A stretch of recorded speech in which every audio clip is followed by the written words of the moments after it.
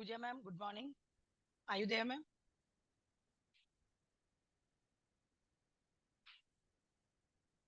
Dr. Madan Raj, good morning. Are you there?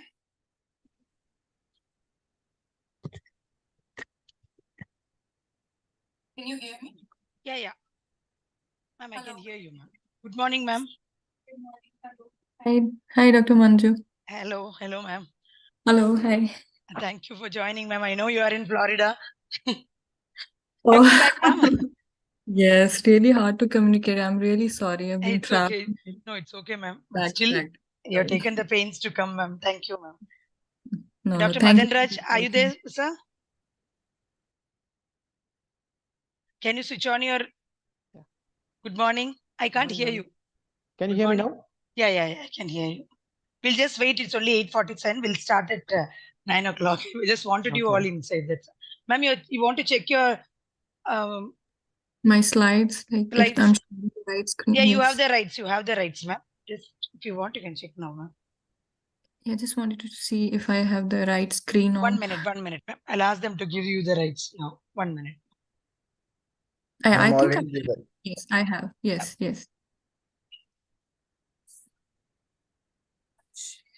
Then put this on presentation mode.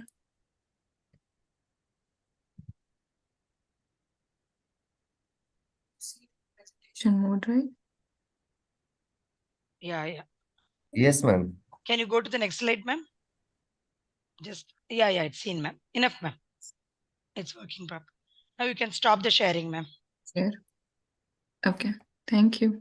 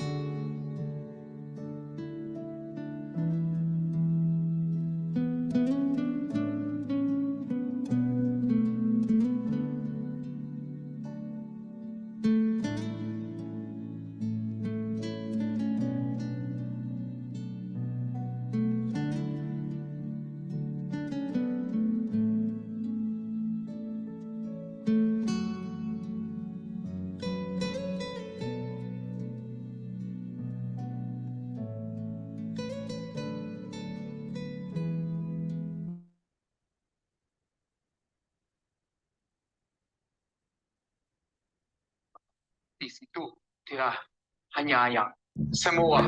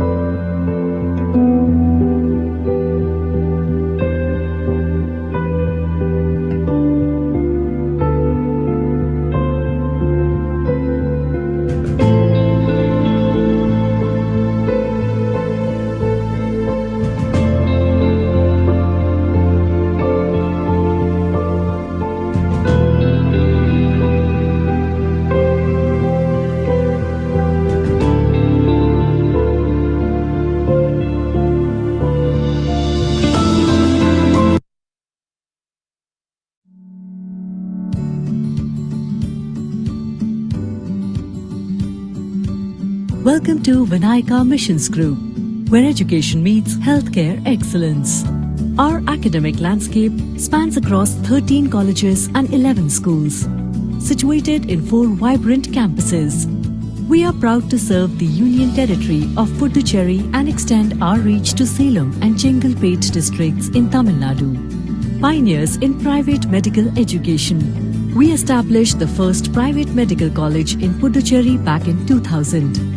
Today, we operate 2 medical colleges in Puducherry, where we provide healthcare services to an astonishing 4.5 lakh outpatients and over 50,000 inpatients annually. We manage 9 rural health centers, where we attend to approximately 1,000 patients every day, ensuring quality healthcare for all. And now, as we embark on our next level in healthcare, we are proud to introduce the Vinayaka Karkinos Oncology Institute, or VCOI, in collaboration with Karkinos Healthcare.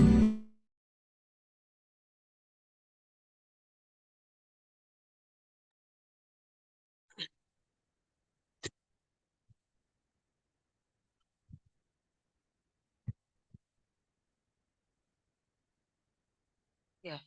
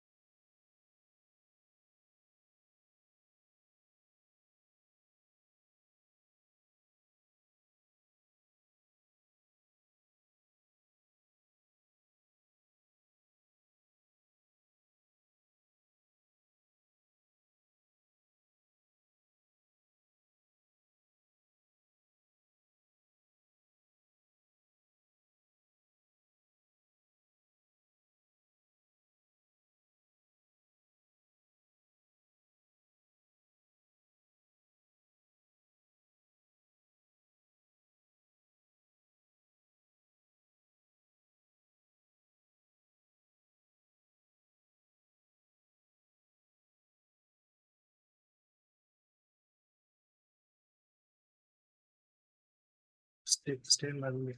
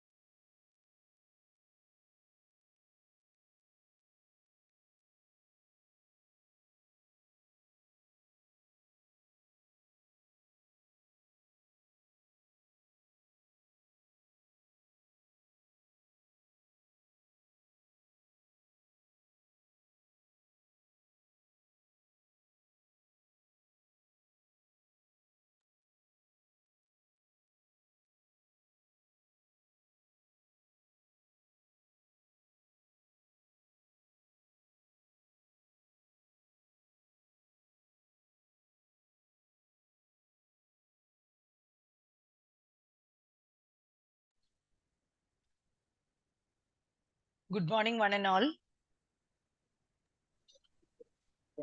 So I welcome all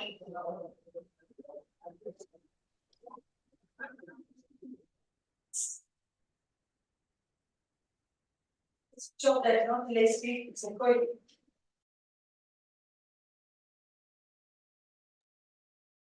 Good morning, everybody.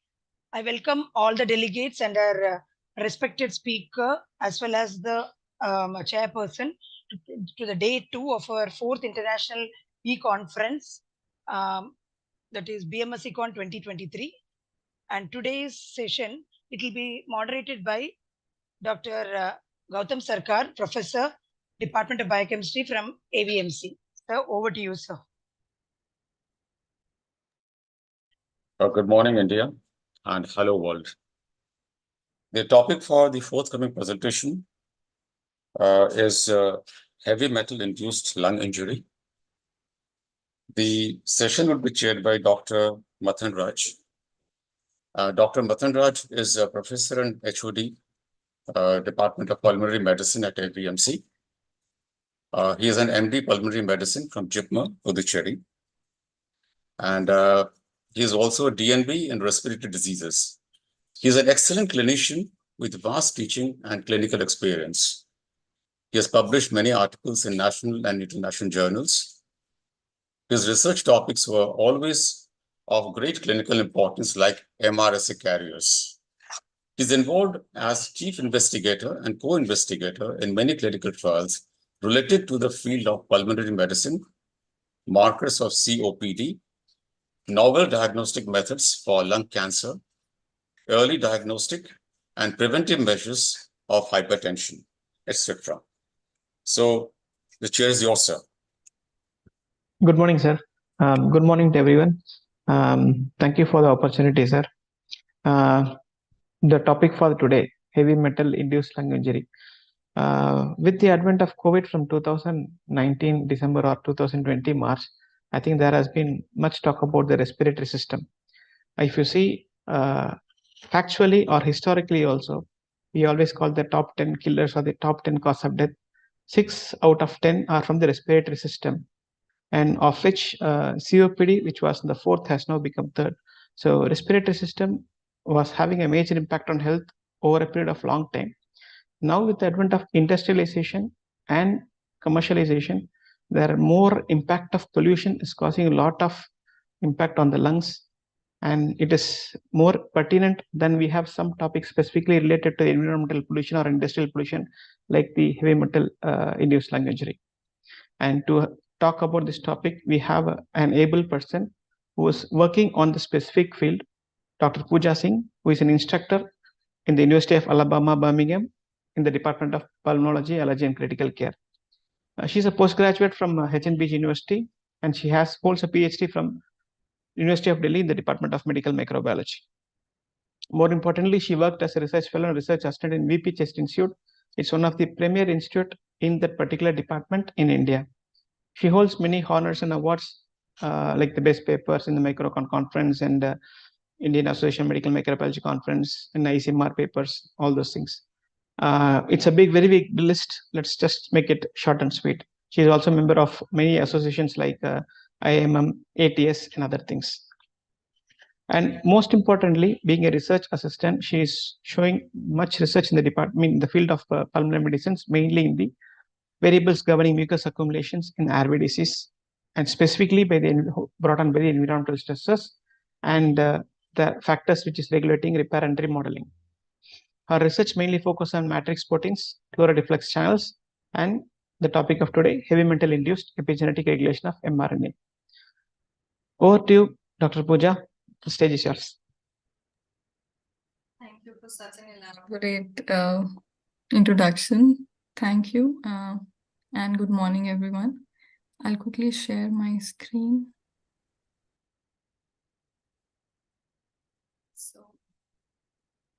So as mentioned, I'll be taking you through the heavy metal-induced lung injury work, and this is under the umbrella of Superfund Research Center that studies the impact of airborne heavy metals on the lung disease and the environment.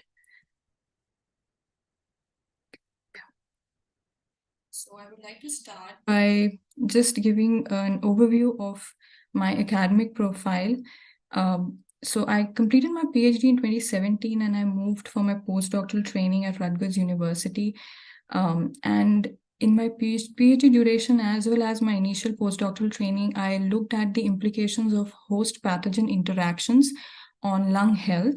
And here I gained expertise in mouse as well as rabbit models of tuberculosis infection. And moving on, then I proceeded to broaden my area of research by looking at the environmental factors associated with lung injury. And for this, I did an initial postdoctoral training at Superfund Research Center, followed by my research faculty position, which is ongoing right now under the supervision of Dr. Veena Anthony, who's a pulmonologist, and she's the director of the Superfund Research Center. So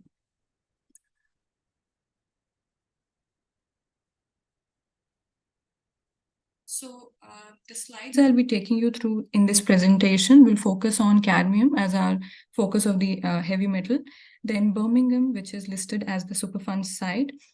Birmingham is a city of the state Alabama, and the UAB SRP and the work that is ongoing here, and the legacy of Birmingham. And then the respiratory disease I'm focusing today is COPD. And we'll be looking at the airway remodeling that is happening because of this heavy metal, that is cadmium, and some scientific achievements from our Superfund Center. So cadmium, as we know, is the 65th most abundant element in the Earth's crust, and the exposures to cadmium could be through food, cigarette smoke, drinking water, air, and the occupational exposures could be through battery production, alloy production, the plastics, meltings and refining and whatnot. The point to consider here is that the half-life of cadmium in our body is more than 25 years. That means there is a lack of cadmium elimination mechanism in human, which contributes greatly to the cadmium-induced stress and accumulation in the lung epithelial cells. So as we know that heavy metals we can have the exposure of these heavy metals through inhalation, the ingestion or absorption. So inhalation through air, then ingestion through our food or water, and absorption through even the contact of anything. So mainly cadmium has been studied to be exposed through cigarette smoke, as well as the other previously mentioned sources of smelting and refining, etc. So since cadmium accumulates for a very long period of time in our organs, so it increases the oxidative stress, and which leads to the alteration into the immune system or increased susceptibility to infections, chronic inflammation, fibrosis, ultimately emphysema, and that's why there is an increased likelihood of chronic lung diseases. Mucus cell hyperplasia, that is increased mucus secretion or production, is the hallmark of inflammatory airway diseases, and it also leads to the airway obstruction, as we see in case of COPD. So this is a representation of lumen of airway, where we see that the airway epithelial cells have mucus, and there is air-liquid homeostasis that is maintained in healthy state. But in case of COPD, we see a disruption or dysfunction in that, and we see increased accumulation of thick mucus in the airway lumen because of the increased cell debris as well, and thereby restricting or narrowing of the airway lumen. Now, why Birmingham, Alabama? So Birmingham is a city of Alabama, which was declared Superfund site. A Superfund site means it's the name given to the environmental program that is established to address abandoned hazardous waste sites. And in the Superfund site, we observed that there was high prevalence of COPD, or chronic obstructive pulmonary disease, as compared to a non-affected area, even though we took in account the ethnicity, that is African American population, as well as prevalence of smoking and the socioeconomic status. And we observed that the soil cadmium levels were really high in this Superfund site. Also, looking at the blood cadmium levels in the never smokers as well as smokers from the Superfund site was really high, significantly high as compared to the non-affected areas. So why COPD? So UAB Superfund Research Center was established in 2020, and EPA, that is the Environmental Protection Agency, had proposed 35th Avenue of North Birmingham as the Superfund site. And this was because of the high prevalence of heavy metals like cadmium, arsenic, manganese, and there was high prevalence of chronic lung diseases like COPD, asthma, lower respiratory tract infections, which are studied by other project leaders from SRP. And our project works on the COPD, the prevalence of COPD in this area. So looking at the legacy of the past of Birmingham, Alabama, that it's being called the Magic City of Alabama because of the establishment of ABC Coke, the Bluestone Coke, and all throughout the 20th century, Birmingham was a hub for the iron and steel production, which required coke to fuel the smelters. And you can see the condition of the residents of how they were treated here in Birmingham.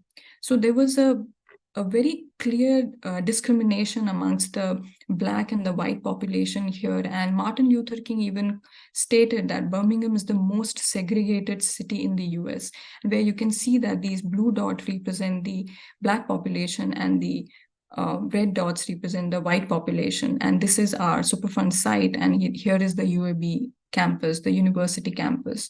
And we observed that the life expectancy was also very low here, around 65 to 70 years in this region. At present, although Birmingham has come far way in improvement of the air pollution, as you can see from 1970 towards to 2020, there has been a major change, but still there is prevalence of lung disease, and COPD is one of the most prevalent ones here. And even the kids are being diagnosed with asthma at a very early stage, as that of kindergarten to the middle school. So this lung disease has been across the lifespan. So what is COPD? So COPD is marked by the airflow obstruction. As I mentioned before, the mucus hypersecretion is one of the reasons here. And we basically see that the lumen of the airway is blocked for any airflow to pass.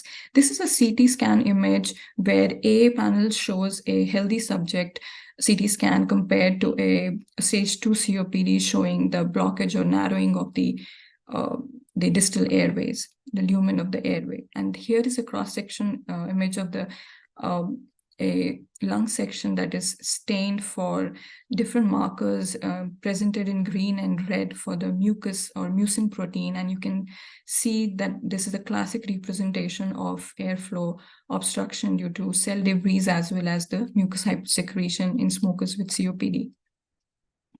Moving on, we looked at the heavy metal content. So we use hyperspectral microscopy here to visualize how the heavy metal distribution was present in these lung sections. And this is a lung section from a resident from our Superfund site. And as you can see, this brightened area, this is all the metal content that you can see in the epithelial cells, and this is the lumen. And even in the macrophages, we see this, there is great heavy metal content. So moving forward, we are trying to look into what type of what content it is available here, so that we can know that whether it's a mixed heavy metal pollutant or a single type.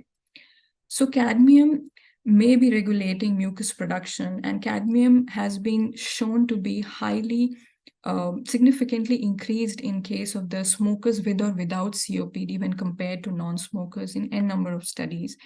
And this is mainly because of the lack of an elimination mechanism that is present in human for cadmium. So there are different ways of studying the in vitro studies that are performed in our Superfund Research Center, where we use the 2D cultures to 3D cultures. We use whole lung perfusions.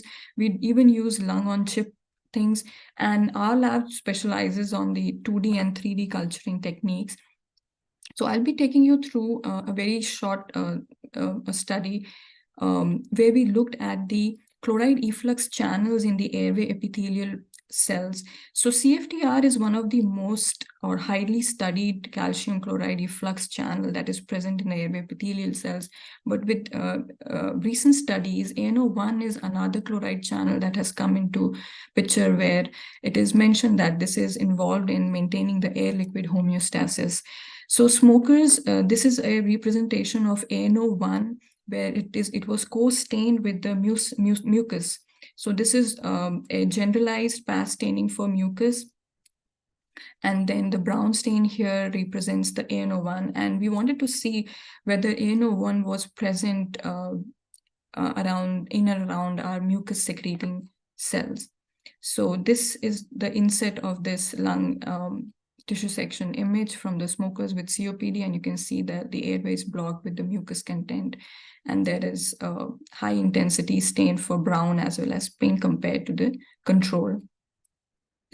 So air-liquid interface culture is what we started with, where we try to mimic the environment of in vivo environment, where there is an air-liquid interface, and we can have these pseudo-stratified or differentiated airway epithelial cells with the cells that have cilia, so ciliated cells, goblet cells, or different differentiated cells of airway. And we looked at the ANO1 expression pattern when these cells were exposed to cadmium, and we observed ANO1 expression pattern was highly increased and upon low dose of cadmium exposure. And this we demonstrated with microscopy as well as through Western blot analysis. So we wanted to know what could be the interacting partners for ANO1, and at what stage can we be inhibiting or activating ANO1 to look at what was the effect of this cadmium-induced ANO1 expression. So we tried to look into the microRNA and mRNA expression or interaction here. We looked into different databases for microRNA. We found four of these listed microRNAs to be interacting with ANO1, and we proceeded our study with microRNA 381 specifically because it interacted with all the known sequences of ANO1 mRNA, and secondly because it was not inhibiting or interacting with EZH2, having no impact towards EZH2. However, it's been reported that EZH2 downregulates MIR381, and we tried to see that if it was for the proof of concept, if it was happening in the presence of cadmium. And we observed through the expression analysis that EZH2 expression was increasing with time upon exposure to cadmium, and MIR381 expression was going down. So we used an inhibitor for EZH2 and observed that MIR381 expression went up in the presence of inhibitor for EZH2. Now, EZH2 is an epigenetic regulator, and heavy metals like cadmium are known to induce bring epigenetic changes. So EZH2 is one of the epigenetic marker that is upregulated in presence of cadmium. And so we observed that MIR381 was being inhibited here. Now we wanted to see how in our airway epithelial cells, MIR381 and ANO1 expression pattern was present. So we used a MIR381 inhibitor and observed a decrease in the MIR381 expression, and therefore we used this inhibitor to analyze the expression pattern of ANO1 mRNA, and we observed a significant upregulation upon inhibition of MIR381. So we used cadmium in the form of cadmium chloride, and we observed that ANO1 expression was increasing in the presence of cadmium, and MIR381 expression was decreasing in the presence of cadmium with time. This is for 24 hours and 48 hours.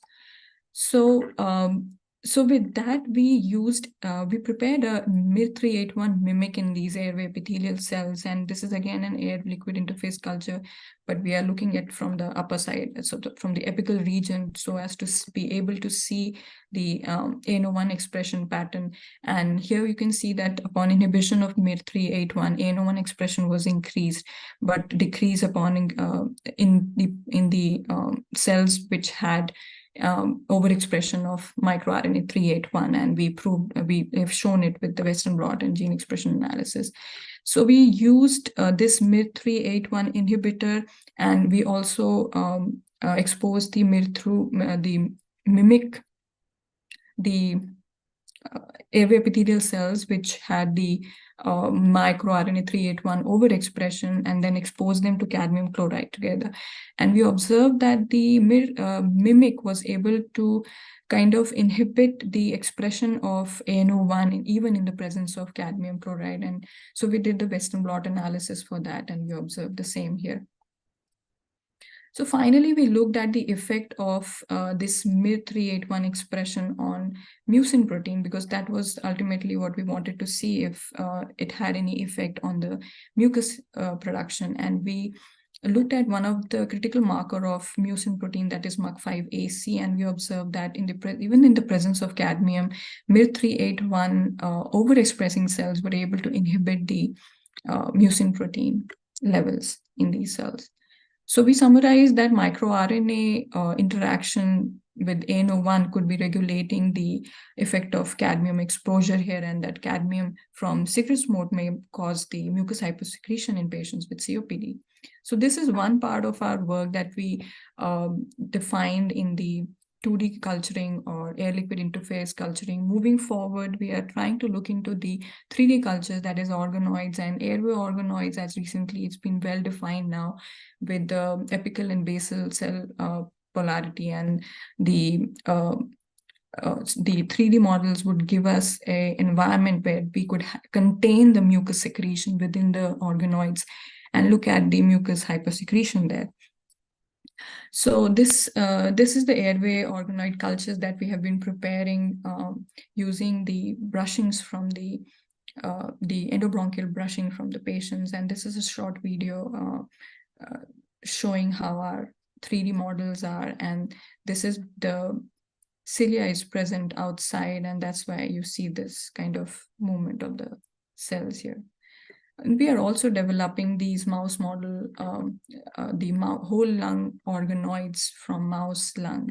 And here is just to show a mouse lung tissue that is stained for the surfactant protein here for the 82 type cells, and the extracellular matrix protein that is collagen 1, and that can be seen here in the mouse lung organoid as well. So it's kind of mimicking the in vivo structure here. So organoids provide that kind of cellular arrangement by self-arrangement, which helps us, which would help us in detailing the toxicity or use it as a precision tool here. So moving on, I would like to also mention here quickly about another study that we have done using a coagulation factor, that is fibrinogen, and it has been discussed in a number of papers that fibrinogen level significantly rises in COPD patients compared to control, and this has been seen throughout the different stages, as the severity increases for COPD, that the fibrinogen levels increase in plasma as well as the valve. So just an overview that fibrinogen and fibrin play together. These level needs to be maintained as they are important factors in the coagulation pathway, and they form the blood clots. So whenever there is a wound, for healing, there is a signaling to the liver which releases fibrinogen, and it contributes in the formation of the clot. So we observed that the cadmium levels were higher in COPD patients, the smokers with COPD, and we analyzed it in the non-smokers with COPD, in ever smokers with COPD, the ex-smokers with COPD, and ever smokers of COPD, that the cadmium levels were really high. And then within these, we looked at the fibrinogen levels, and we observed that in case of COPD, the ever smokers had really high levels of fibrinogen in the lung macrophages. And here we show just the density plot for that. And here we correlated in the right panel the cadmium levels with the lung function test. And we see that the lung function test decreases with increase in the cadmium levels in the COPD lung. This is for the same set of patients that were analyzed here. So we then compared the fibrinogen levels and the COPD with the increasing COPD concentration, and you can see this linear correlation that it is positively correlated with the increasing concentrations of cadmium. And so we compared it with the lung function test as well, and we saw that as lung function tests were decreasing, there was increase in the fibrinogen level in the lung tissue. And we used our murine model for COPD, which we established in 21 days, and we are showing through this IHC of the lung sections that how the lung parenchyma or the lung structure changes with the because of the cadmium exposure in mice. And we see that the collagen, that is an extracellular matrix protein, that it increases upon cadmium exposure. And we also see there is increased airway resistance in this. The mean alveolar air space is like these pieces that you see, these also increase upon the exposure to cadmium. So this is just a proof of concept. And we see that the fibrinogen level in the bronchoalveolar lavage fluid as well as plasma is highly increased upon exposure to cadmium. And this was positively correlated with the hydroxyproline test that is done for the extracellular matrix protein, that is collagen. So the fibrinogen levels were in direct correlation with that. And we also observed that upon with time of cadmium exposure, this fibrinogen levels were increasing. And we also observed that when these mice were exposed to just cadmium, just fibrinogen, or the combination, there was increase in the release of TGF-beta cytokine, which is a profibrotic cytokine. So thus we concluded that the cadmium exposure disrupts the normal balance among coagulation and fibrinolysis, leading to fibrin deposition or formation, and that the overproduction of fibrinogen promotes cadmium-induced collagen accumulation and profibrotic cytokine production. So I would like to finally kind of summarize our scientific achievements through the Superfund Center, where we are collectively working with the biomedical or the engineering, material engineering department, and other biological and departments, where we are collectively working towards like a development of these 3D lung pulmospheres, which we use as a predictive tool for the predictive toxicology with exposure to different kind of heavy metals. And then we are also working towards the acute lung injury in the presence of heavy metals and the infections because of the Streptococcus pneumoniae. And then we are also looking at the biomarkers that we can have through the blood test. For example, we had published in the scientific translation medicine about vimentin, that citrulated vimentin levels are really high in lung fibrosis cases.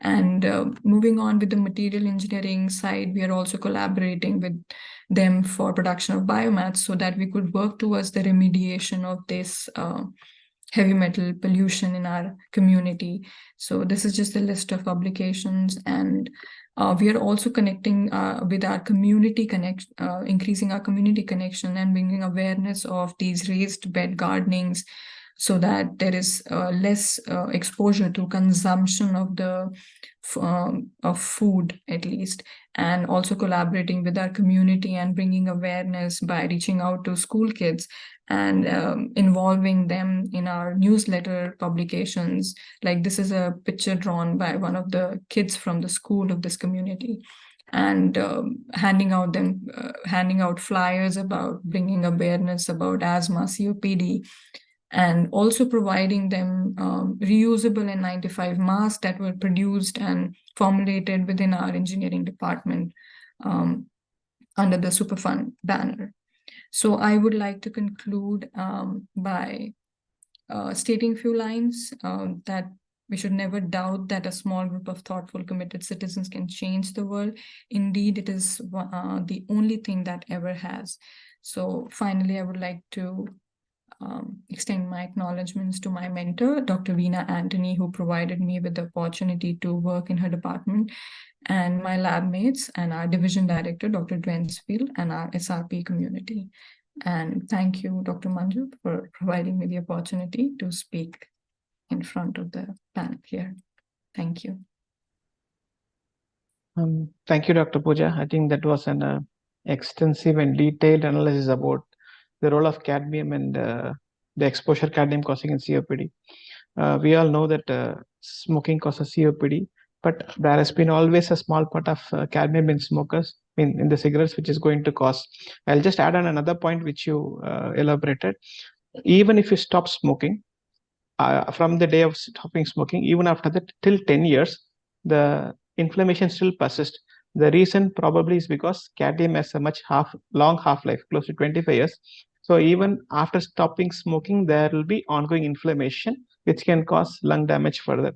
So that is another point I just wanted to add, which we see clinically, because patients come and ask, no, we stop smoking, but still we have symptoms. So that is another thing.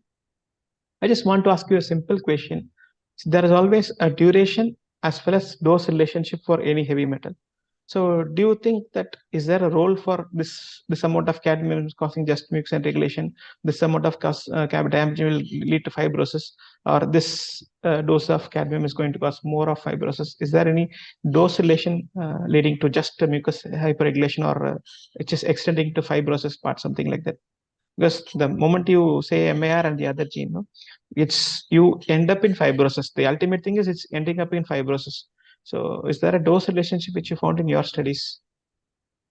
There has been dose relationship that we have previously published from our lab. I have not in particular worked on that because this was something that was already done and published from our lab members previously. But yes, you are right, there is dose relationship, and that's why we have defined and come down to a particular dose where within 20 days we achieve the kind of the kind of structure that we are looking for there, and we stop there. We don't go for the survival studies, but we stop there to see what is happening in that much duration. So that's why we have different kinds of model where we go up till 8 weeks also. We have gone to 6 months also.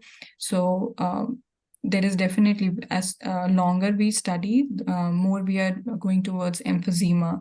But for mucus hypersecretion, we came down to 21 days. Yeah, and the other thing is that there have been a lot of biologicals which has been developed for asthma, like mepolizumab, but whereas we have very few biologicals for COPD. I think the way you are working on your research, I think you're already starting working on the role of biologicals in COPD, on the MAR expressions. I think that will be a good source for the future drugs. I think that will be a part of the trials, which I think your study started working on specific drugs, right? On the effect of the drugs on these MAR expressions. So we are like my work is targeting ANO1 expression pattern in this. So I am using different drugs, for example, niclosamide. I won't go under for the clinical implications of that, but with the mouse model as well as with the organoid cultures, we are right now using niclosamide. We are also using different like other markers here where we are targeting oxidative stress studies. So for that also, like targeting lipid draws, the inhibitors for that, that's the most that we have gone as of yet.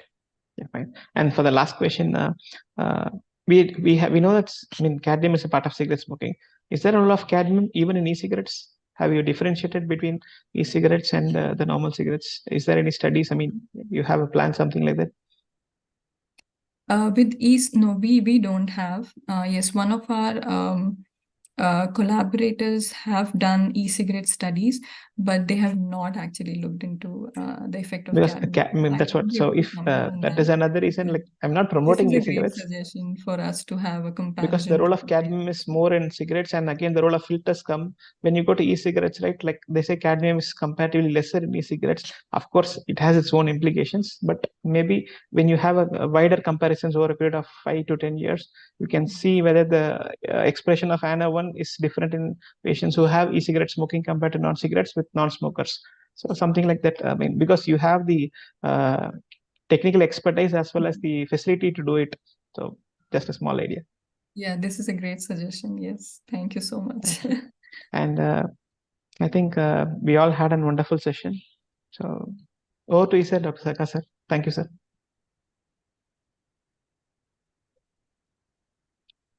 Sir, you need to switch on your mic. Please unmute, sir.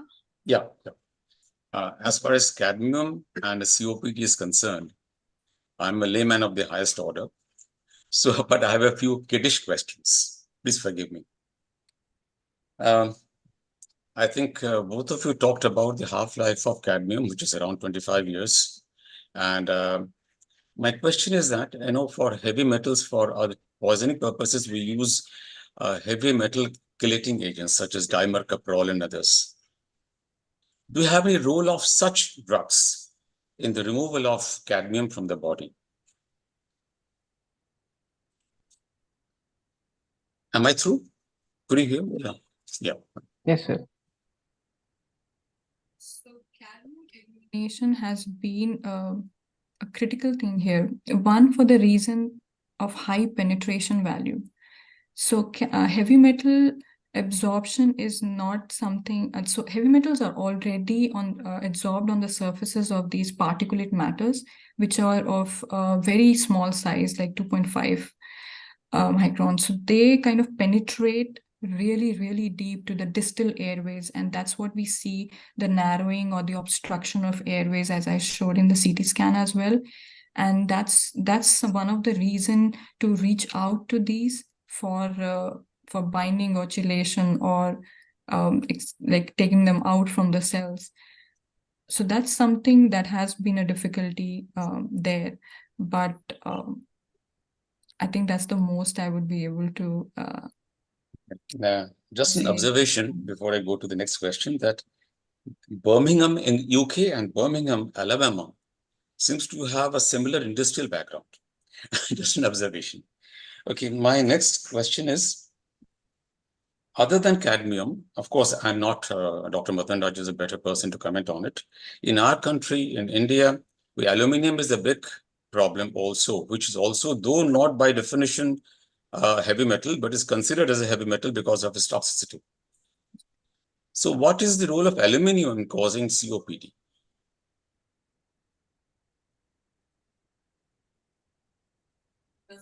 Sir, yeah, sir. I'll just add. So the main, okay, I'll just add on to it. The main aluminum per se, like all heavy metals, will have two types of diseases, sir. In acute exposure on a high dose, they cause simple metal fume fever with like normal symptoms of cough, cold, breathlessness, and there'll be some tracheitis and bronchitis. And when it is exposed to smaller doses over a period of long time, you get something called pneumoconiosis, and it will eventually end up with emphysema, fibrosis, and other things. Like most of heavy metals will have similar symptoms. But why specifically there is much talk about cadmium is a part of the cigarette, which even a non-industrial, non-worker or a common man uses on a day-to-day basis. So there is a large population which is being affected. But when it comes to aluminum, it is only a small set of industrial workers, or maybe you can extrapolate it to their spouses or their family members. But still there are a lot of studies on aluminum, as well as if you want to export, like we can go to beryllium in the glass industries, and silica in the sand industries and the glass industries. So all of them will cause exposure. It will lead to some initially in the metal fume fever, or it's just simple cough cold, and over a period of time it will end up with bronchitis, airway inflammation, and the long-term emphysema. And there are even now studies indicating that this chronic deposition of metals can, because of the chronic inflammation, can eventually lead to bronchogenic carcinoma, or even sometimes the tracheal carcinomas in future. But these are all, we don't have enough data, because the heavy metals these are all very small studies, and it's in pockets. So we need large studies and multi-center trials to prove the correlation. But yes, aluminum is still a part of the heavy metal induced lung injuries in us, and we don't see it on a day-to-day basis, sir. It's relatively very, very less compared to the other disease which we see on a day-to-day basis. Thank you, Dr. Pooja, and thank you, Dr. Madan Raj. Just 1 minute, sir. Yeah. 1 minute. Just want to add, because you asked about the aluminum thing. We have a speaker coming up today or tomorrow, I suppose. It's the same topic, aluminum toxicity and its effect on lung diseases is included in this same conference. Okay, so continue, sir. Over to you, sir.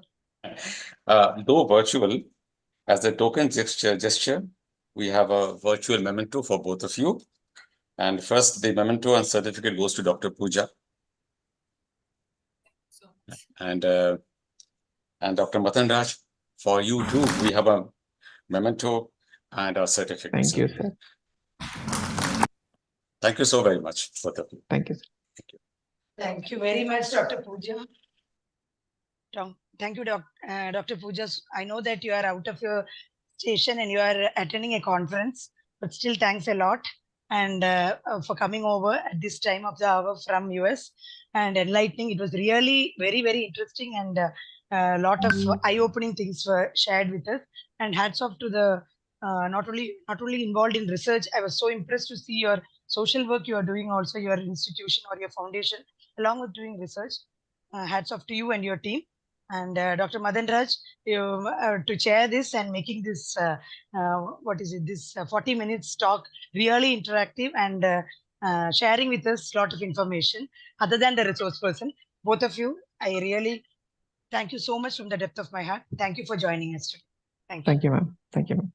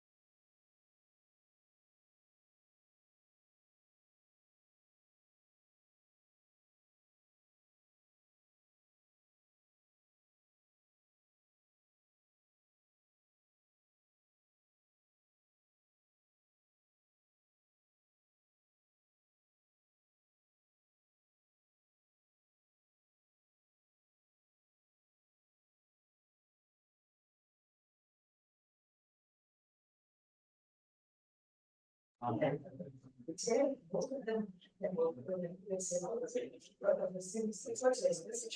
morning, everyone. I welcome you all to this session. I feel extremely happy to introduce the chairperson of this session, Dr. Jamuna Aswathnarayan. Dr. Jamuna Aswathnarayan is an accomplished assistant professor in the Department of Microbiology at the School of Life Sciences, JSS Academy of Higher Education and Research. She obtained her MSc and a PhD from the University of Mysore. Followed by her PhD, Dr. Jamuna pursued postdoctoral research under the UGC sponsorship at the University of Mysore itself. Her postdoctoral research was marked by a focus on functionalizing nanoparticles and peptides, which found applications as antimicrobials, biofilm inhibitors, and anti-cancer agents. She also gained valuable experience during a brief stint at Cardiff University, UK, specializing in metagenomics. Dr. Jamuna has significantly contributed to her field with 21 research articles and 18 book chapters, and co-editing 6 books and 1 for Springer Nature Group. She has around 1,300 citations with H index of 11 and IDEX index of 12.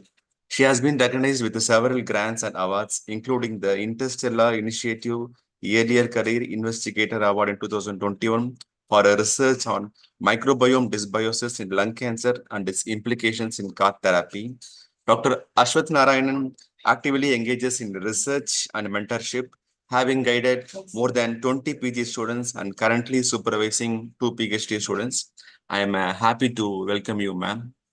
Now I kindly request you to introduce today's speaker of this session. Thank you. Over to Dr. Jamuna. Good morning, sir, and thank you for the kind introduction. I would like to thank the organizers of this conference and AVMC for giving me an opportunity to chair this session. Honored to our next speaker, Dr. Ramasamy Damodaran. Sir is an assistant professor at Mahatma Gandhi Medical Advanced Research Institute. Sir's focus areas have been microbiome research, antimicrobial resistance, taxogenomics, and comparative genomics. Sir has previously worked as a consultant at the ICMR National Institute of Epidemiology, and he was there investigating the infectious disease transmission. Sir has also had the experience of being a principal scientist at Avans Bio Private Limited, and he focused his research there on infectious diseases, gut microbiome, environmental microbiome, and probiotics. And he has a vast amount of international experience, wherein he carried out his postdoctoral research at Seoul National University, and then in Marseille University in France, and Busan National University in South Korea. So sir is going to today talk about an interesting topic, that is functional diversity of human gut microbiome in health and disease. And we are all excited to hear sir's talk about it. And over to you, sir.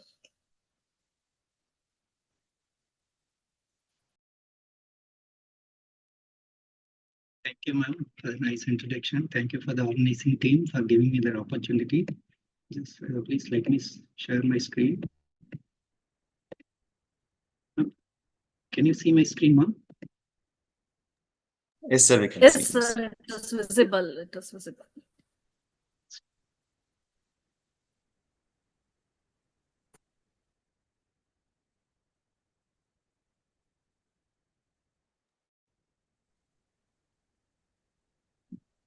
Yeah. You can start.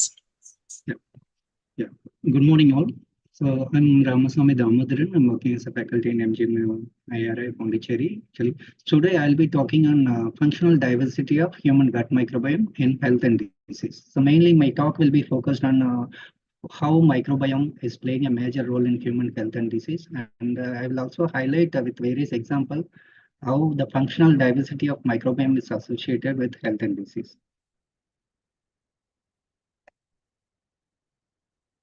We all know that microbial environment differ from one another, starting from like a hot spring, cold environment, birds, animals, human. Everywhere you can find microbes, but their abundance and diversity varies from one location to other location.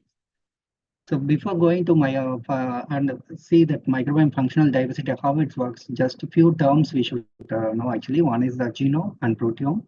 and that is entire gene set is and the entire protein set that is involved, that is mainly associated with the functional diversity, because that genome and proteome have direct association with the functional diversity. So here I'll show that how the concept, the microbiome and microbiota works in different way actually. So microbiota, generally they use a microbiota if is to study only the microbial composition and diversity. When it comes to microbiome, it's related to both the microbial diversity, the abundance diversity, and also the functional potential of the particular environmental microbes.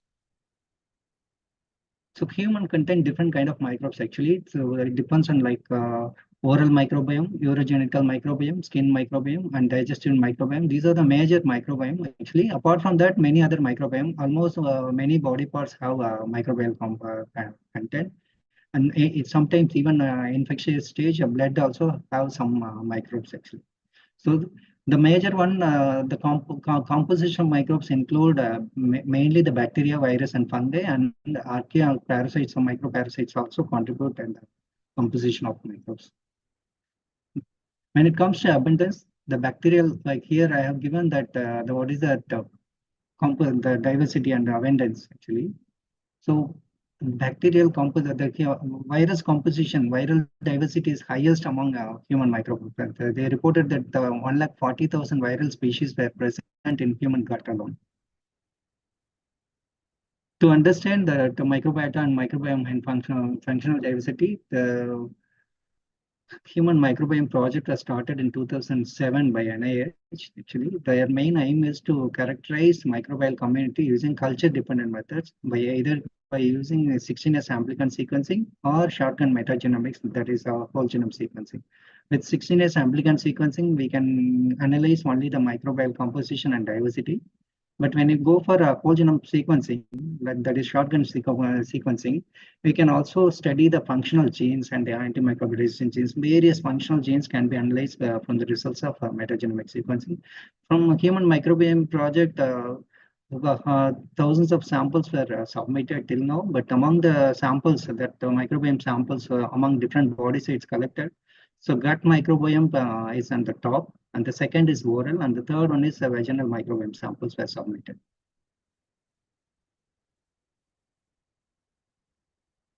So how microbiome is playing a role in health and disease? Like what is the healthy microbiome? What is the pathogenic microbiome? How they are playing major role? What that is the significant issue. For understanding the role and functional diversity of microbes, that is the human microbiome, just a little bit about chemistry, we should recall that here I have mentioned that the life is like chemistry: friend to concentrate, enemy to dilute, joy is to precipitate, and sorrow to evaporate. In general reactions, like any substrate plus reagent, it is catalyzed to product and byproduct, which is like the many factors involved in catalysis of any chemical reaction, which include enzyme, coenzyme, cofactor, allosteric factor. But when it comes to gut microbiome, so what kind of chemical reactions are happening in human microbiome? And how many catalysts are present in human microbial environment, and what are the byproducts are released into the human microbial ecosystem, and how it is influencing the human health and disease. Like here, friends to concentrate means, like for example, commensal microbiome to be balanced, and the enemies means the pathogenic bacteria to be diluted, and joys to precipitate means the beneficial metabolites to be precipitated, and the pathogenic and toxin to be evaporated. Like that we can compare. So this is a simple example, like how the simple biochemical reaction, like for example, any bacteria or fungi or virus, it will take the nutrient and it will catalyze and it will release byproducts and metabolites. The byproduct as a metabolite, product and byproduct, sorry. So this metabolites will be used by other bacteria or virus or any other eukaryote present in human body. Sometimes human also use the bacterial metabolites. So this is a classical example how what is the important role of microbes, that particularly human gut microbes. These are the 5 different roles actually, like whether they help in digestion, they produce vitamins, they boost our immune system, and they protect from our pathogens. This is actually the answer is all 4 are correct actually. And Another example for understanding the significance of gut microbiome in health and research, there is a Indian practice of eating the drinking fermented rice drink. Actually, the leftover rice will be soaked in the night, and then next morning they will drink that rice. So this include a lot of beneficial bacterial species present in this fermented rice drink, and also a lot of vitamins and minerals actually. So based on this, actually, recently Stanley Medical College have conducted a project with the inflammatory bowel disease patients, the 2.7 crore project. They included Crohn's disease and ulcerative colitis by a conventional therapy, along with the drink of the fermented rice drink. They started observing uh, the patients were responding well and cured better than conventional therapy. Along with conventional therapy, the group who has taken a fermented rice drink, they felt better actually. So recently in Japan and Canada have come a commercial drink based on fermented rice. That is, they are called as a magic drink. So here, gut microbiome, actually, there are beneficial bacteria and pathogenic bacteria. For example, some of that like Clostridium difficile, jejuni, these and all considered as pathogenic bacteria. In general, like each bacteria code for approximately 3,000 genes actually. So because each bacteria code for 3,000 genes, like for example, how many bacterial species are there actually? So each bacteria code for 3,000 protein. This is higher than the number of genes coded by a bacterial alone is higher than the total number of human genes coded. So the bacterial diversity also varies due to a pH gradient in human ecosystem, the digestive system. And majority of the highest diversity is present in small intestine and large intestine, where the more diverse bacteria live, and wherever more diverse bacteria is there, that is equal to more functional diversity. That is more diverse genes are present. But the composition of gut microbiota includes firmicutes, bacteroids, proteobacteria, and actinobacteria. These are the major phyla, and other minor phyla include Fusobacterium, Verrucomicroca, Spirochete, and some kind of archaea also present in human gut. Actually, these all together as a synergistic way, they play an important role in harvesting nutrient, assisting immune system, and protecting the host against pathogens. So based on the diversity and of human microbiome, the human we can group a blood grouping of human based on gut microbiome. Also, we can group people. That is based on fecal microbiota. They have grouped the whole world. All people in the whole world can be divided into three groups. Either they belongs to bacteroids, or Prevotella, or Ruminococcus. So we Indians mainly belong to a Prevotella group, which is mostly related to vegetarian diet. Actually, here I have mentioned that what kind of diet is associated with different uh, group actually. So proteins and animal fat diet was linked to the bacteria genus, and carbohydrate lacking meat and vegetarian diet was linked to Prevotella disease, and alcohol diet was linked with the Ruminococcus. So first, we should know before going for functional diversity, how we are getting the bacteria into human body actually, starting from the birth, how they are getting bacteria, birth, the lifestyle and the diet, and whether vegetarian or non-veg, or a child, or the lifestyle, and whether that's urban or rural environment the babies are growing, whether they're childhood to adult, how much drug or antibiotic they are consuming, whether they are alcoholic or smokers. These all factors will decide what kind of microbes should colonize in your gut. In 2013, they have reported then from Canadian group actually that choice of birth, feeding method changes baby's gut microbiome. That is, they reported that babies born by C-section have less diverse microbiome compared to babies born by vaginal delivery. And the same way, the babies consume breast milk more beneficial bacteria than the formula milk babies. So this is well-known concept. Recently, they have proved that the diet play a major role in abundance and diversity of the bacteria. So wherever abundance and diversity is changing, where the more diversity means more functional genes you can get. And this is another example that earlier they were thinking that breast milk is sterile actually, until this study came in 2013 that they identified that nearly 700 different species of bacteria are present in human milk. breast milk, and most of the bacteria are beneficial, and it is consumed by baby as a probiotic. Like babies are taking probiotic bacteria from mother's milk. So they proved how mother's milk, like breast milk, contain bacteria, and they proved that the gut bacteria is moving to the breast milk actually, and some immune system help actually. It's still the research is going on how the gut bacteria is moving to breast milk, and then from breast milk babies are getting actually. So they identified that bifidobacterium, parabacteria, and 24 members of cholesteatol species were present in maternal feces, that is mother's feces, breast milk, and the baby's neonatal feces actually. So even probiotic therapy like treatment of infectious mastitis, when mothers consume lactobacillus fermentum, L. fermentum, and L. salivarius, two species, the lactating woman who ingests the same salivary species exists in their breast milk, and that means that same bacteria, whatever bacteria their mothers is consuming, is transferred to baby through milk. So family and close friends or share mouth and gut bacteria, like through aerosol contamination also, like microbiome colonization happen to neighbors and friends. And the microbiome composition and diversity varies geographical based on the geographic location. And microbiome, the microbial species also can be used as a marker for identifying any pathogenic species. For example, those are this Methanobrevibacter species, Smith is an archaea species. Whoever is having this species, they can be easily identified by measuring their methane composition by breath test actually. So gut bacteria also associated with some kind of autism. Not all kind of autism is associated. And some patient can raise the alteration of mitochondrial function and fat metabolism. For example, the propionic acid produced by bacteria have the ability to induce a brain symptom, brain behavioral changes actually. The elected level of propionic changes immune function and which affect metabolism and energy absorption. This is directly related to autism kind of symptoms in children. So gut microbiome also affect the response of drug actually, whether the efficacy of the drug or the drug can be altered to some other product, that also can be possible by microbiome actually.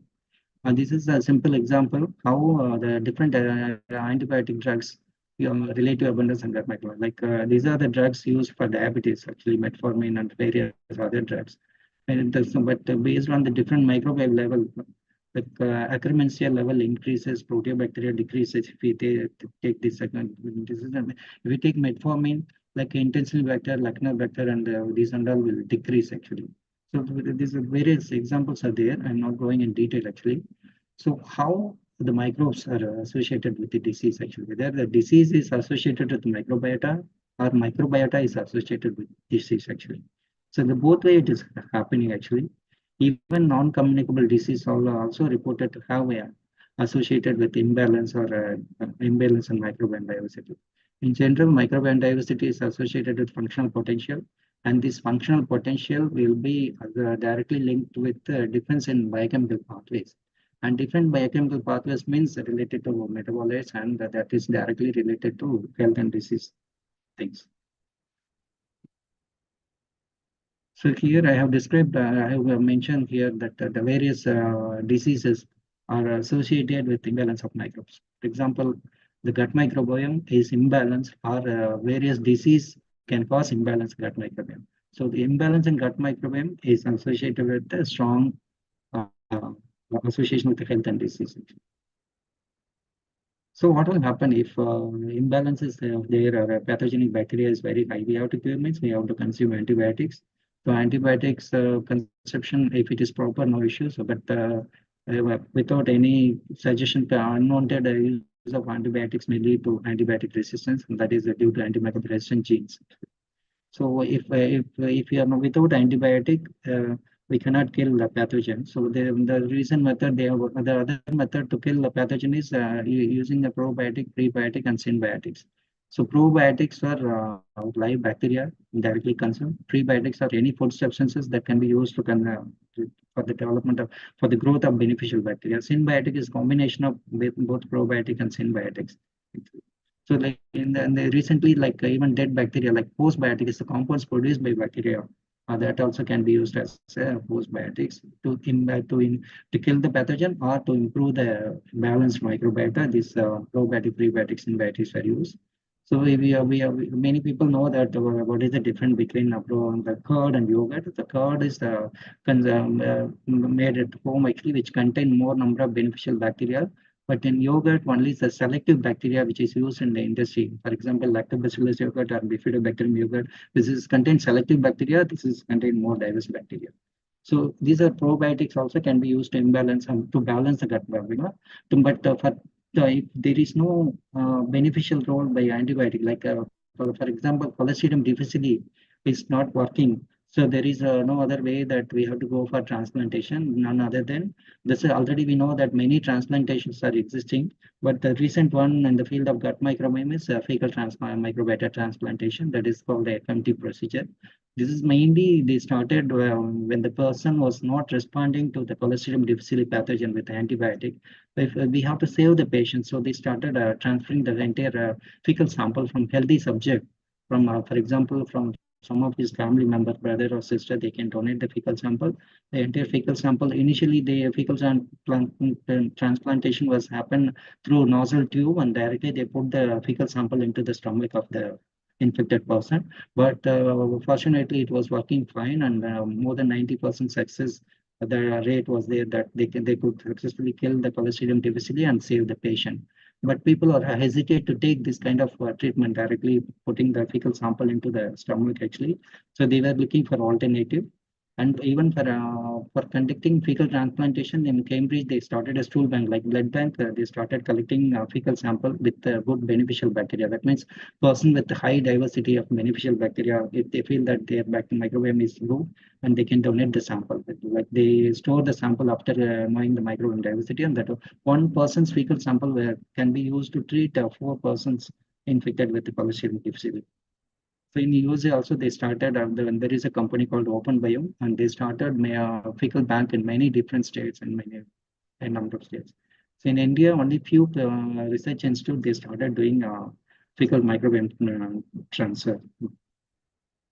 So the alternative to fecal microbiome is poo pills actually. The custom designed poo pills also can be used to treat microbiome diversity, like Clostridium difficile or any other gut-related infection actually. So here what they will do, they take the fecal sample, they filter all debris, and only the bacterial capsule will be powdered and make it made as a capsule. This is custom design, and this was shown that 100% success rate in killing that Clostridium difficile infection. The Spanish group also came with a sausage from baby's poop sample actually, because the baby's poop mainly come from, most of the bacteria come from mother's milk, that is mainly composed of probiotic potential species actually. So they have isolated the bacteria, and they used sausage to get the beneficial bacteria from the babies actually. So another way to understand the functional potential is the gastric bypass surgery, that is a bariatric surgery actually. This is one of the major surgery used for obesity. They do actually. Millions of people are waiting for the surgery in USA actually, but it's not cost effective. And they observed that in animal, like before surgery and after surgery, there is a shift in microbiome diversity and abundance actually. So after surgery, they reduce the weight, but apart from reducing weight, their microbiome diversity also reduced actually. Based on this, they conducted an animal experiment, like the obese mice was treated by gastric bypass surgery, and it became lean mouse, the normal mouse. And they have taken fecal sample from the bariatric surgery conducted mice, and the fecal sample was transferred to another obese mouse without surgery, like without surgery. After consuming, like a transfer FMT procedure, fecal microbiota transfer, without surgery, the animal weight started reducing. So the same kind of thing can be applied in human, but now it is under clinical trial. And in future, like microbiome, like a fecal transplant-based weight reduction, so possible. So some mice, they can also degrade toxins. There's some bacteria present in wood rat. They consume usually the poisonous plants. Actually, we cannot consume because that the poison degrading bacteria is present in human rat. So some the milk companies, like they wanted to show high nitrate like a high protein content in the milk actually. For that, they have adulterated the milk with the melamine actually. So when melamine is adulterated, the adulterated milk consumed babies were facing some issues with kidney related problem actually. So later they identified this actually it happened in 2018 with this many victims actually 54,000 babies were hospitalized and 6 infants died with the kidney stones. And they found that the problem is not with directly with the melamine they mixed actually, but the melamine was metabolized by a gut bacteria present in the babies that is called the Klebsiella terrigenea. This Klebsiella terrigenea metabolize melamine, and the melamine will be converted into cyanuric acid. This is toxic to kidney actually. So they also checked this animal experiment actually. An animal fecal sample with mixed with the melamine can directly produce a cyanuric acid within 24 hours. So they found that why all children were not affected, even though this bacteria, melamine is consumed, the babies were hospitalized. Only few babies were died. All the babies died were reported to be from rural area, where in rural area the babies play with the soil. Actually, this Klebsiella terrigenea was colonized from soil, from they got from soil to their gut bacteria.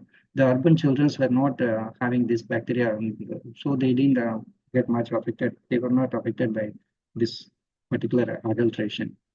So my work mainly, I'm working on isolation and genome-based description of novel bacterial species actually, by metagenomic based and whole genome sequencing based actually. So people with health and disease, I'm analyzing metagenome-based functional diversity. So my main work is taxonogenomics actually. This is if you want to know the entire function of functional genes, we have to know the complete sequence of the genome actually. So with the draft genome, we will be missing some genes actually. So with conventional method, with the 16S rRNA and the other biochemical method and microbiological method, we can describe the taxonomy. And the reason we are describing novel species and taxonomy is whole genome based actually. Along with the conventional therapy like microbiological, biochemical, and phylogenetic analysis, we have also incorporated whole genome data with for identifying and characterizing the whole genome sequence. These are the novel species I have described. These are isolated from human cuts. So why we have to do the whole genome sequencing? If you are not doing a whole genome, entire genome of bacteria, we will miss some functional genes actually. So for example, this is the entire, till now, how many bacterial genomes are present from NCBI we have taken actually. From that, we have analyzed the carbohydrate active enzymes. So how many are there? Whether they varies among different phyla actually. For example, you can see the clear variation of the carbohydrate active enzymes in bacteria is Firmicutes, Actinobacteria, Proteobacteria, and Fusobacteria. So, for example, Fusobacteria, you can find that the carbohydrate esterase are very high in Fusobacteria. So, what is the significance of that? This is one example I have given carbohydrate active enzymes. The same way, many functional genes and cake pathway genes can be analyzed. And but due to time constraint, I'm not showing all the results here. So this is another analysis report that how KEGG pathway genes also play a major role. If you take the entire microbiome diversity of all the bacterial genomes of human gut, the functions varies actually among you can find here that the top one more functional genes in gut microbiomes are associated with the carbohydrate metabolism, amino acid metabolism, and xenobiotic biodegradation and metabolism. This one is interesting, xenobiotic biodegradation, but that we don't know what kind of ingredients are present in many food actually, like other than like carbohydrate, fat, and protein. So many other chemicals and other things for environmental contamination will be there. This we have to. I'm mainly focusing on this one to understand what kind of xenobiotic degradation is happening by gut microbiome. So aging also play a major role in microbiome diversity. That for example, in elderly people, the diversity will reduce actually because of that they face some digestive issue. So for aging related one, so with the like modern diet with rich in salt, sugary, and fatty processed food may damage the gut actually. So to manage a healthy gut, we are considering food like fruits, vegetables, and seeds, beans, nuts could be combined with exercise to help protect a healthy microbiome. If you are maintaining healthy microbiome with the balanced one, yeah, the functional diversity of your microbiome also will be known. So diversity of intestinal microbiome and food habits also, many people they have reported that probiotics and prebiotics. Already I have told that fermented foods have a more beneficial in increasing the diversity. So in summary, I would like to summarize that host microbes are very essential because they help human hosts through their functional diversity. So imbalance in host microbes are associated with many different diseases or clinical symptoms. So identification of symbiotic and pathogenic bacteria species and to characterize their functional potential is very essential. Reducing antibiotic intake and take only if it is necessary will be associated with it. Like we can avoid antimicrobial resistance if you take antibiotic judiciously. And use of probiotic, prebiotic, and symbiotics and postbiotics when required to maintain the balanced microbiome. So this is the talk today, and take care of your microbiome, and your microbiome will take care of your functional diversity. So if any questions, I can reach me through this mail ID. Thank you. I'm waiting for the questions. Thank you, sir. Thank you very much for the impressive talk. So I have a couple of questions actually. Yes. So which E. coli species is more prevalent in the guts? Because E. coli has many species. Which E. coli species is more in the gut microbiome? There are nearly 30 different E. coli species are reported in actually. That E. coli is the species actually. There are different strains actually. Many number of E. coli strains are there. Okay, I call it. Yeah. For example, E. coli just because usually for a various engineering, one is a highly pathogenic one. Many are there actually. Because many usually for engineering applications, people are yes. using K12 strain. So is it, if we introduce after they're getting the yes. in vitro results, is it possible to introduce directly K12 strain into the gut microbiota? Right. Any modification you can do in gut microbiota, but thing is by engineering, if you do now, it should be more specific actually. So the gut microbes function as a synergistic way. For example, if you consume antibiotic, like along with if you are targeting antibiotic with only one E. coli, so it is very difficult because the antibiotic we know that it binds on only some 3 to 4 target region. Along with killing E. coli, it will kill a similar E. coli specific like other proteobacterial species also will be killed. But protein engineering or genetic engineering, if any modification done, if is it possible to target only that particular species E. coli? For example, I have pointed out that the Clostridium difficile, is highly pathogenic, not responsive to antibiotic. So in that way, like targeting specific ways that the challenging task. Now either protein engineering or genetic engineering, the recent ways the promising results are coming through the page therapy. Okay. Page-based therapies are more successful than antibiotics because they are more target oriented. Specifically, they are targeting. Oh, thank you, sir. Over to Jamuna, madam. Yes. Thank you, sir, for the informative talk on the role of the gut microbiota in human health and disease. And the analogies which you gave in the initial stages of your presentation were very interesting. And yes. Now we have a lot of knowledge on the various factors that play a role in the diversity as well as abundance of the gut microbiota. Now it's very clear that diet plays a major role in the composition and diversity. And the other concepts that we got to know about were related to the use of gut microbiota metabolites as biomarkers to identify various diseases, and its ability to transform most of the products that we consume. And we also got to know about the application of symbiotics as well as postbiotics. And postbiotics is an evolving concept, and I think the studies have been recently started on that. Yes. And so now I would like to ask you the few questions.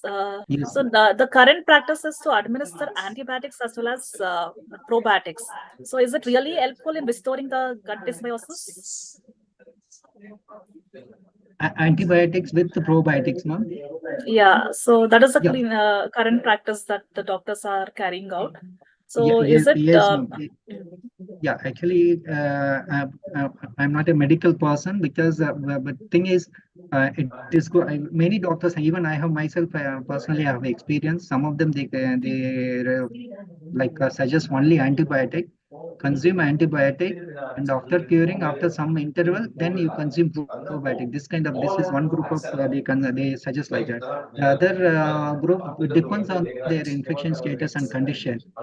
And they recommend along with antibiotic, they recommend probiotics and even some prebiotic, like probiotic and prebiotic mixed capsules are there.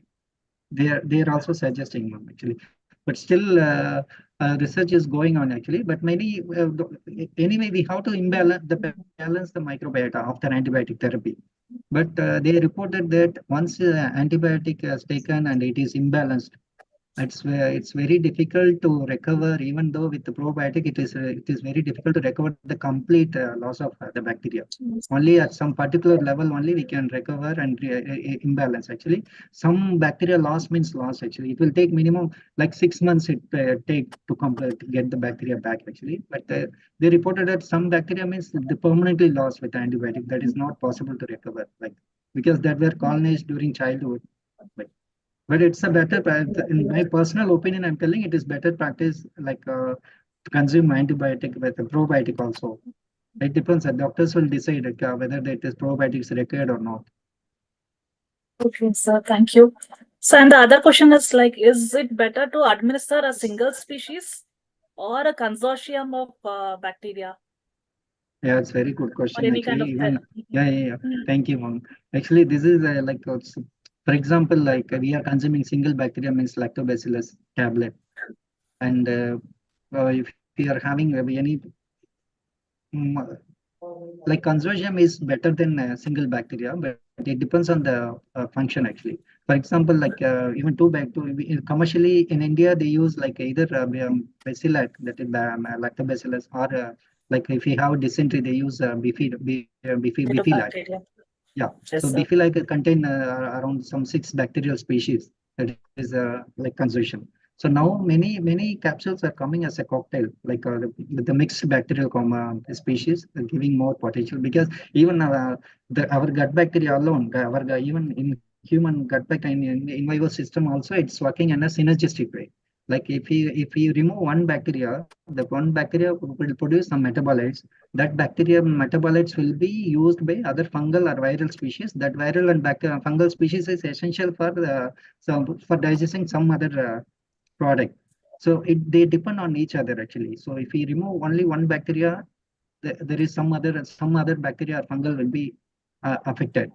So if it is like particular lactobacillus is very specific to kill some particular pathogen means we can use only single bacteria. But in general, if you use the mixed one, that the consortium of bacterial species will be more beneficial, I think. And lots of studies have been done on the gut bacteria. But even though the microbiome as well as the virome is prevalent, why is it like more focused on the bacteria? Is it because of the technologies that are focused only on sequencing the bacteria? Ma'am, Or what could be the other reason? exactly you pointed out, ma'am, the deficit actually. Yeah, exactly. One is a technology issue. Like extracting the metagenomic DNA and doing either shotgun metagenomic sequencing or amplicon sequencing by NGS is easy. But when you go for a viral diversity, like suppose even shotgun metagenomics also, we can identify some DNA virus diversity. If you want to do entire viral diversity, we have to go for transcriptomics actually. So collecting environmental samples and isolating RNAs and doing a transcriptomic analysis, and then finding abundance and diversity based on that cDNA based characterization and NGS. It will take now they have developed a technology actually, transcriptome and whole exome based studies actually. So many virome diversity papers are coming. That's what one study I have quoted actually, like for the highest number of viral species are present in human gut, they reported actually. So Now which many kind of people viruses are they? Uh, Actually, the majority of them are bacteria. I have not mentioned anything about the taxonomy and all. I didn't go in detail. Okay, sir. So I think that's all we have for Okay, now. ma'am. Thank you very much for the nice Okay, questions. thank you, ma'am. Thank you, sir. So although Thank it's you, sir. virtual, we would like to Thank honor you. both of you. First, I would like to honor the speaker with the e-certificate and the memento.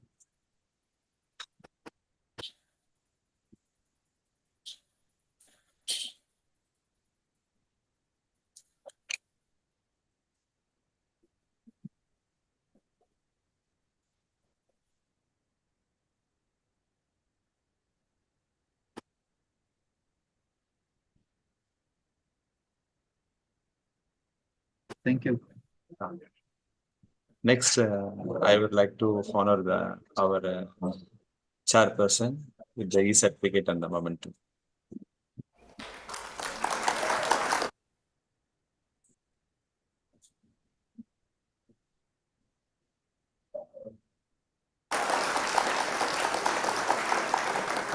Thank you, sir.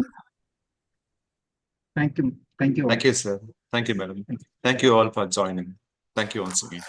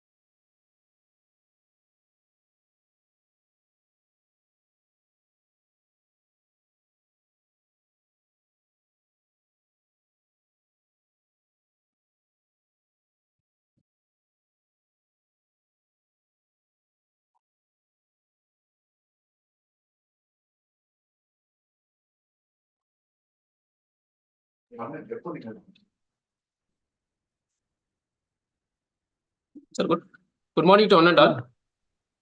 Good morning, sir. Hello, good morning, sir. Am I audible? Yes, sir. Yes, sir. Yes, Great. sir. It's audible, sir. Okay. Thank you. Shall we start, sir?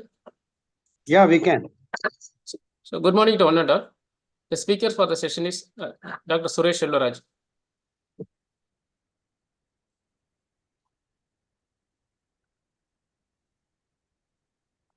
Speaker for the session is Dr. Suresh Elloraj. I welcome the speaker and persons for this session. I would like to introduce the chairperson, Dr. Kumar Sadish Ravi. Sir is an additional professor and head in the Department of Anatomy from Gorakhpur.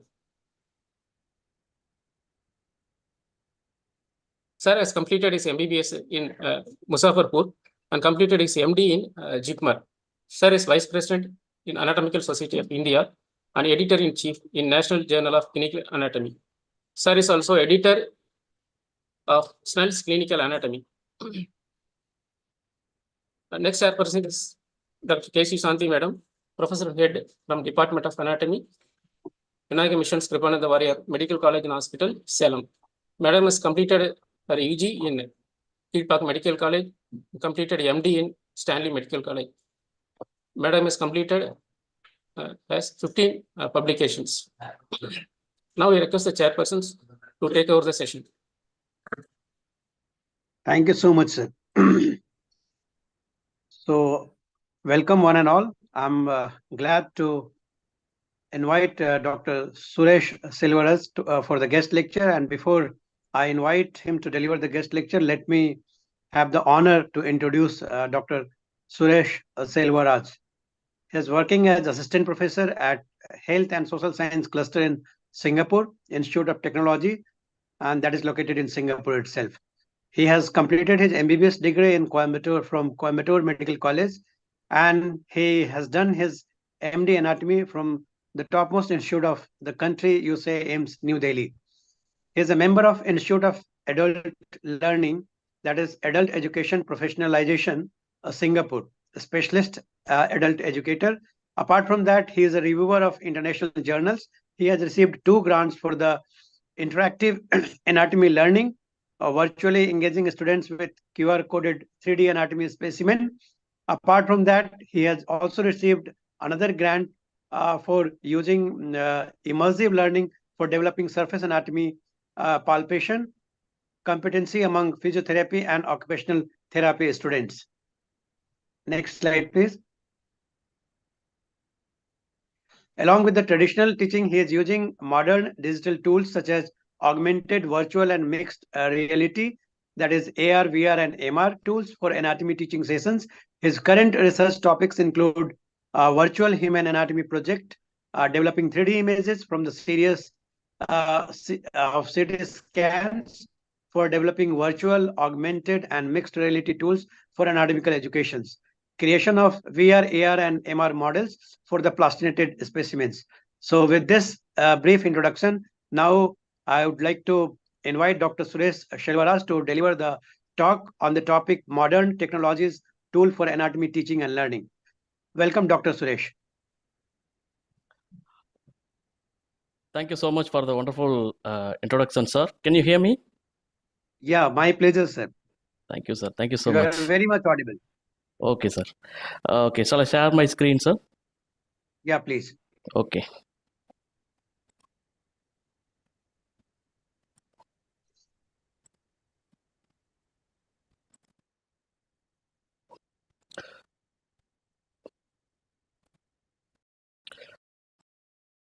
Okay, good morning, one and all.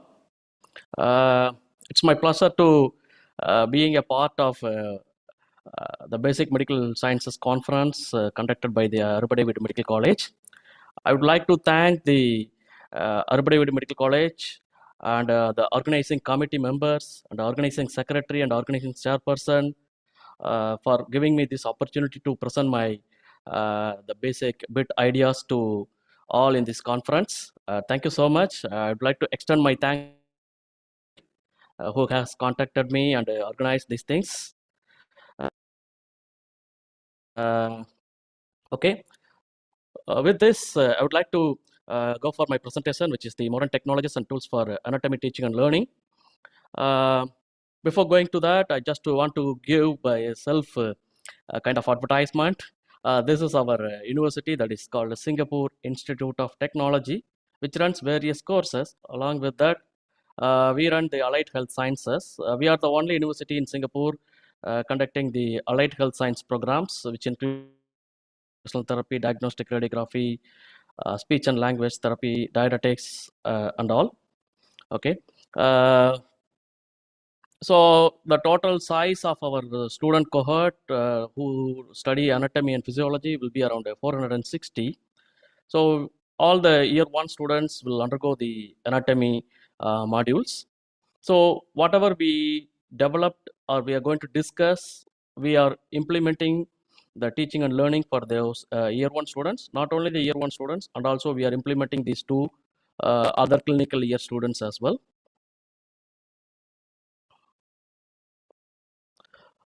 We all know that our anatomy is study of internal organs. It is started almost around 200-300 years back with the dissection of dead bodies.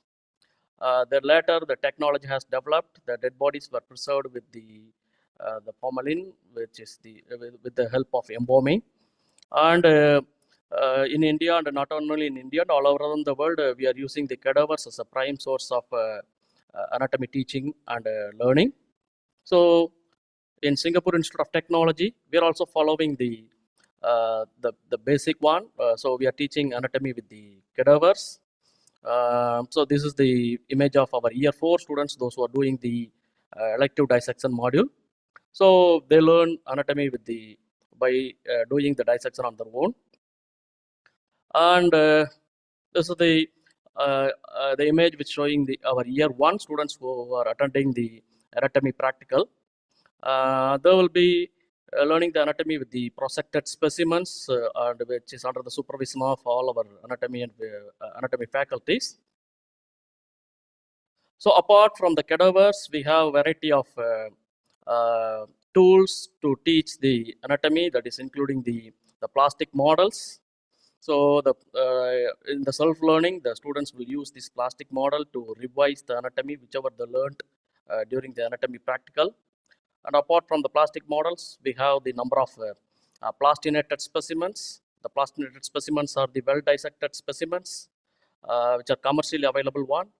And that will give the clear-cut anatomy and the relationship to the particular structures. So our students will be using the plastinated specimens during their self-studies time, and also they will be using this one during their tutorials.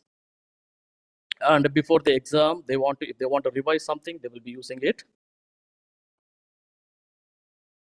Okay, so apart from that, we have some electronic tools also to learn the anatomy. But the problem is the plastinated specimens will give some kind of advantage.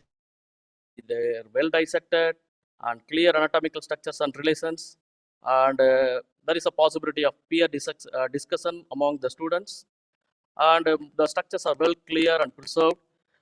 If we go with the dissected specimens, some structures may be damaged during the dissection, or some may not be clearly identifiable. The relations may be altered, but all the things are preserved in plastinated specimens. And the students' acceptance rate using the plastinated specimen teaching is more because it is not under the formalin. So there is no problem with the formalin smell and handling with the bare hands, and they don't need to visit on particular time to the anatomy dissection hall. Here, the plastinated specimen kept in the anatomy museum, they can use at any time during the official hours. So the students' acceptance rate is slightly higher comparing to the cadavers. But the problem of using the plastinated specimen is, again, the students has to visit the lab, the anatomy museum and the lab, and they need to get a permission from the lab, the manager, to visit the lab. And especially on weekends, it is difficult for them to use the lab. And during the COVID time, the students are unable to come over the campus, because in Singapore they maintain the restrictions very much. So there are no students allowed inside the lab during the COVID restriction.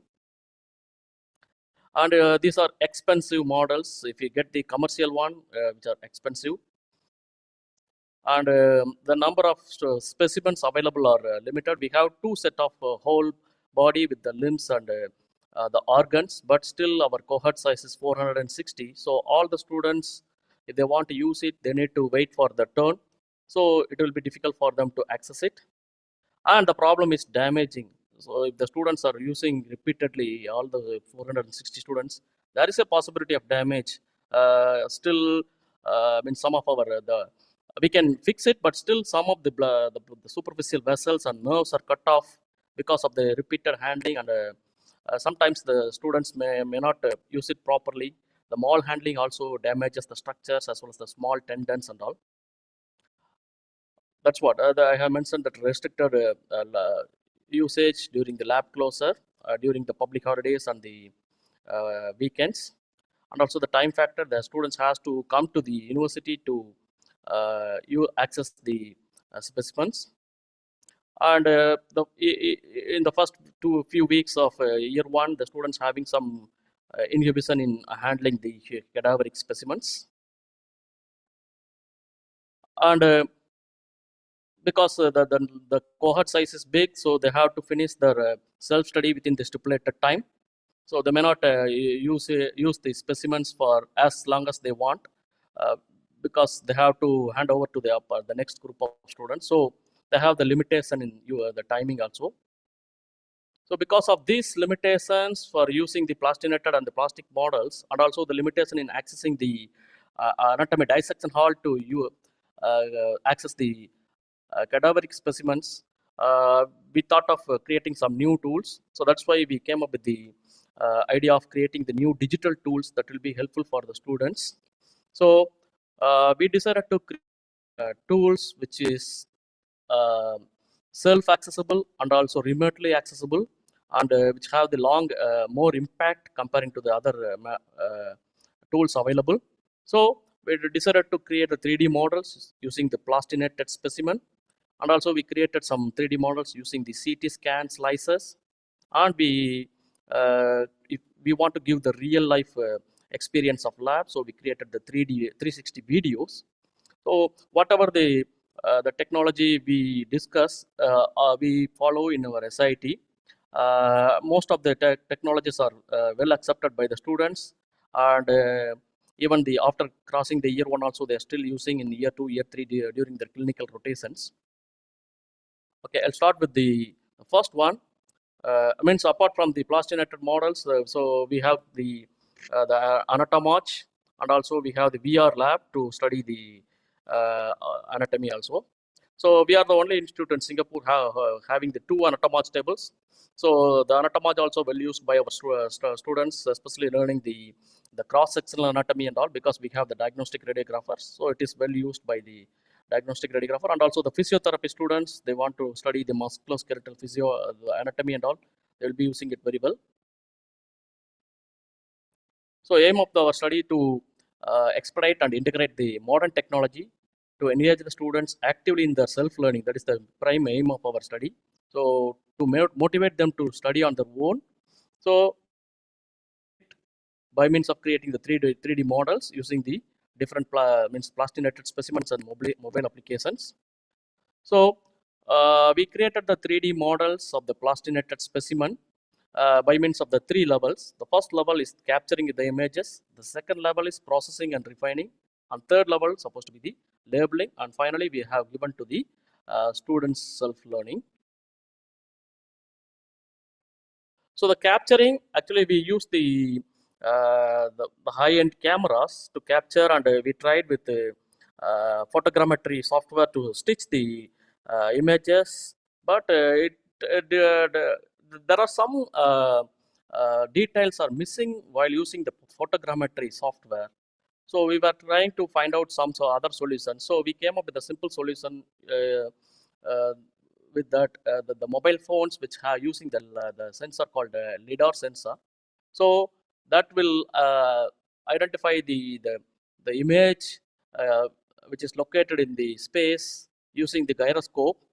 So we used the iPhone's LiDAR sensor using the Polycam app to capture the images. So once we switch on the camera through the Polycam app, we go around the model, and the app will automatically snap the photos in an overlapping manner. And there is no further need of manual adjustment and the framing or stitching using the photogrammetry tools. So this will the product will be the 3D model. So it will be taking maximum 30 to 40 minutes to capture the entire bigger specimen, the life-size specimen. So after that, there are some algorithms which are present in the app itself, which will find the markers on each photo to match with each other. So it's basically the AI one. Nowadays, the LiDAR sensor and Polycam app is usable in even in the not only in the iPhone, also we can use it in the Android phones itself. So we created the 3D models using the Polycam app. Later, the 3D models had some the background kind of artifacts and some unwanted background images as well. So if you want to remove those, we use the free sourcing app. We can use it to remove the background, and also we polish the images. Once we come up with the 3D model, we need to label that. So for labeling, we use the Sketchfab. The Sketchfab is kind of the commercial app. So we place all our 3D models in Sketchfab, and the Sketchfab itself giving the opportunity to label the structures. So we label the structures, and we get a commercial license by paying the premium account. So it is still there. It is accessible only with the links and the QR codes. So only the students of SIT can use it. Otherwise, whoever having the link or QR codes, they can access it. So this is our 3D model, which we created with the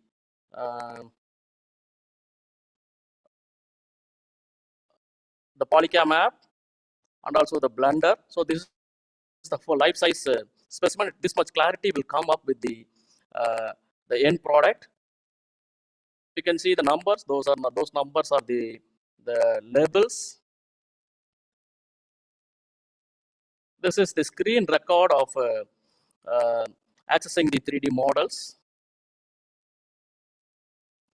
So from top to bottom, if you use this technique to capture almost all the vital structures, and also it will maintain the relations. The clarity also good comparing to the using the 3D scanners. So our prime aim is only the back and the upper limb. So we focused on this area. And with the labels, we can access it, and we can so we can make the labels, and we can give the descriptions also in this. So this is 360 rotatable.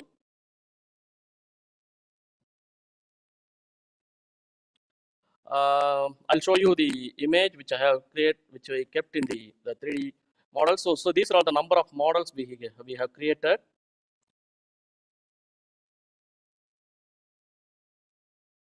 It will take some time to load because we are connected with the Zoom. There may be some lag.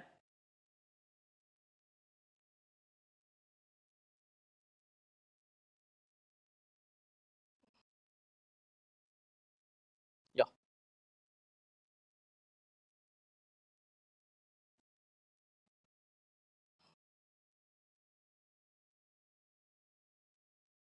Yes.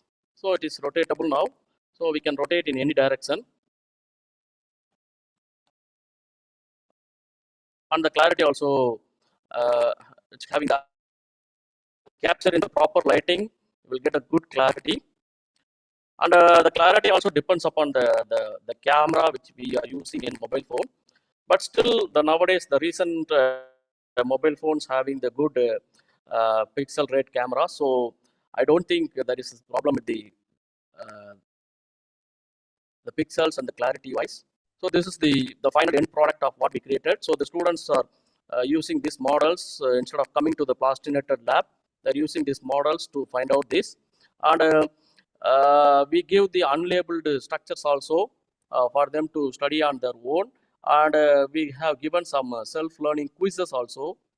So the students will be answering the self-learning quizzes using the 3D models as well. So by this way, these 3D models of plastinated specimens are helpful for the students to do their self-learning and also attending their assessment and revising the contents of anatomy before their exam. Come back to the slides.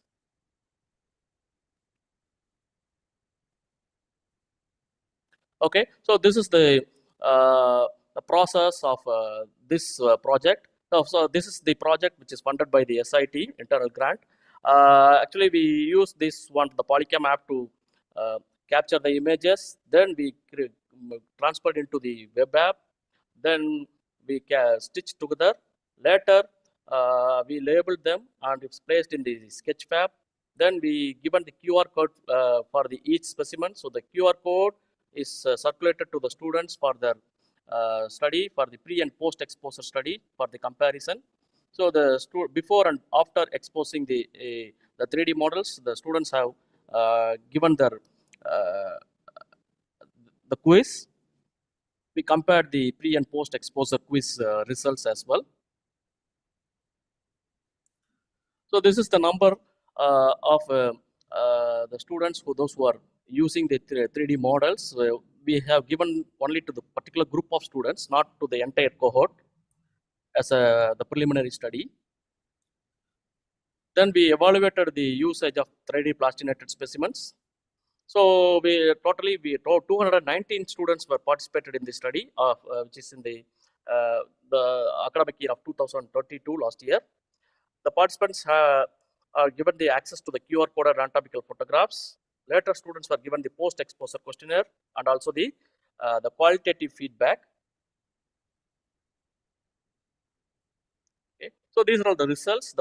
In the pre-exposure, before exposing to the 3D models, almost 83.1% of the students answered that they have some difficulty in accessing the plastinated models because in year one, the students are from the primary school, the secondary schools, or they need some time to adapt to the university environment. So during that time, they didn't get a time to visit the anatomy lab to use the plastinated specimen. Instead of using that, majority of the students rely on the lecture notes or anatomical website and the written materials as a main source of learning tools. Then 100% of the participants agreed that online 3D interactive tools of plastinated specimens, allowing them for accessing the 3D models in a multidimensional manner.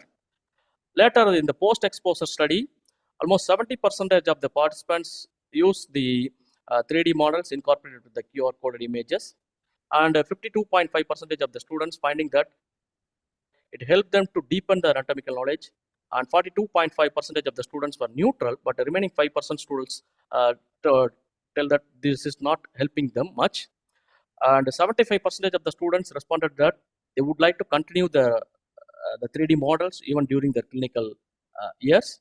So as a whole, the QR coded 3D images given the positive response in enhancing the learning anatomy experience of allied health science students.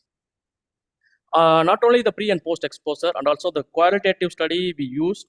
In that qualitative study, almost 57% of the students rated our model between 7 to 9 in the Likert scale, and 35% of the students rated between 4 to 6. Around 9% of the students rated between 1 to 3. So that means majority of the students are impressed with the 3D models. So that's about the 3D models. Now we have our other lab. It's called Virtual Human Anatomy Lab.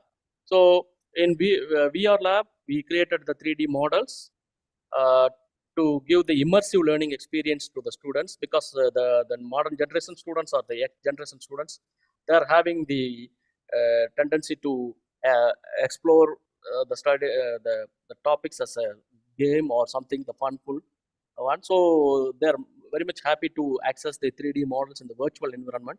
So whatever the QR coded specimens, the 3D plastinated specimens, actually these are enabled with the VR one, so they can use they can study that one with the VR environment also. But we wanted to create the artistic model using the CT scans. So we have land up in this project. This is also the granted project by the Singapore Higher Education Department. So we use the CT scans of the real patients from our clinical partners from the various hospitals in Singapore, and we use the software to segment to create the 3D models of the CT scan. We use the variety of software, including the Osirix, depending upon the operating system we use. Then the layers are constructed together with the 3D model using the application. After that, the VR model introduced into we converted the 3D model into the VR environment. So the section added into this. Along with that, we use the cursor in X and Y direction to see the cross-sectional images also of the CT. Means in the different cross-sectional images that will be helpful. CT scan and the MRI and all. So this is the final end product of one organ we created, that is the heart we created as a part of the project. This is the single organ we created one. So our students were, we have around 10 headsets. So this is our VR lab. This is the kind of temporary lab. We will be converting this one into the the highly sophisticated one in the new campus. So the students were given almost at a time almost around 6 students can access this VR tools.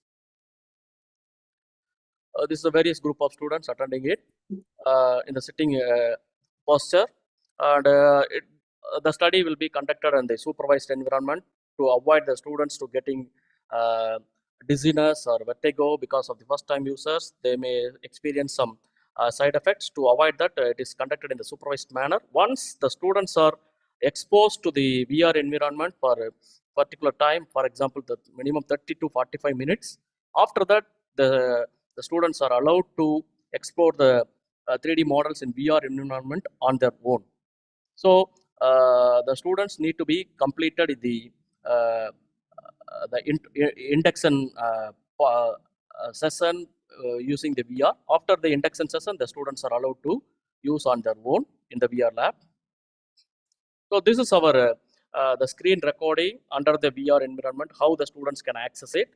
So this is the heart, and which is labeled with the hot spots. Student means if you trigger the hot spots, it will show you the labeling of the each heart. So the students can go around the heart, or if you hold it, they can rotate around the heart. And within this environment, we have variety of tools to access the 3D model. So we have the cardiac cycle one, and also we have the CT scans, and also we have circulatory system. So if they click it, each will appear on their own.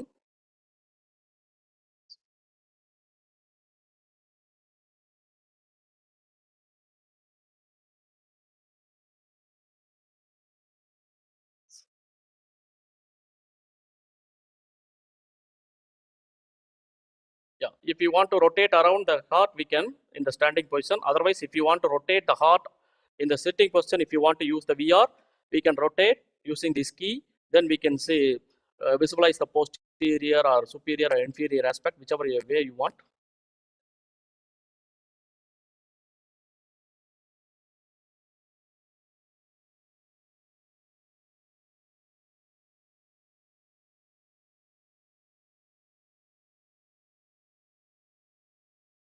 And apart from that, yeah, we can correlate this one with the actual specimen which we have in our museum. So this is the actual specimen which is available in our museum. So they can compare the 3D reconstructed model with the actual specimen. So which also be placed in the VR environment. So the students can compare that one. And this is the video which showing the cardiac cycle. So once you click the cardiac cycle, which will show you the contracting heart with the different the phases of cardiac cycle, how which chamber will be working on it. So that is also incorporated with that. So the contracting heart also rotatable. And this is the cross-sectional, so the sagittal coronal section, which showing the interior of the heart or for the blood flow.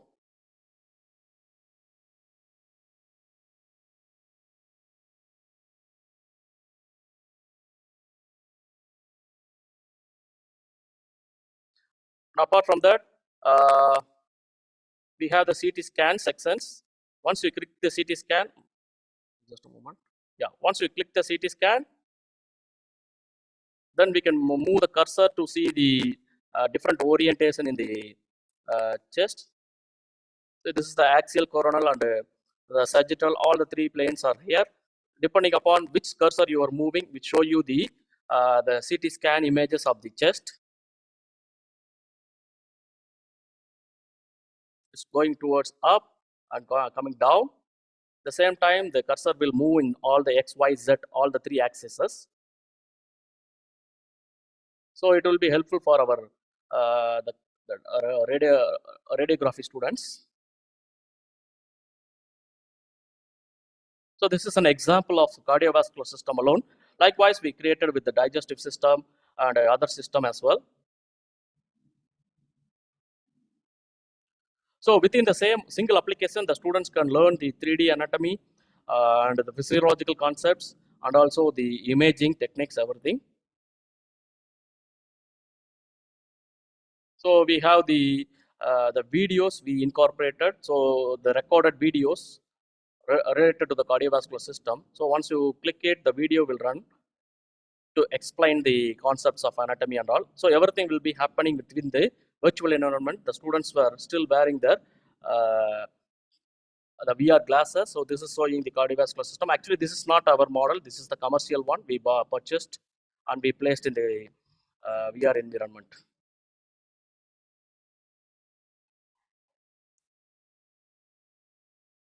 That's it. Okay, so that is our VR study. So once we given this one to the students, we find the means we collected the survey anonymously. Almost the 40 out of that 3% of the students never used the VR. So 57% of the students used it,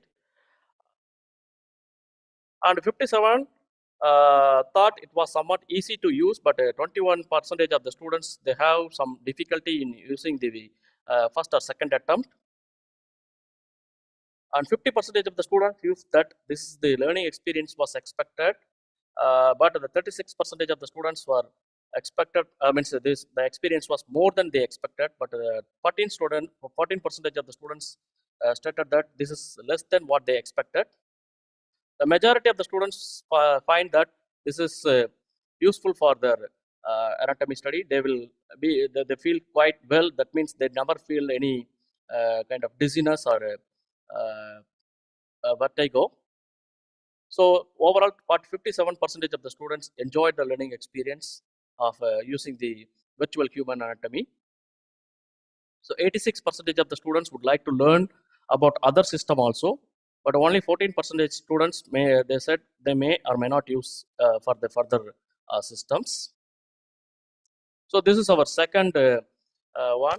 So we still want working on further to progress for the making this one AR enabled content. Using they no need to use the headset. Instead of headset, they can use the handphones to study the contents in the AR environment. So we are working on it. Then our third content is the creation of 360 videos. The 360 videos which give the students to get a sense of being in their lab. So we created the 360 video of the entire anatomy lab. So which is actually the entire anatomy lab is captured in using the 360 camera. It's called Insta360. So all the 360 capturings are transferred to the software with using the AI to merge all the 360 images together. So we use the commercial platforms.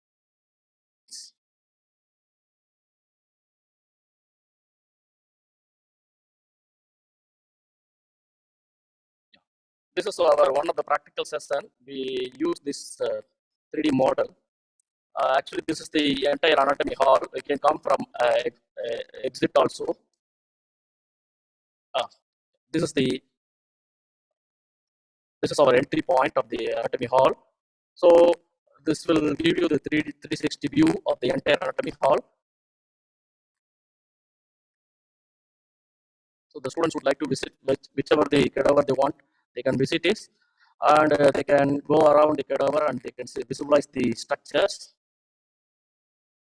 And if they want to zoom in, they can zoom in to find out the relations and structures like this.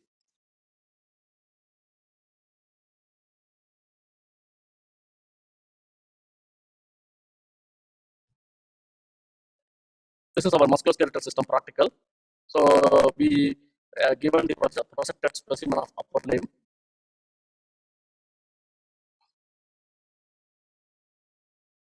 So like this way, we can create the 360 environment for the students, so they can explore or they can access the anatomy lab without coming to the campus, and also they can access the specimens.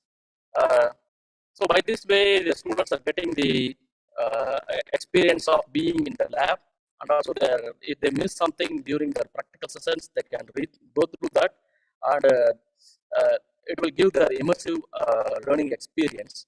So the students also happy with it. Not conducted the study until now. we just created the prototype and we got just given for the just prototype modeling for the one group of students to get their opinion. Most of the students felt that it will be useful for the revision during the practical and before the practical exams as well.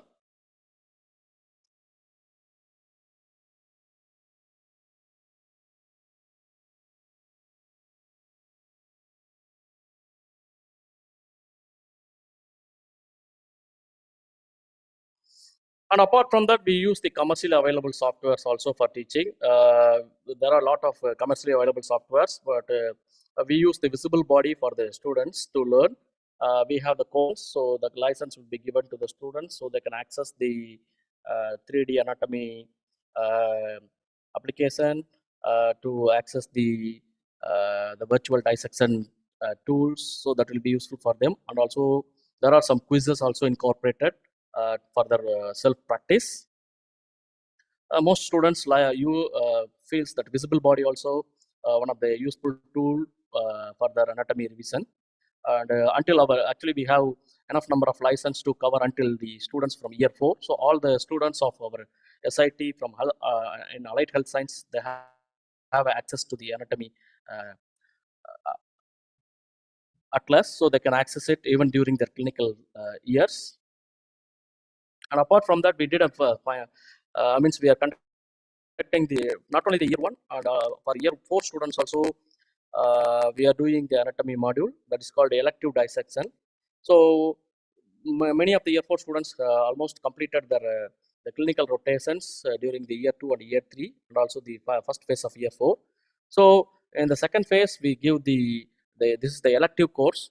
So the in the elective course, we given the limited number of opportunities. Only 30 final year students, 20 from physiotherapy and 10 from diagnostic radiography, given this opportunity to take part in the elective dissection. So we allotted 10. So they did their own dissection, but they correlated the anatomy which they're learning with the clinical cases they have seen during their clinical rotation. The clinical rotation also simultaneously going along with the elective courses. So whichever the case they're studying in clinical rotation, they will come and compare with the elective dissection.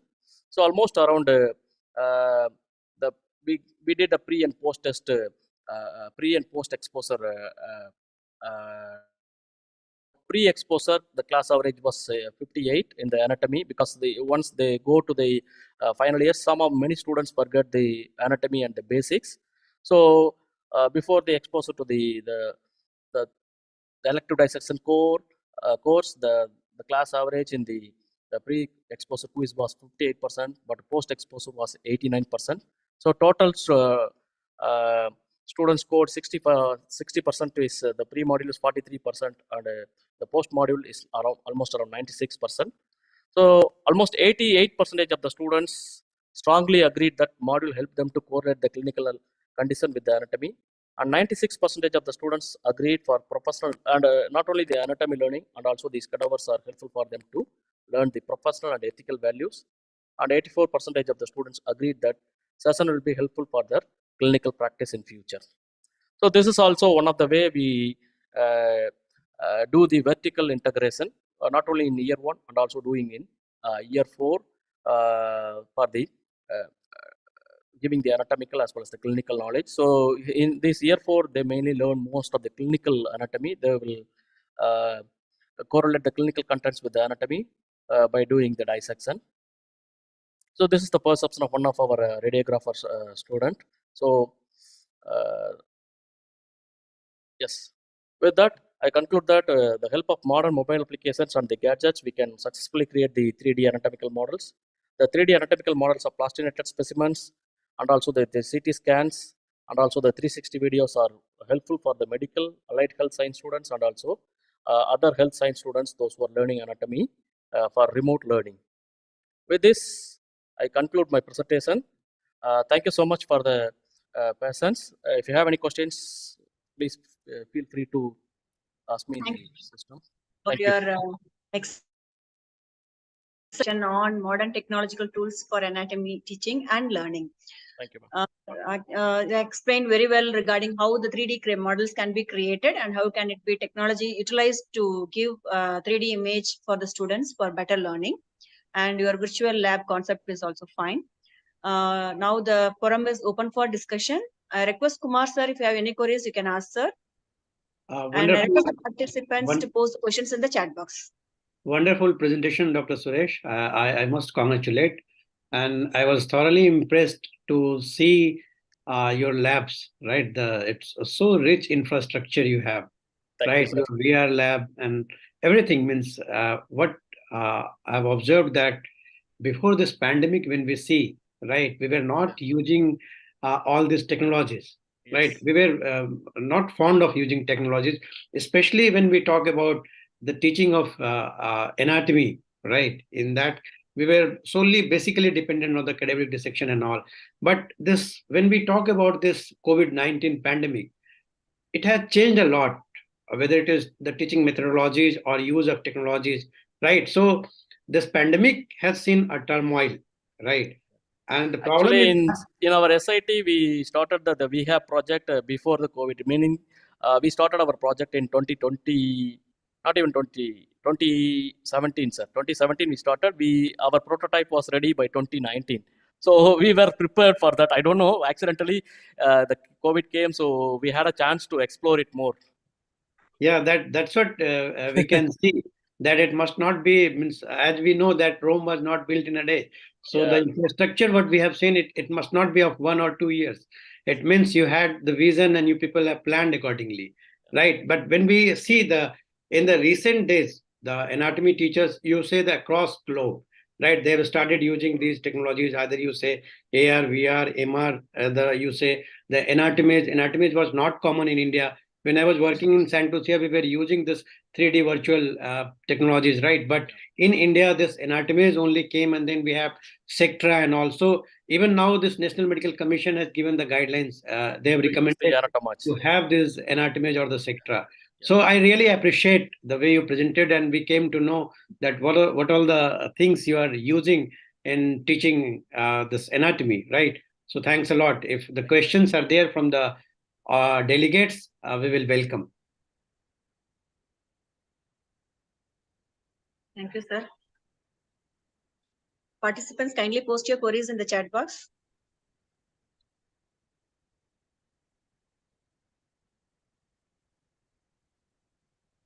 So, if there are no questions, question. Dr. Sangeeta There is has one asked. question for you, sir. Does this particular VR lab facility for assessment? Actually, we are not using this VR lab facility for assessment until now, but we have a plans to implement.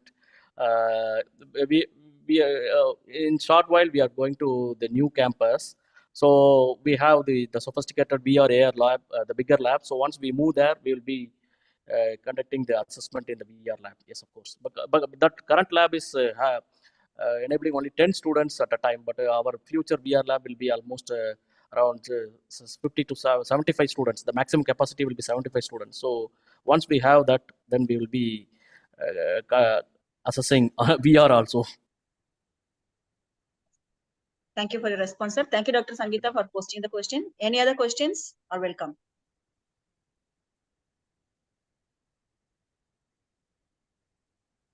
Good morning, sir. Dr. Good morning, Suresh, sir. Good morning. Congratulations, sir. Good morning, Ravi, sir. Morning, Shanti, ma'am. It was a wonderful presentation, sir. We do also have the VR lab. Very soon we'll communicate to you. We sought your help to establish further, sir. Happy to collaborate with you all, sir. Thank you, sir. Thank you. Thank you. Nice presentation, sir. Thanks a lot. Thank you, sir.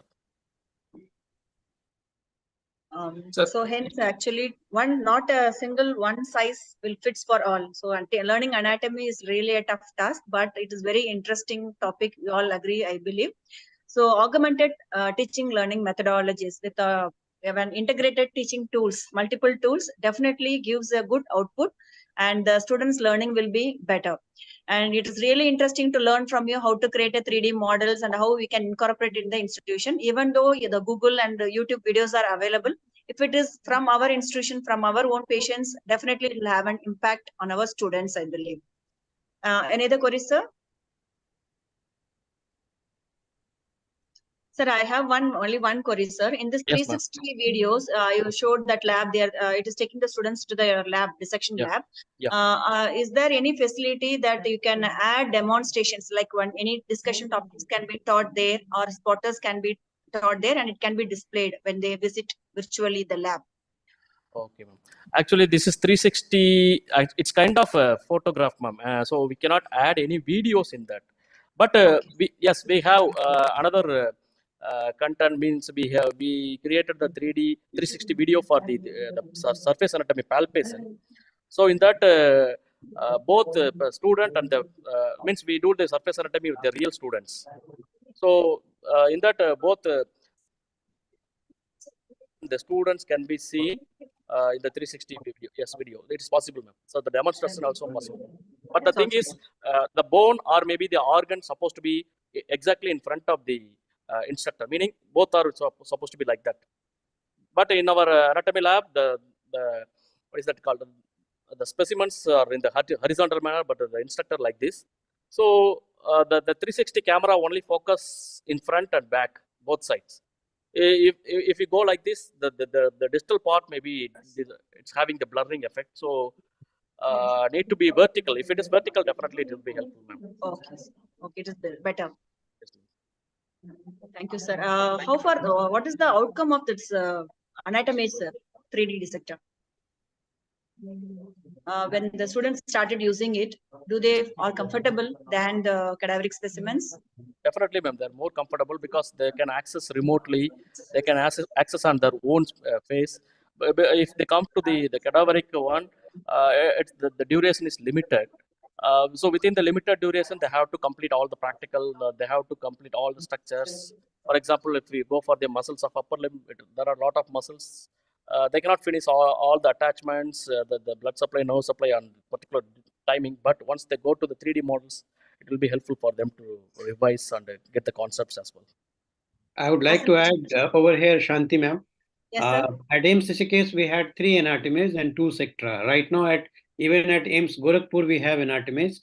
So definitely, this it means cadaveric dissection cannot be replaced, but this anatomy or the sectra, what we say, right, it is definitely useful because not only the dissection part we see in the anatomies, but even the histology, histopathological cases, or the you say the CT scan, MRI, all these we can incorporate, right?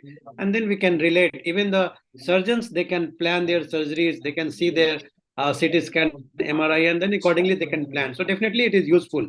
But as I said that there is no substitute, means cadaveric dissection should not be replaced, but these technologies definitely can be used, right? Definitely, technologies will be augmenting the learning process, sir. Yes, exactly. For our elective dissection course, the students will be using the anatomas to do the virtual dissection before going for the actual dissection. For example, if they're dissecting the upper limb tomorrow, they will be doing the virtual dissection of upper limb with the anatomists in the previous day.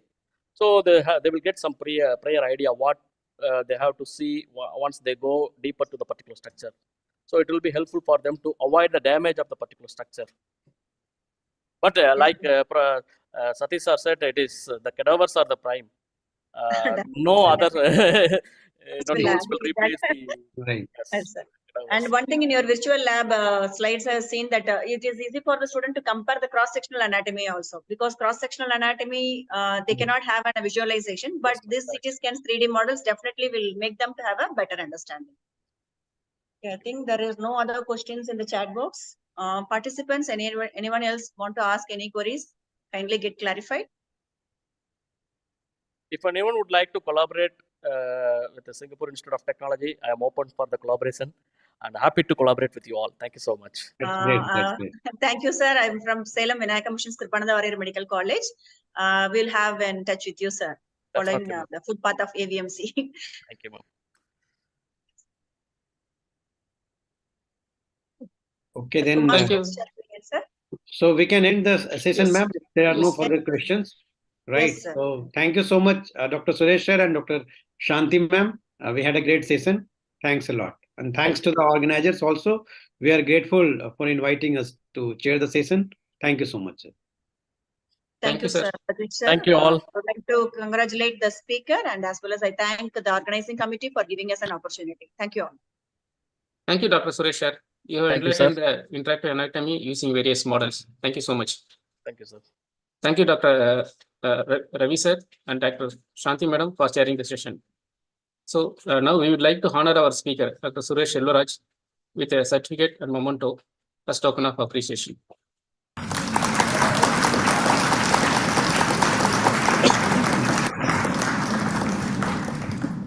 Thank you very much, sir. Thank you, sir. Welcome. So we would like to honor our speaker, Dr. Suresh Kumar Sadish Ravi, with certificate and memento.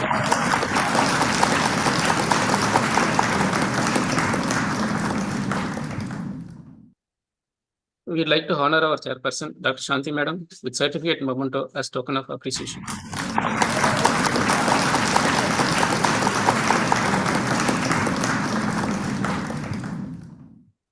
Thank you so much, sir.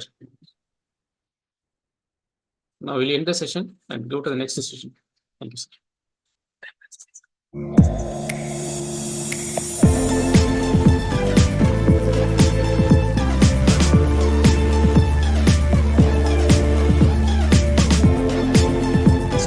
Dear delegates, we have 10 minutes break. We'll resume after 10 minutes. Thank you.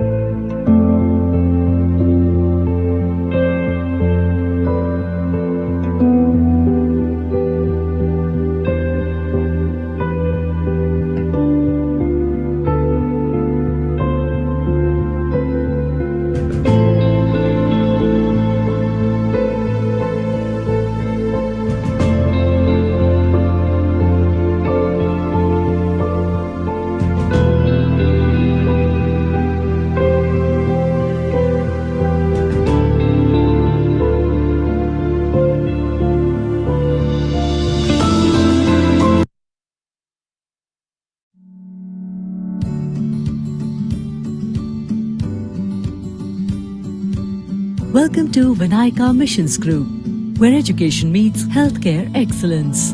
Our academic landscape spans across 13 colleges and 11 schools, situated in 4 vibrant campuses. We are proud to serve the Union Territory of Puducherry and extend our reach to Salem and Chengalpet districts in Tamil Nadu. Pioneers in private medical education. We established the first private medical college in Puducherry back in 2000. Today, we operate 2 medical colleges in Puducherry, where we provide healthcare services to an astonishing 4.5 lakh outpatients and over 50,000 inpatients annually. We manage 9 rural health centers, where we attend to approximately 1,000 patients every day, ensuring quality healthcare for all. And now, as we embark on our next level in healthcare, we are proud to introduce the Vinayaka Karkinos Oncology Institute, or VCOI, in collaboration with Karkinos Healthcare. Karkinos Healthcare is a purpose-driven, technology-led oncology platform, revolutionizing cancer care in India, with a primary focus on early detection, precise diagnosis, patient care, and groundbreaking research.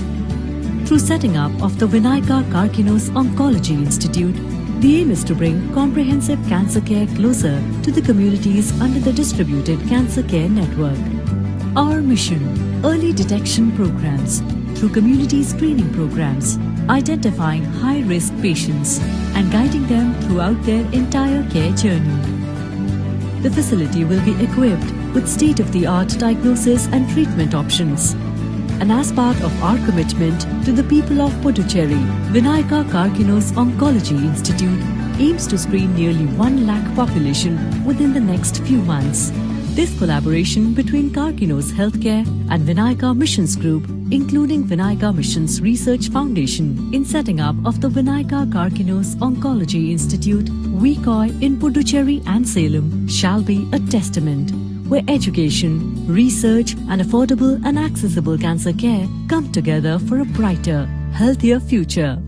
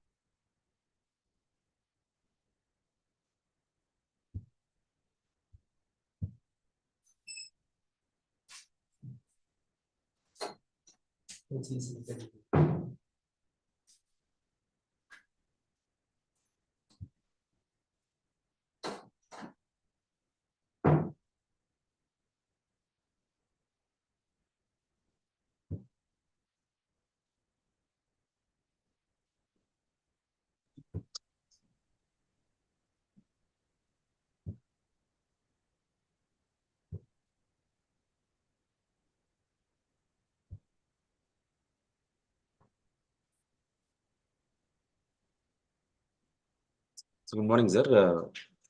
We'll give introduction and then you can share the slides, sir. Okay, should I stop now? Yes, sir. Thank you.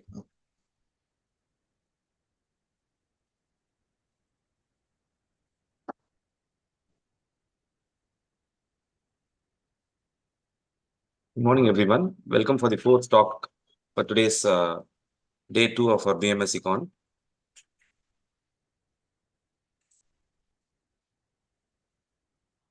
Today's topic is acute threat of aluminum exposure, a multipotent risk factor, by our eminent speaker, Dr. Prasoon Nayak.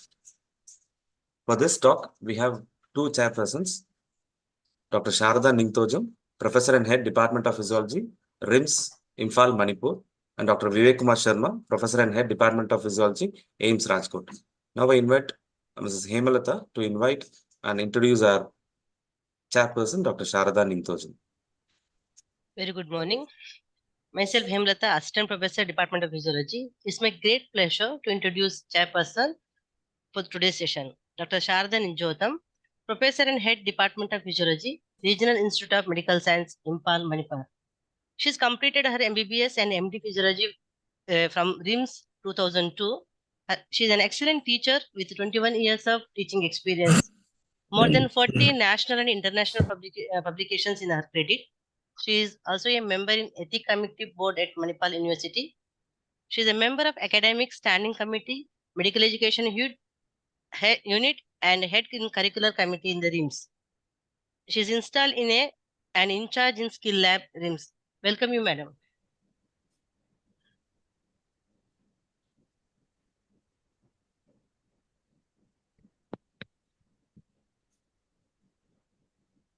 We feel privileged to invite our next chairperson, Dr. Vivek Kumar Sharma.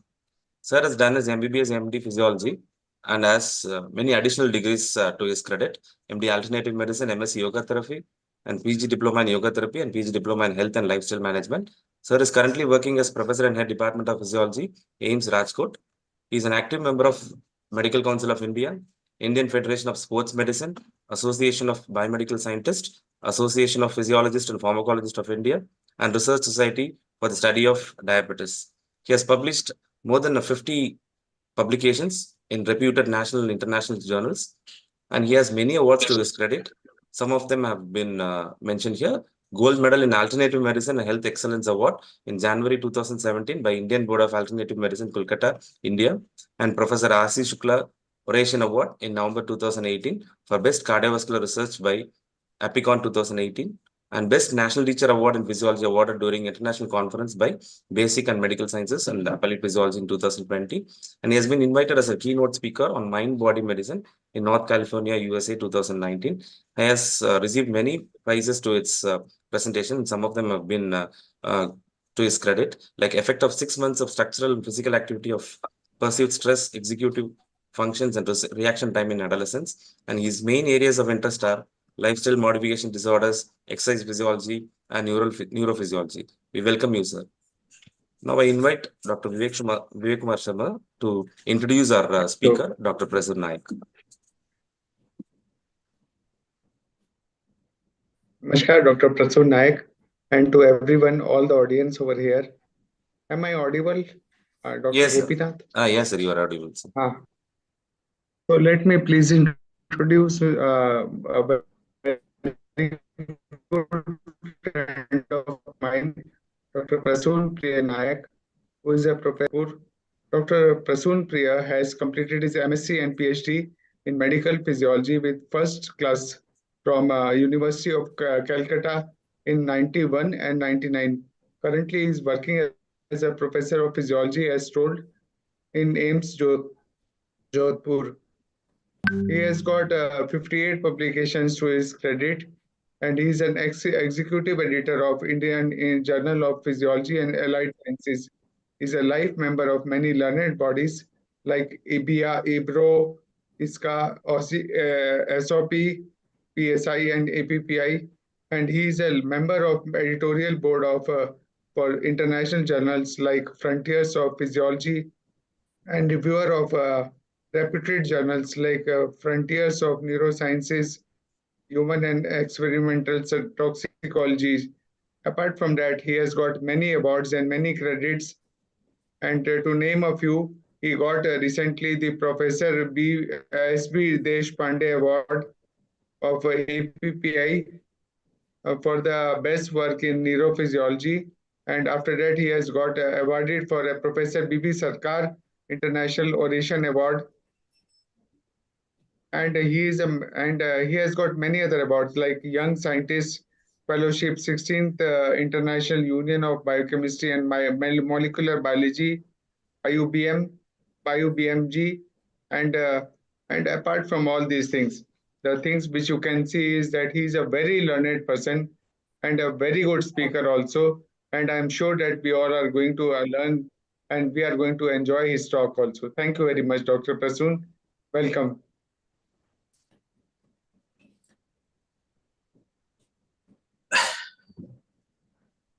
Should I start? Yes, sir. Yes, sir. Yes, please, sir. Thank you very much, sir. It's really a pleasure to get introduced by Professor Sharma. I know him very well and he is very, I really like him. Thank you very much, sir. It's really a big surprise and big pleasure for me. You are kind enough to to introduce me. And I also convey my sincere thanks to the organizing committee for giving me this opportunity to talk my presentation in such a huge gathering. It's a huge one and it's a August gathering. And first time I am meeting Dr. Madam. Namaskar, Madam. So, good morning. Maybe we are listening lot of presentations. This one, yeah, my slides are visible, I believe. Yeah. Yes, they are visible, sir. Please carry on. So, good morning, everyone. And it's a very pleasure and happy occasion to talk to you. And I really congratulate the organizing committee for arranging such a huge gathering and a huge presentation. It's a nice presentation since morning, and yesterday also it was very good, quite good lot of good, presentations. Today, I'm going to talk about the aluminum toxicity. I am trying to emphasize the acute threat of aluminum exposure, a multipotent risk factor. Aluminum is a multipotent risk factor, and all of us, we know about it. As I can see, like yesterday, the second lecture, Dr. Sucheta, she has mentioned about aluminum and its possible role as an endocrine disruptor in PCOD. And I think they have recently carried out a study in Bangalore, where they have found that the aluminum level in PCOD patient from Bangalore, it's quite high.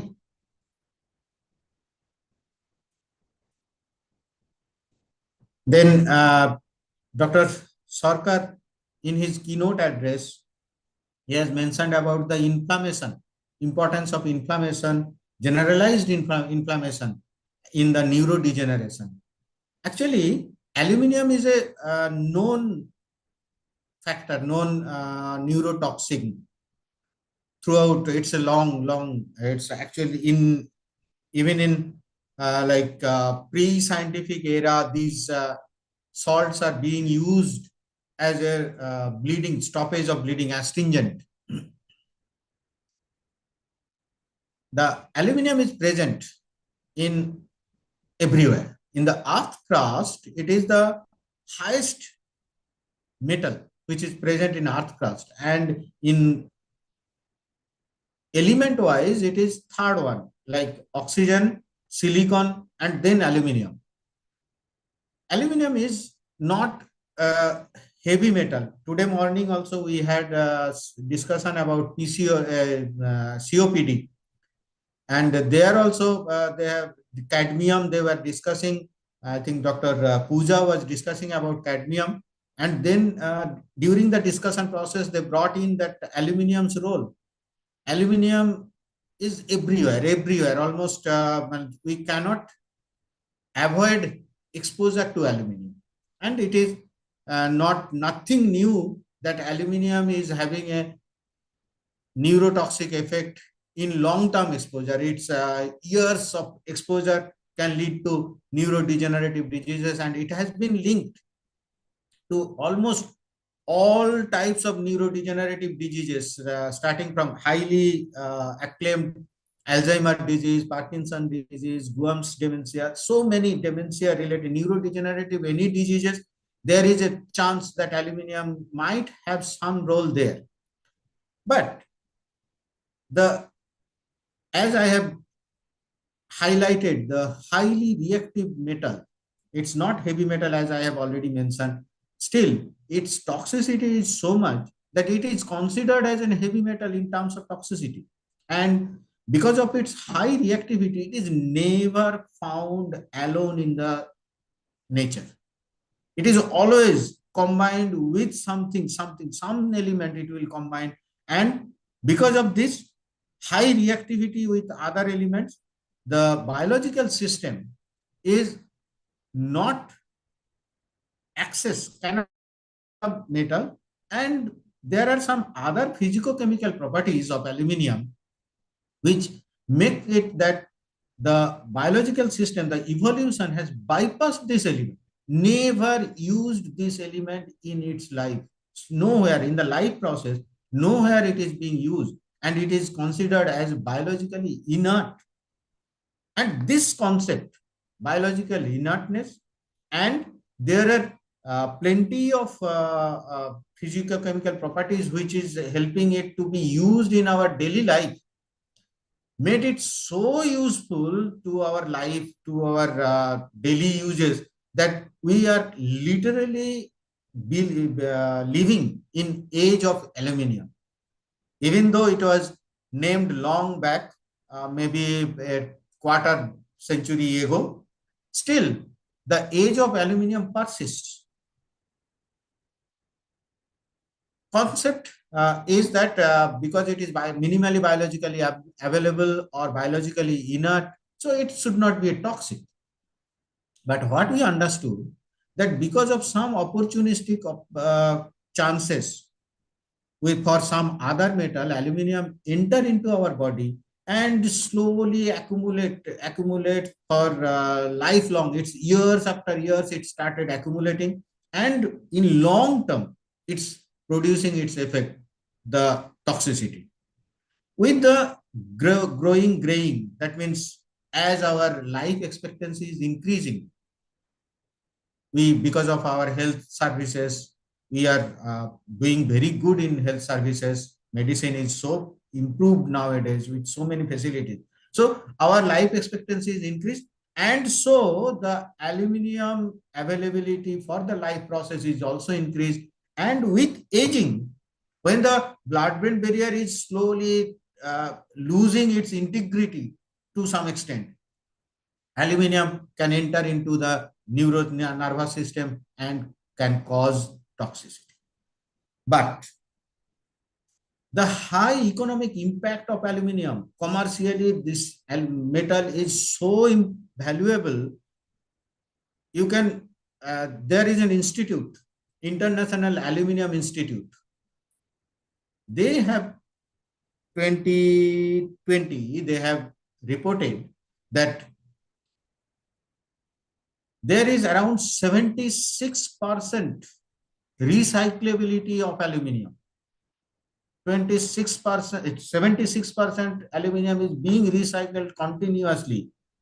Global level, I'm saying some nations even doing it 94%, 96%. Some are doing relatively less developed countries. They are doing around 38 to 40% of recyclation of aluminium.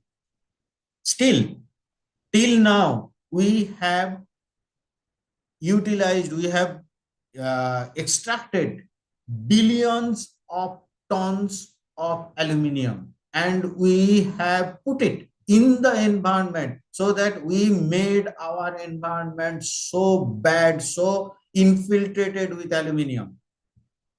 Coming to the redox inactive, all the neurodegenerative changes, it is once said that if there is aluminium, there is oxidative stress. And I have raised this question in 2009-10, that if aluminium can produce oxidative stress, it must be redox active. But chemically, we know aluminium is redox inactive. Then how it can produce oxidative stress in our body? Then we found in 2014-15, we have established that aluminium itself is not an oxidant, but it promotes oxidation. If there is any oxidative threat, it will encourage that oxidative threat and give more and more. So aluminium itself may not be redox active, but it promotes redox activity. This is very, very peculiar.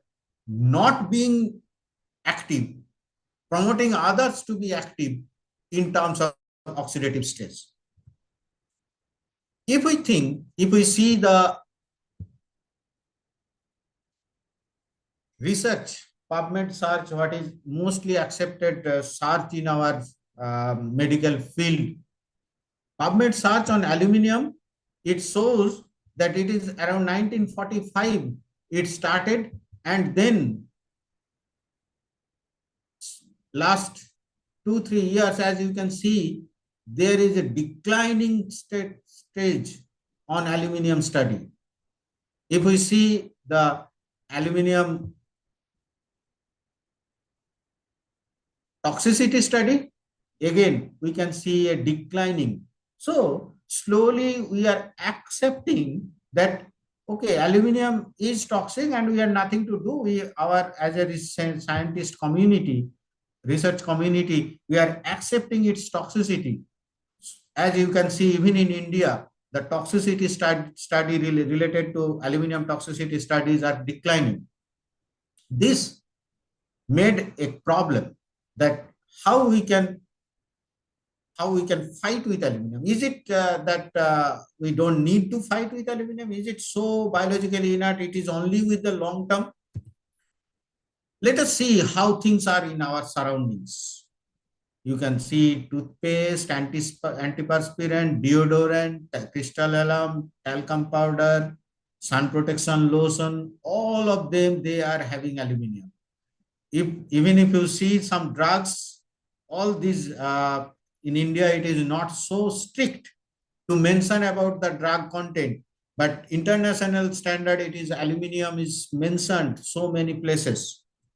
You see including cosmetics, you can see, I'm not highlighting this cosmetic part, but what I want to highlight is that presence of aluminium in all these drug packs. You can see all of them, they have some or other compound of aluminium in our personal hygiene, including cosmetics. Our drinks, our food, our packed food, our fast food, I think this is a very common picture.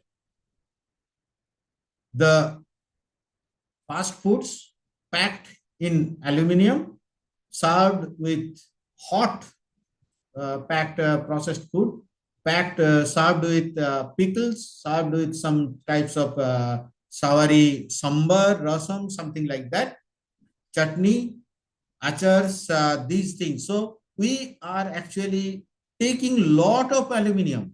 In tea and coffee, they are aluminium. Packed bread, flour, cake, cheese, sauce, fruit juice, drinks, packed, sealed packed drinks or canned juice, canned drinks, all of them, they are either naturally having tea and coffee, they will be naturally having sometimes it is being added as preservatives. Flowers, in shop we buy like the whitest flower we try to go. Its whitening agent is the aluminium.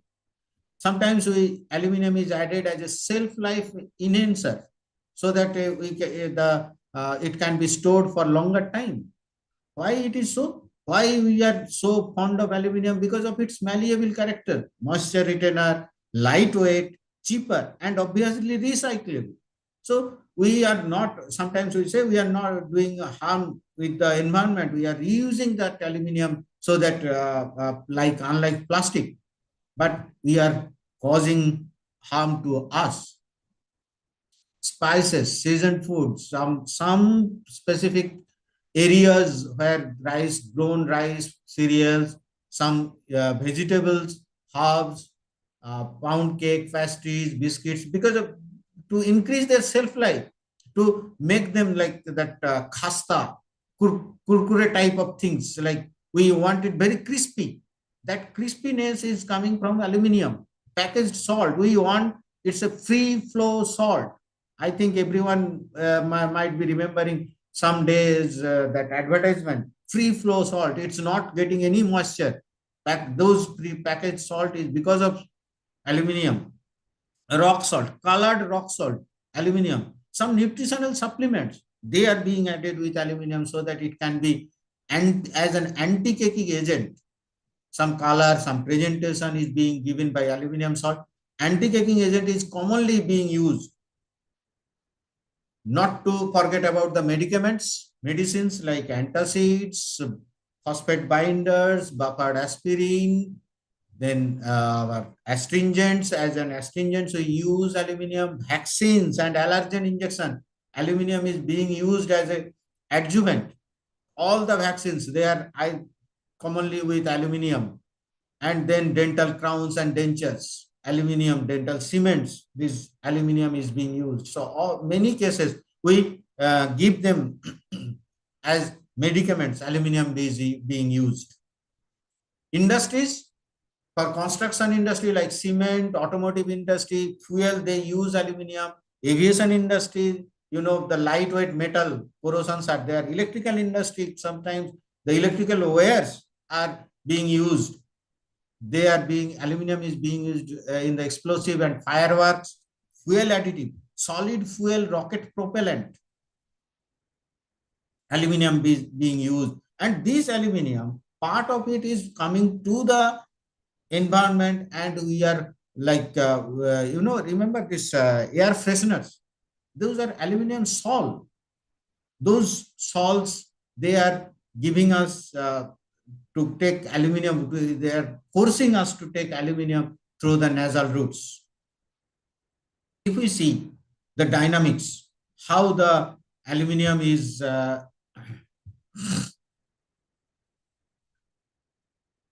it's being entering into in our body from water, from earth crust, through plants, through meats, through fishes, it's entering into our circulation. Not to forget about the medications, over-the-counter drugs, IV injections, dialysis, parenteral nutrition. Once they are in the circulation, deodorants, cosmetics, they are also adding. Once they are in the circulation, mostly it is being used, being excreted by kidney, not being absorbed easily. Its assimilation is very poor.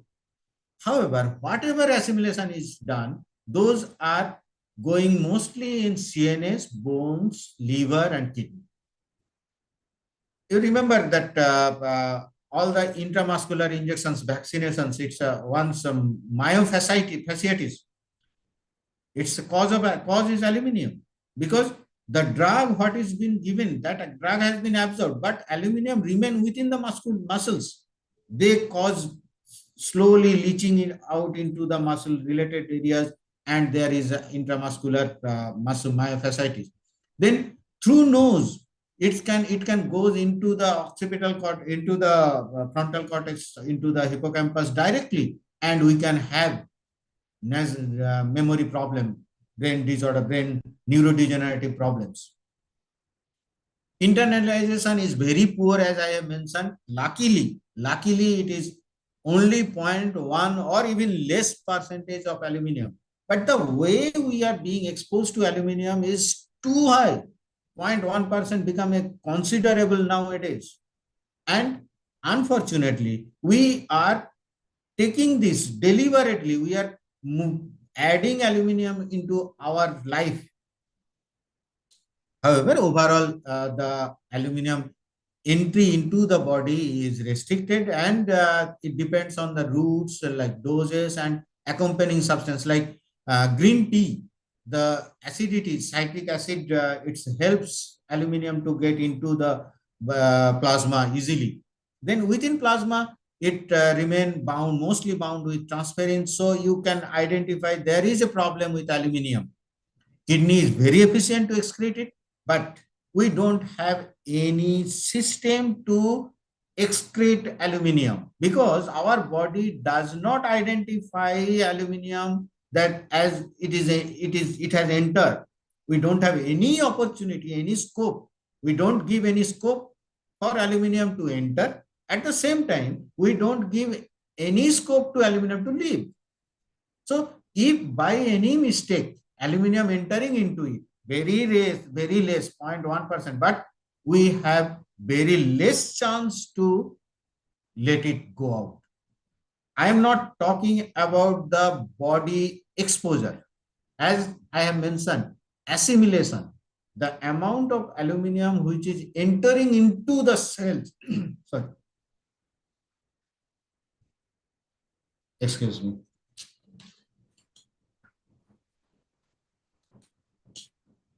That part is very less, but once it entered into the cell, once it is inside the cell, there is no option we can take it out. That's become a big problem.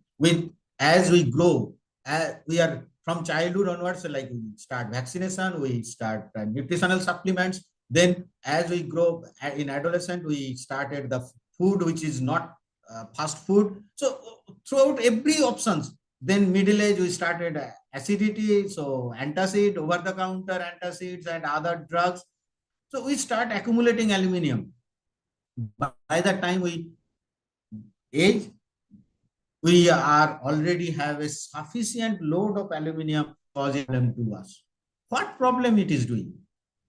We do many things. It has problem with memory loss. It can cause irritability, mental confusion. It has proven effect on anemia, muscle fatigue, dyslipidemia can be there, not very specifically mentioned, joint stiffness, male infertility, female endocrine disruption, osteomalacia, allergy, bowel problem.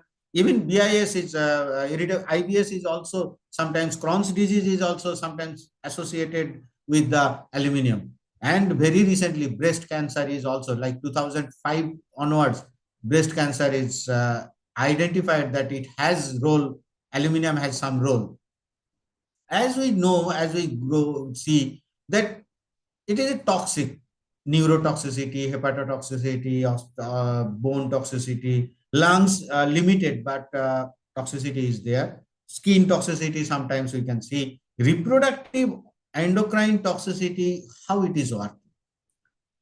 It is sometimes so that it is related to diabetes because of the damage, autonomic damage it can cause, or neural damage it can cause, so that the responses, neural control is being withdrawn. But as endocrine disruptor, as role in breast cancer, as role in male infertility, how aluminum can be linked with that? Later it is found that aluminum is metalloestrogen. Let us see what are the early symptoms of aluminum toxicity. Nobody can say all these symptoms has any role to any particular disease. This is a so common, so generalized symptom that we cannot say that because of these things there is aluminum toxicity. That's a big problem. So we don't have any specific symptom which can be related to aluminum toxicity. If we see later symptoms, and these symptoms, many, it's a list of compounding list of symptoms, and many of these symptoms are only can be said it is because of aluminum toxicity if it is identified, if we see that aluminum is there in that particular patient, then only. Otherwise, there may be 101 causes for these diseases.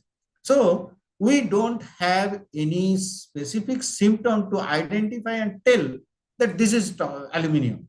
Remove aluminum and prevent these problems.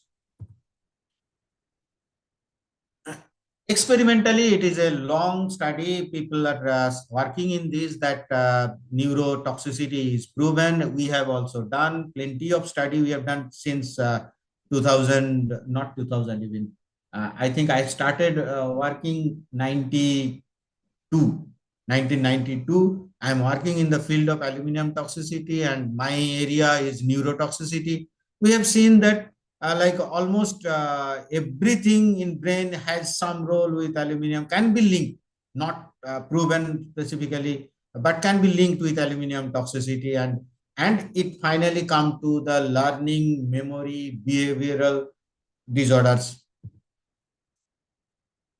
Recently, very recently, we have reported to some extent just a few cases that aluminum has some cardiotoxicity, autonomic toxicity, dysautonomia can be linked with.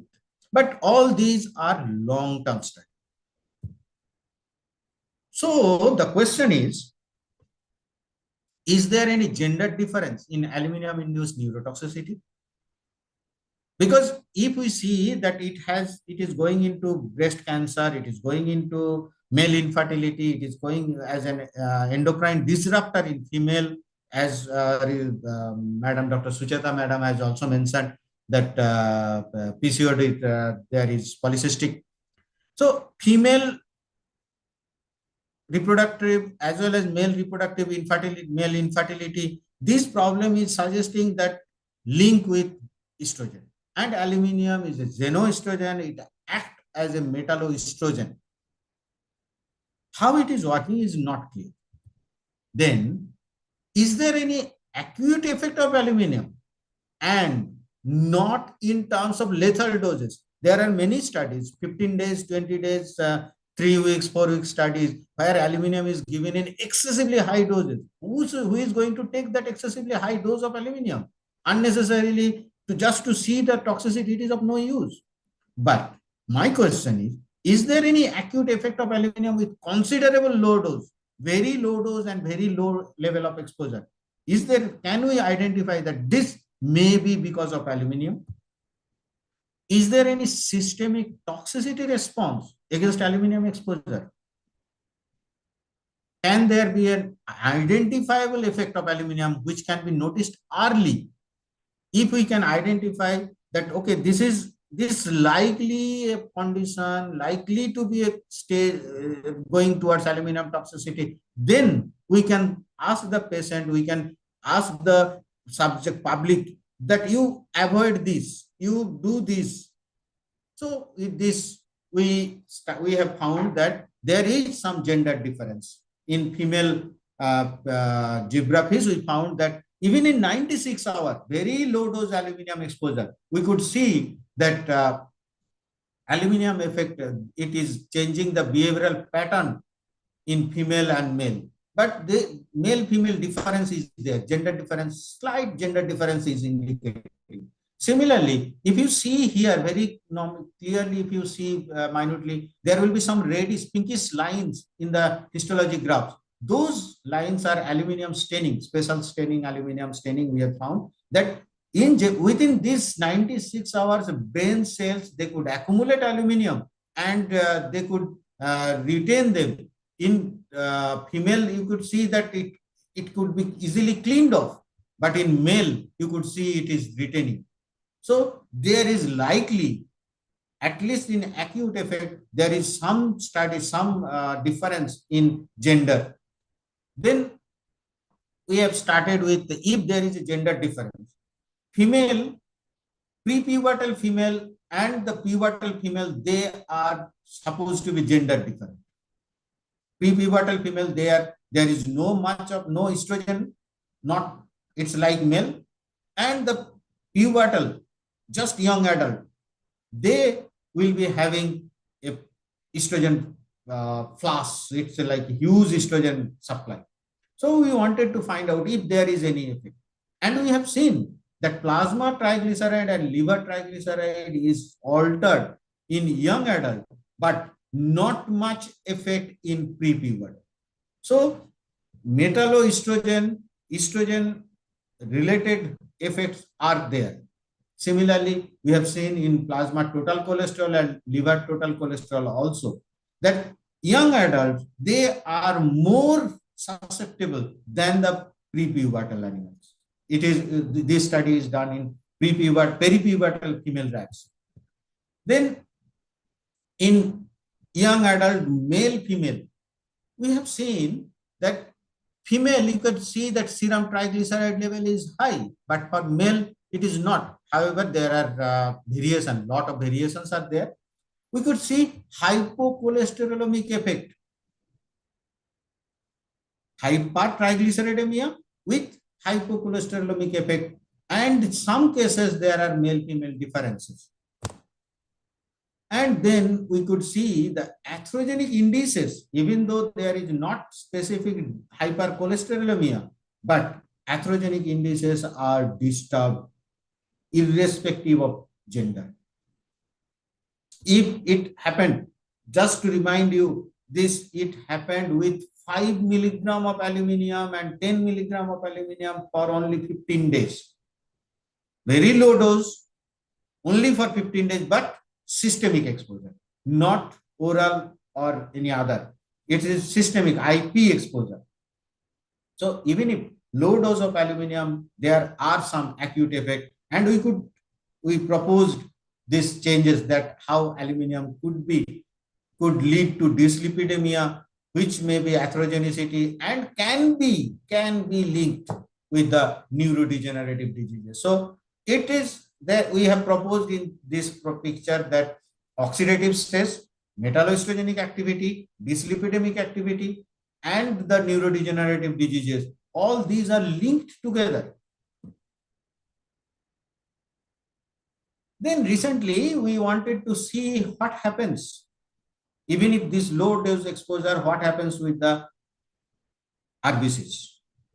We observe that even though in chronic there is no microcytic anemia is reported already, but in acute effect also there is microcytic anemia. We could found there is microcytic anemia with hemoglobin level. As you can see, microcytosis. If both 5 and 10 milligram dose is showing microcytosis. We could see that mean corpuscular hemoglobin is not much altered, with MCHC is increased. So there is a chance of hemolysis also. What we have seen, what we have noticed, that it is to some extent dose dependent effect. In case of male, MCV is decreased, but not the RBC count. With 10 milligram dose, RBC count is decreased, and overall effect is the decrease in hematocrit.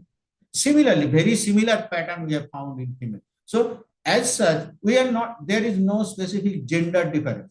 So we can think that because of those areas where there is a chance of estrogen, even in hemoglobin count, is RBC count, there is a role of estrogen and testosterone also, there is a chance that aluminium might be having a gender specific effect. And there are some effects where aluminium is gender non-specific effect it is showing. Then we wanted to see the leukocyte profile. What happened? We saw that total leukocyte count is decreased, and it is more prominent dose dependent effect. As you can see, male, female, not much different, but statistically little difference is there, but not visually, as we can see, not much difference between the male and female. Neutrophil count, we could see decrease in neutrophil count. Other things like other leukocytes, they were not much altered, but importantly, there is an increase in mononuclear polymorphonuclear cell ratio, which is an indication of a generalized inflammatory stage. So even in 2 weeks time, aluminium could generate a stage of systemic generalized inflammatory stage. That means this can be a lead for us when, if you think of specific like hypertriglyceridemia, hypocholesterolemia, as well as hemolysis, anemia, microcytic anemia, and systemic generalized systemic inflammatory stage could be an indication that, okay, is there aluminium? If all these are ticking, then we can think of aluminium.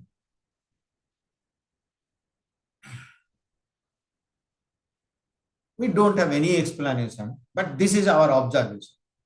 Thrombocytosis. We observed thrombocytosis, increased thrombocyte count with almost dose dependent. No, not statistically, we couldn't see it's dose dependent, but visually you could see there is a dose dependent thrombocytosis in presence of aluminium, systemic aluminium exposure. Low dose, acute. Hepatotoxicity, very, very limited. But specifically, if we can count cells, we could see there is dose-dependent cytoplasmic vacuolation, which is not going into the hepatotoxicity level, but cellular degeneration has been initiated. We could see that nephrotoxicity, serum urea is increased. Serum urea is showing some degree of, so even in low dose of aluminium, acute effect could be seen. Next, we wanted to see whether there is an autonomic tone, change in autonomic tone, even in this 15-day study. Is it possible? We could see, statistically, we couldn't see, get great result, we couldn't get, but there are some changes. However, we believe that if we can improve the number of, increase the number of observations, we are working on this, then we could have a better output of this result. To some extent, autonomic toxicity could be seen, some indication is there. As you can see, total power is decreased, but here total power is decreased, but frequency and not much change. So power and the both frequency domain is not changed much.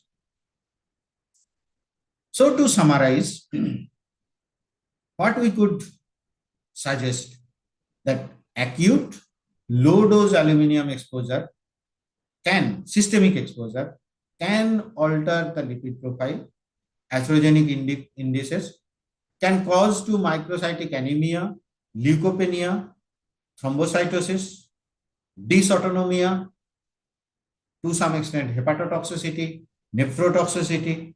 And if we take all these points together, maybe we can think of a unique form of identifying that, okay, these population, these patient, they are subjected to later stage, subjected to aluminium induced long-term chronic effect. And as you see, those later symptoms, what I have already discussed, it's a well-known fact that it has a breast cancer role, it has PCOD some role, then reproductive function, male and female reproductive function role, then neurotoxicity, osteomalacia, all these, they are hardly reversible. We cannot do anything once we know. But if we can identify, we can have a doubt, we can save those patients to go into that, so that we can prevent these long-term effect to some extent. What we can do as such, my take-home message from this presentation, identify the avoidable sources of aluminium and keep those away from us or keep us away from them, whatever it is. Either way, I would like to acknowledge Miss Tripti Sharma, Ms. Priyanka Tanwar, Mrs. B. Sirisa Kullani, and Dr. Pramod Kumar, Dr. Hiraram, Dr. Surajit Ghosh, Dr. Sival Srivastav, Dr. Hare Krishna, Dr. Kamlakant, Dr. Mithu, Dr. Abhishek, Dr. Poonam for supporting in this work. And obviously, the infrastructure and big support from my institute, All India Institute of Medical Sciences, Jodhpur. Thank you very much for your present listening. And if any doubt, if any query, I'm happy to answer. And I thank Dr. Gopinath, organizing committee member, and Dr. Susmita for giving me this opportunity, and the college, institute, and the mission. Thank you very much. Thank you. Thanks a lot. Thank you so much, sir. Thank you for this wonderful talk, which has enlightened us and also brought in a lot of awareness regarding our food habits. Thank you. So over to chairpersons.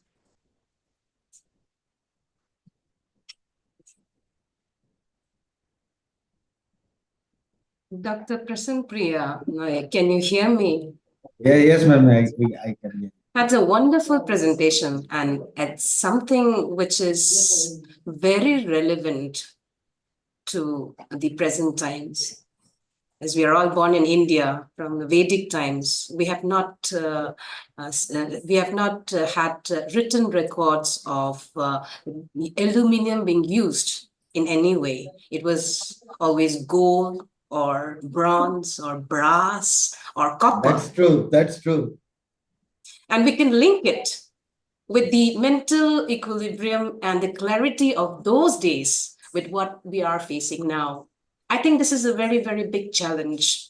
And you have rightly pointed out, and it's very interesting that a lot of things which, this is in fact very alarmingly distressing we are actually invading the world of aluminium. Like everywhere, it's aluminium, aluminium, aluminium everywhere. Exactly, madam. It is everywhere. And we don't use those wrappers.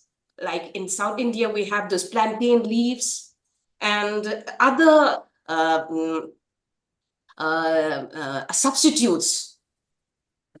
In those days where we have lots of, especially in my state here, we still use a lot of banana leaves, which is considered, a substitute that obviously can be used as a substitute, but then, people always go for the refined one, which is very, very, very harmful for all of us. Now, besides that, I want to know which part of the brain is affected most, and is amyloid protein in any way related with the aluminum toxicity? That's my first question. Second question is there any relationship between aluminum toxicity and the iron metabolism? Because you have specifically pointed out microcytic, hypochromic, probably to do with the iron. And then the variant of aluminium, which is most harmful to us, because there are certain instances where we cannot do without aluminium. For example, the aeroplanes which we use, we definitely require aluminium. There's the type of variant which is less harmful, let's say. And that's it. And and the last one, which the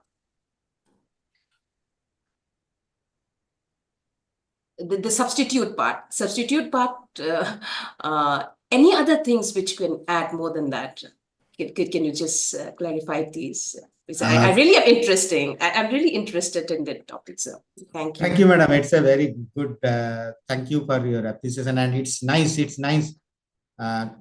First one, what you have asked, it's like which part of the brain, as I have studied like in Alzheimer patients. I didn't study Alzheimer patient. I did experimental studies only.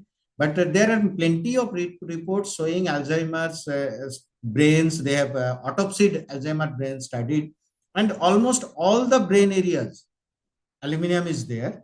And most effective was, most part they are interested was hippocampus, frontal cortex. And in experimental animal, I have seen it is present in frontal cortex, it is present in thalamic area, it is present in parietal cortex, it is present in temporal cortex, is it present in cerebellum. In fact, I remember I have published one paper where I have shown that the Purkinje cells, the actions of Purkinje cells, I could show them there directly the aluminum deposition in that. But what you have mentioned about, it's a very interesting one. Aluminum and amyloid deposition is not directly linked. They say there are some suggestions that aluminum goes into that hyperphosphorylation of the tau protein. Actually, I didn't touch the molecular part because I felt awareness, as you have identified, that awareness is more important about it. Instead of showing the molecular intricacies, we go into science and we go into details of that molecular intricacies. It's nice to listen, nice. But as you go into the life, real life situation, aluminum is so much embedded in our life, we cannot really replace it. Amyloid deposition is not directly linked, but in some cases they have shown that if it is associated with some other proteins, some small proteins or some other toxicities, if it is associated, then there is a chance of amyloid deposition. But aluminum as such is not deposited there. And if we think of replacement, the physicochemical property, the chemical and physical property aluminum is having, this lighter metal is having, it's really, really tough to replace it. There are areas, like as you have mentioned, like a rocket fuel, solid rocket fuel, or even if it is for fuel combustion or for this construction industries, we cannot replace aluminum. Mining is required, it is required. But at the same time, there are areas where we can, as you have mentioned, we can easily avoid the aluminum foil. Or if we inculcate that, okay, we will be looking only for paper or only for those sal leaves, as you have mentioned, that banana leaves, sal leaves, and in South India also some big leaves are there, or even for these lotus leaves are used to fold and for cooking also. So those things we can inculcate out. We can just stop our taking those preservatives. Preservatives is a huge amount of preservatives is being given in the pickles, achars, all these storage pickles type. Homemade, they are not being used. Aluminum is not being used, but commercialized. Then things making it crispy. Unnecessarily, we are making it crispy. We go for a atta, wheat flour, and we look for the whitest one. But whitening agent is being given. I think you remember, maybe I am crossing a time limit. Sorry that, but I feel like talking this, whenever time, you just let me know, madam. And, in our childhood, we used to take any nutritional supplement. The last part of it, it is never, we used to ask our parents, give me that, it is something like chocolates. Nowadays, if you notice, those last part also can remain in powder form, because we are adding anti-caking agent. Then the deodorant, antiperspirant, after the cleaning of armpit, shaving of armpit, girls, they use this deodorant, and these are aluminum. And this aluminum is going, and particularly the upper lateral quadrant is being seen that aluminum is being accumulated there in the breast, and the tumor formation is more in that area. The fluid coming out from those tumor cells or those abscesses, their aluminum source is there, aluminum accumulation is there. We are giving plenty of vaccination. I don't know. I don't have any replacement for adjuvant, aluminum as an adjuvant, but we are giving aluminum at the birth itself. Thank you for interesting questions.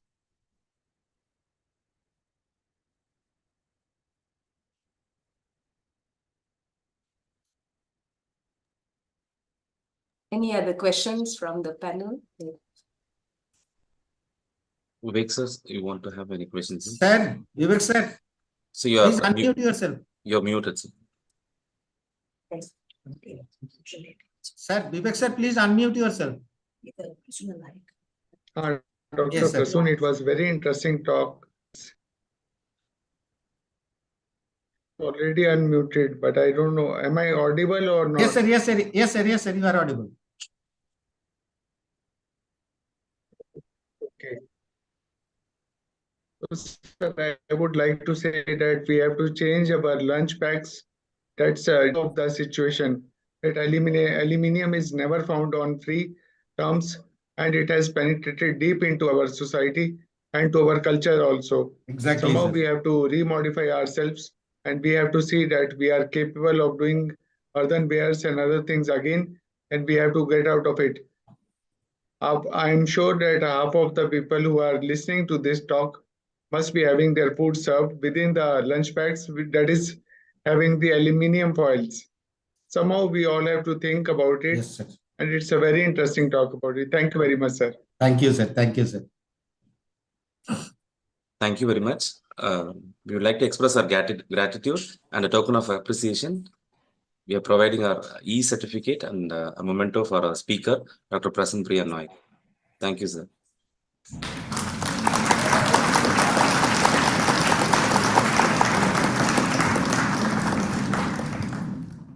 And for spending their valuable time and as a token of appreciation to our chairpersons, Dr. Sharada Ningtoju. Thank you. E-certificate and a memento.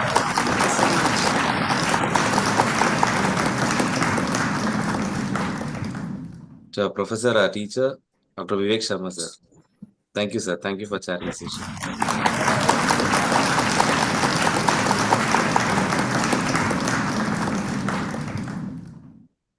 Dear delegates, with this, we'd like to conclude this session and we'll continue with the next topic.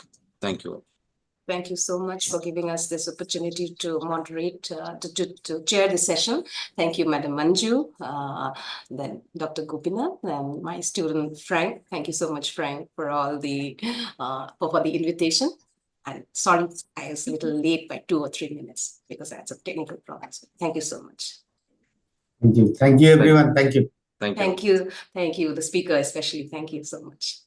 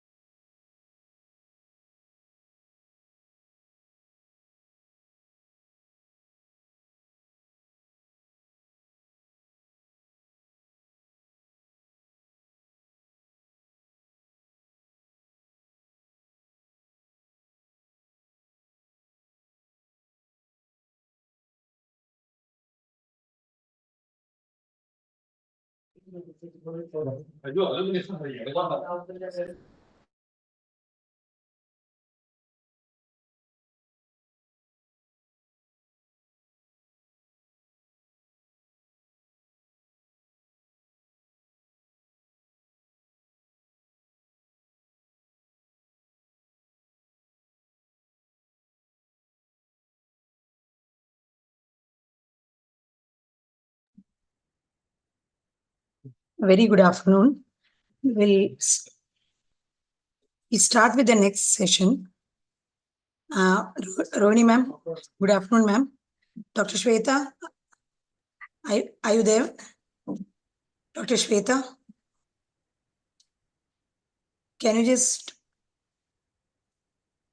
switch on your video, Dr. Shweta?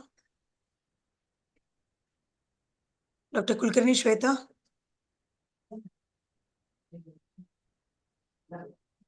Dr. Shweta, are you there?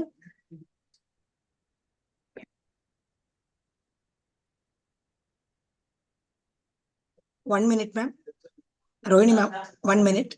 Sure, ma'am. No problem.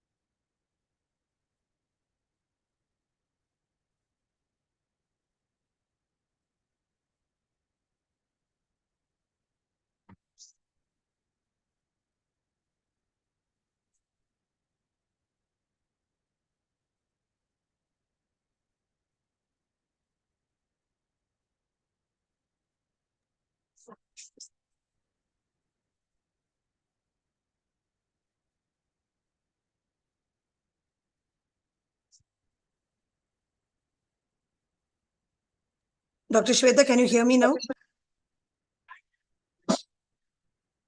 No, you're not heard here. Madam? Dr. Shweta?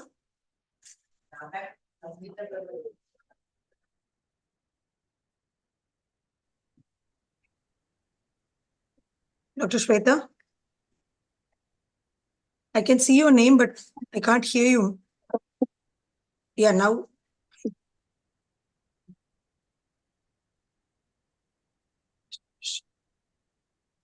Ma'am, please rejoin.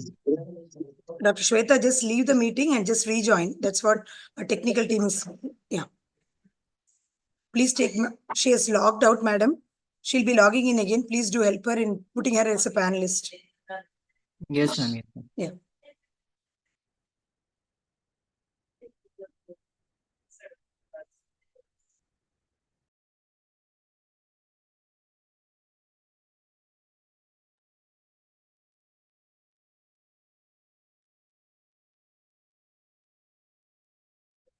Good afternoon, Dr. Rohini, ma'am.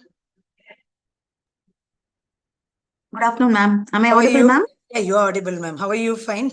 Thank you, Fine, ma'am. ma'am. Thank you. Yeah. Glad to join for this conference, ma'am. Thank you. Me too. Thank you for accepting our invitation, ma'am. Thank you.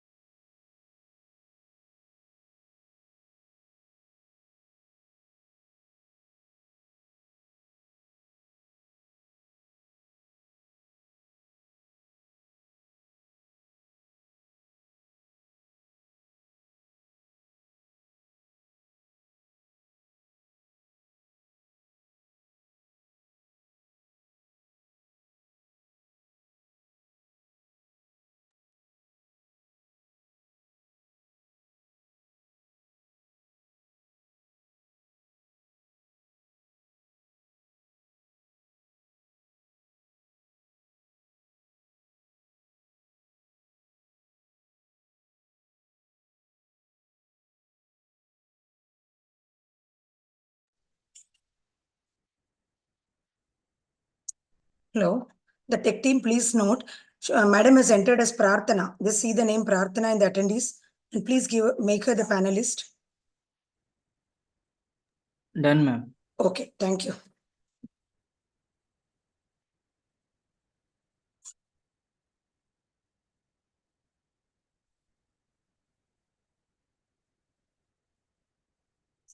It's not left here. Yeah, she's there. Okay. She's not entered. Dr. Shweta? Dr. Shweta, can you hear me? Dr. Manju, Yeah. Yeah, can you switch on your video?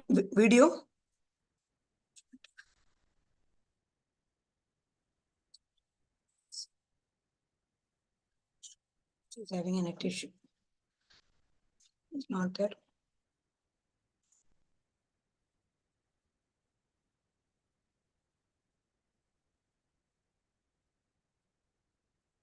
Yeah, she's inside.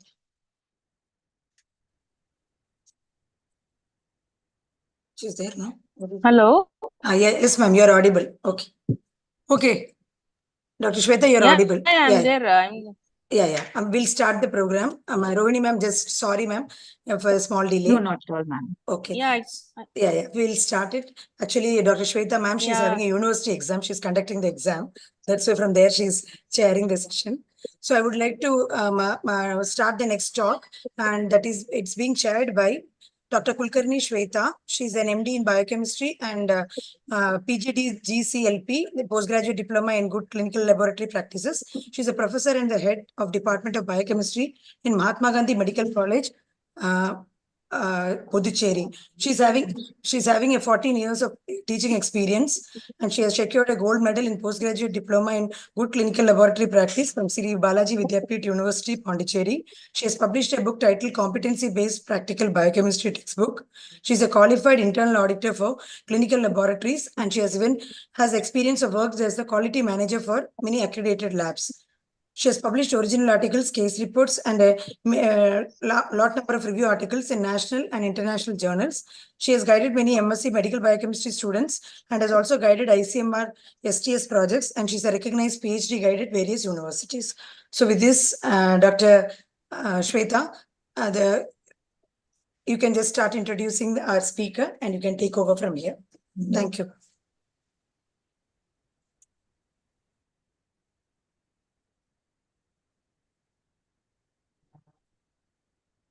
Thank you, ma'am. Thank you, Dr. Manju.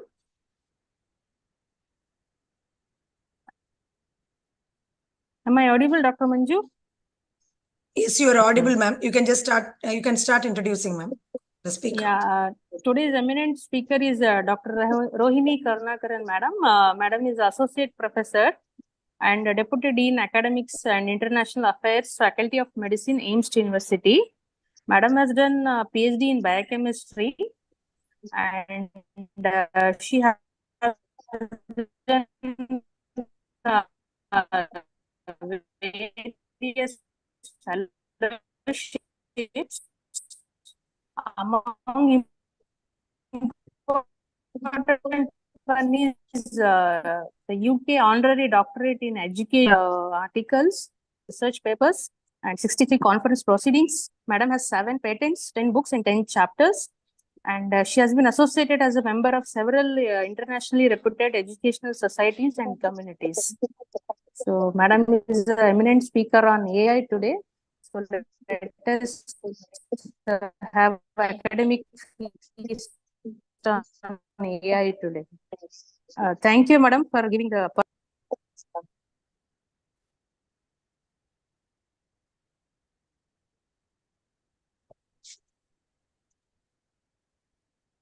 Thank you, ma'am. Thank you for inviting me for this session. Madam, I have Can I share? completed. Rohini, Madam, can start now. Thank you, ma'am. Thank you for patiently waiting for us. Thank you, ma'am. I truly understand the difficulty of the examination system and how busy you must be. Thank you for joining and being a speaker for this, chairperson for this session. Good afternoon. So thank you for inviting me for the session. So the commonest thing is, the question is, most of us debate as to, will AI take over the world? Because AI is a term known by even children here around the world. And the commonest thing that we question is, will AI take over the world? But the question that we must have, or we must ask, is how AI will take over the world. So that is a challenge that we have here.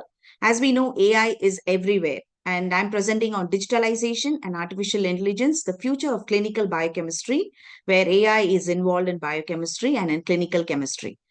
Thank you for the invitation. So as we know, AI is everywhere. AI is in our mobiles. Every day we wake up with AI, the alarm, the smartwatches, the nano sensors, everything is integrated in today's world. So AI is a part of every aspect of our life. And I'm here to tell you more about AI and laboratory diagnosis. And when we're talking about technology, AI is all about robotics. AI is about the computing that is available for our system. AI is also in the environment, the big data. As I mentioned, the smartphones, the big data, everything is connected and everything is around with AI.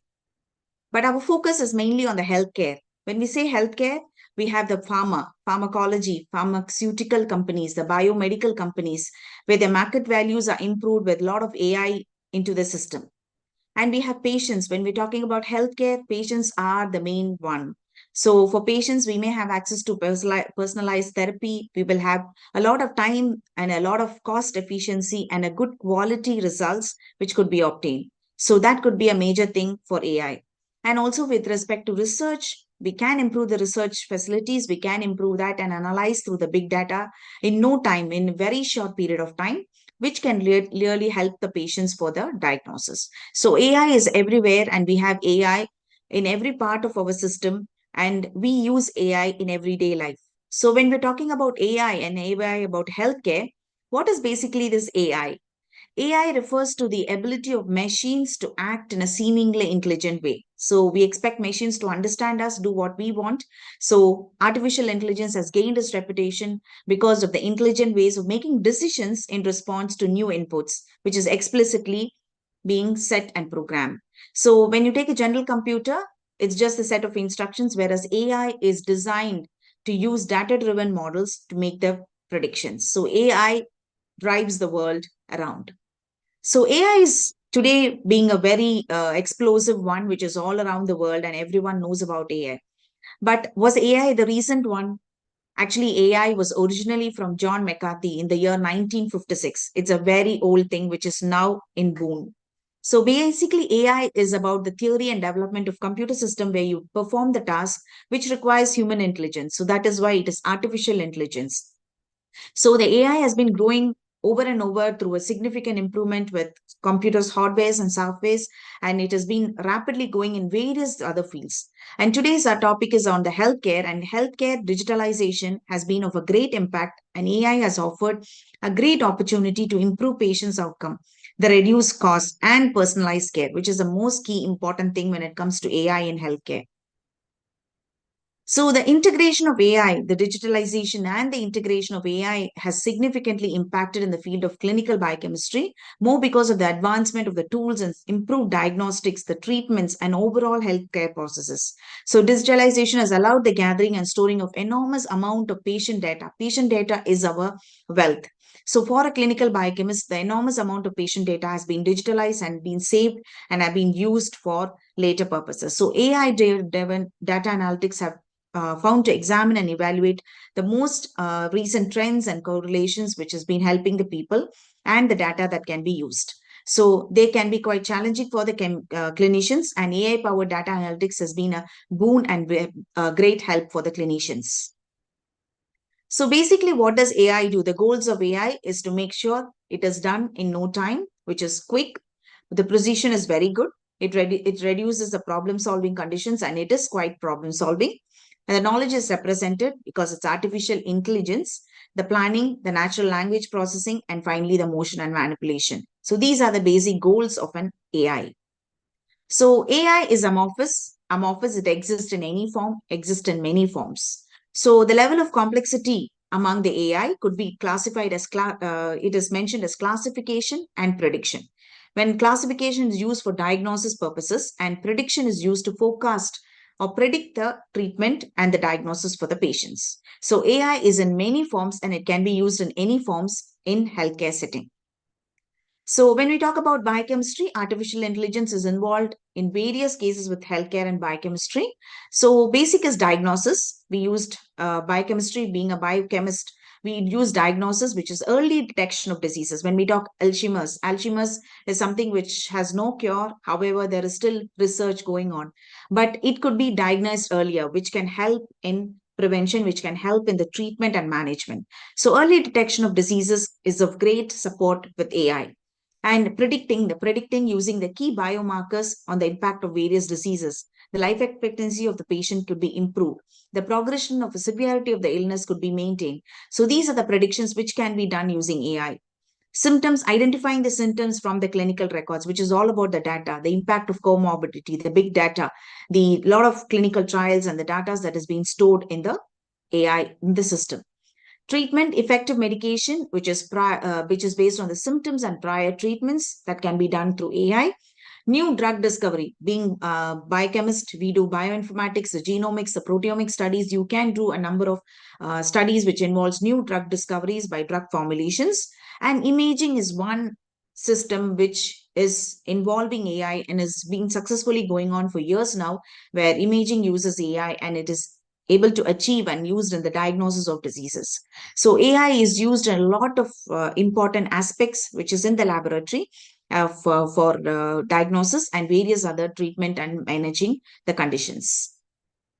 So there are novel applications, including those involved in the laboratories, which involves the results, their diagnosis, and most importantly, today's world, we need to be aware of the risk prediction. So risk prediction may help to transform the role of biochemistry laboratory using AI, because AI has changed the world, and that can help in a lot of identifying, diagnosis, in treatment, in management, and most importantly, the risk prediction, which is a very crucial part of our clinical biochemistry. So starting with AI for clinical biochemistry, when we say AI, it is basically technology. We're talking about automation. We're talking about digitalization and decision-making in an intelligent behavior, but we are not doing it. It's the artificial one, which is the computers, the systems, the data, which is doing it. So fundamentally, AI is categorized into non-adaptive and adaptive mode, non-adaptive being the rule-based mode and adaptive meaning the machine learning. So non-adaptive is basically auto-verification of your laboratory results, which we do every day. So those are non-adaptive artificial intelligence where auto-verification of laboratory results take place. However, adaptive AI is automated classification of conditions, example like leukocytes from digital image of peripheral blood smear, which is by a trained machine learning algorithm. So we need an algorithm and it is an adaptive AI, and an auto-verification is a non-adaptive AI, which we are using regularly for our laboratory results. So AI is a very important role in clinical biochemistry. And since it's revolutionizing in clinical and medical biochemistry, there is a large set of complex data that is being stored. And we have this AI which generates a lot of data, which is from the various sources, like, as I mentioned, the genomic sequencing, the genomics, the proteomics, and the metabolomics. So researchers have been studying and they have been identifying and studying a lot of data, which have stated that reading a data, interpreting a data could be time consuming, and the most important is they could be prone to human error. However, AI is revolutionized and has reduced the time. With no time, you can get the data which could be error-free. So AI can process and analyze the data sets as much fast as we can. And the researchers can identify the patterns, the correlations, they can understand and digitalize. The digitalized version of the results could help to transform the patient condition by understanding the results. So as a result, the laboratory medical profession would be facing a big transformation with AI, because the digitalization of the big data, the AI and the machine learning has turned the world around with the human healthcare setting. So when we talk about AI, we know it is adaptive, non-adaptive. It can also be further classified as general, narrow, and other different various of levels of classification depending on the healthcare setting. So AI in general can be classified as general, which is for all purpose, as we know from the term, and it can be task independent, whereas narrow is focused and task targeted. So we are looking at the narrow AI, because AI which is experienced are looking into narrow applications, where narrow AI is basically rules based and which includes machine learning. So this encompasses expert systems where machine learning algorithm means a fixed automated algorithm is also set in, which is to avoid errors and have a quick results in no time. So the expert systems of AI employs the rules of that are explicitly programmed by the human expert, and there can be auto verification, there can be algorithm reading, there can be results, there can be predictions, all this being done. So when we're talking about the narrow artificial intelligence, as we all know, narrow artificial intelligence encompasses expert systems, the rule system, and the machine learning. And they are also called as supervised ML. So the supervision refers to the ground truth, which is basically the narrow artificial intelligence, which has expert systems, supervised machine learning, and unsupervised machine learning. When we say expert system, it is rule-based. It includes, as we say, about the results that we get every day in the automated instruments, which is auto verification, the results flagging, the specimen routing, identifying the results, identifying the specimen if there is any error, and reflex testing protocols. All these are expert systems. Supervised machine learning is algorithmic machine learning, where regression analysis, identifying the calibration curves, prenatal screening, mass spectroscopy, and neural networks, which is the most important thing when it comes to gel electrophoresis involving serum electrophoresis and so on.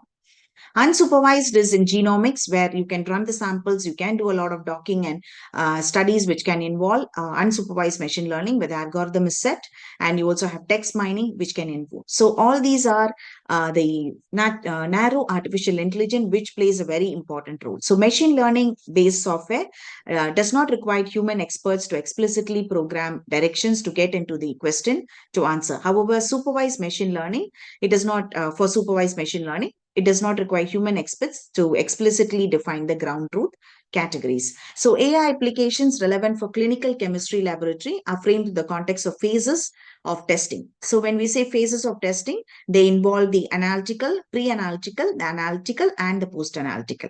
So most of the machine learning based technology that is used in clinical laboratory is supervised, as a supervised ML. That is, we have supervised, unsupervised machine learning. So supervision lives with the ground truth, which is represented by the data set. So example is, this is one of the thing which is for the machine learning, which is involved for the analysis. So example, you can see the data that has been used in the supervised machine learning algorithm with the input data and the output data. So how it appears. So this could be an example where a collection of digitally scanned immunofixation electrophoretic gels are labeled by human expert as non-monoclonal protein or monoclonal protein. So using that data set, the associated labels through the process of training, ML can identify the patterns within the data set and correspond to the presence or absence of the monoclonal protein, which will enable us to identify the condition, which is a very crucial thing in analysis. So in laboratory analysis. So as I mentioned, basically ML involves three cases: the context of phases of testing, which is pre-analytic phase, the analytical phase, and the post-analytical phase. So anytime in a laboratory, we have a test order, the patient's specimen is received, it is identified, the specimen is collected in the OT, which is the first one, and then the specimen is transported where the analysis takes place. Specimen is received by the respective laboratory technician. It is being processed and analyzed. So once this is done, we have the results that is reviewed and the results are reported. Now, this is a general phase of our regular reporting system. So we have the three different phases in this, which is the pre-analytical, where we identify the wrong blood in tube detection. It is a pre-analytical phase where the specimen is collected, identified, and transported. We also have the result detection, and the specimen quality is identified during the pre-analytical phase. In the analytical step, it is a specimen analysis, where here we have a very important thing, which is about the risk prediction, the diagnosis and risk prediction, the clinical interpretation support, image analysis, request result prediction, and the quality control is in the analytical step of your the phases of the laboratory testing. And when you take the post-analysis, it is a risk prediction, the diagnosis and risk prediction, the clinical interpretation support, image analysis, auto verification of the results, and the reference intervals. Only then it finally concludes with the reporting of results. So the overall process takes place in three phases, which is pre-analytical step, identifying the quality, identifying the wrong blood in the tube, detecting if there is a wrong blood in the tube. All the result detection is in the pre-analytical phase, with risk prediction starting in analytical, continuing with post-analytical, and you have the results prediction and the quality control followed by auto verification and reference analysis. So with so much of laboratory diagnosis that is going on, so we have a different lot of framework that is set for disease detection system.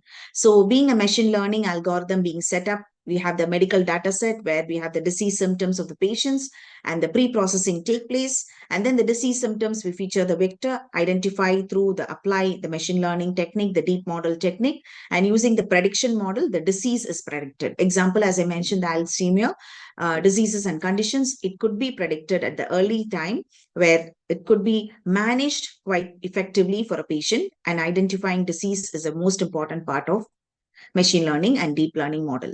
So once it is prediction model is set in, then you have the medical test data, which is also verified, used in for the prediction model, which will enable you to do the disease prediction. So you have the medical data set, the disease symptoms, and the test data.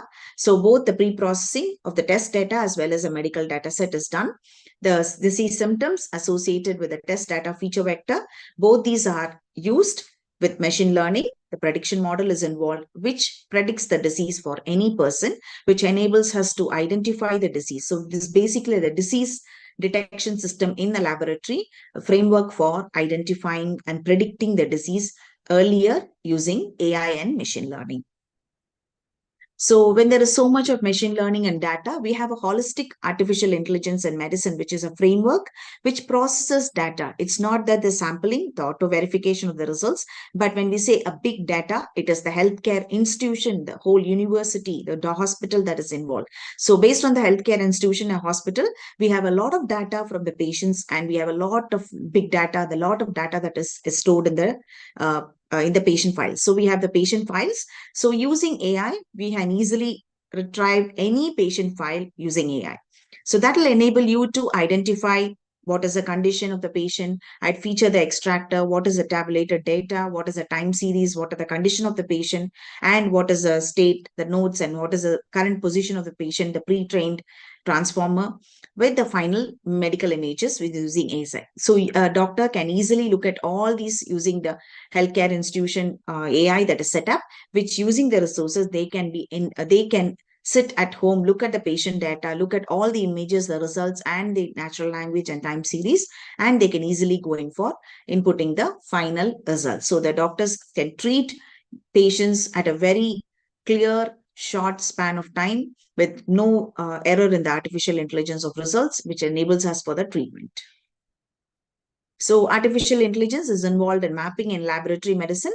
So when we say about patient's input, the patient data and the files and how it goes on. So when we talk about the laboratory procedures, we can have the set of data that is inputted. So we have the algorithm that is set. We have logistic regression. We have support vector machine. We have artificial neural network, which is very important. And all these are involved in the machine learning algorithm, which is already set. So once we input the data, the raw data with all the labels stating the condition, then automatically we get what is the probability, the prediction probability of the sampling. So this is very effective, and in no time we can predict the conditions. And this artificial engineering and mapping of laboratory medicine has been very significant and have been quite popular in healthcare setting. So talking about laboratory sciences and those with biochemistry, we have a management of artificial intelligence and various other conditions in biochemistry. So the commonest one which we start with is the smart watches. We have even smart lenses. We have a lot of things with smart.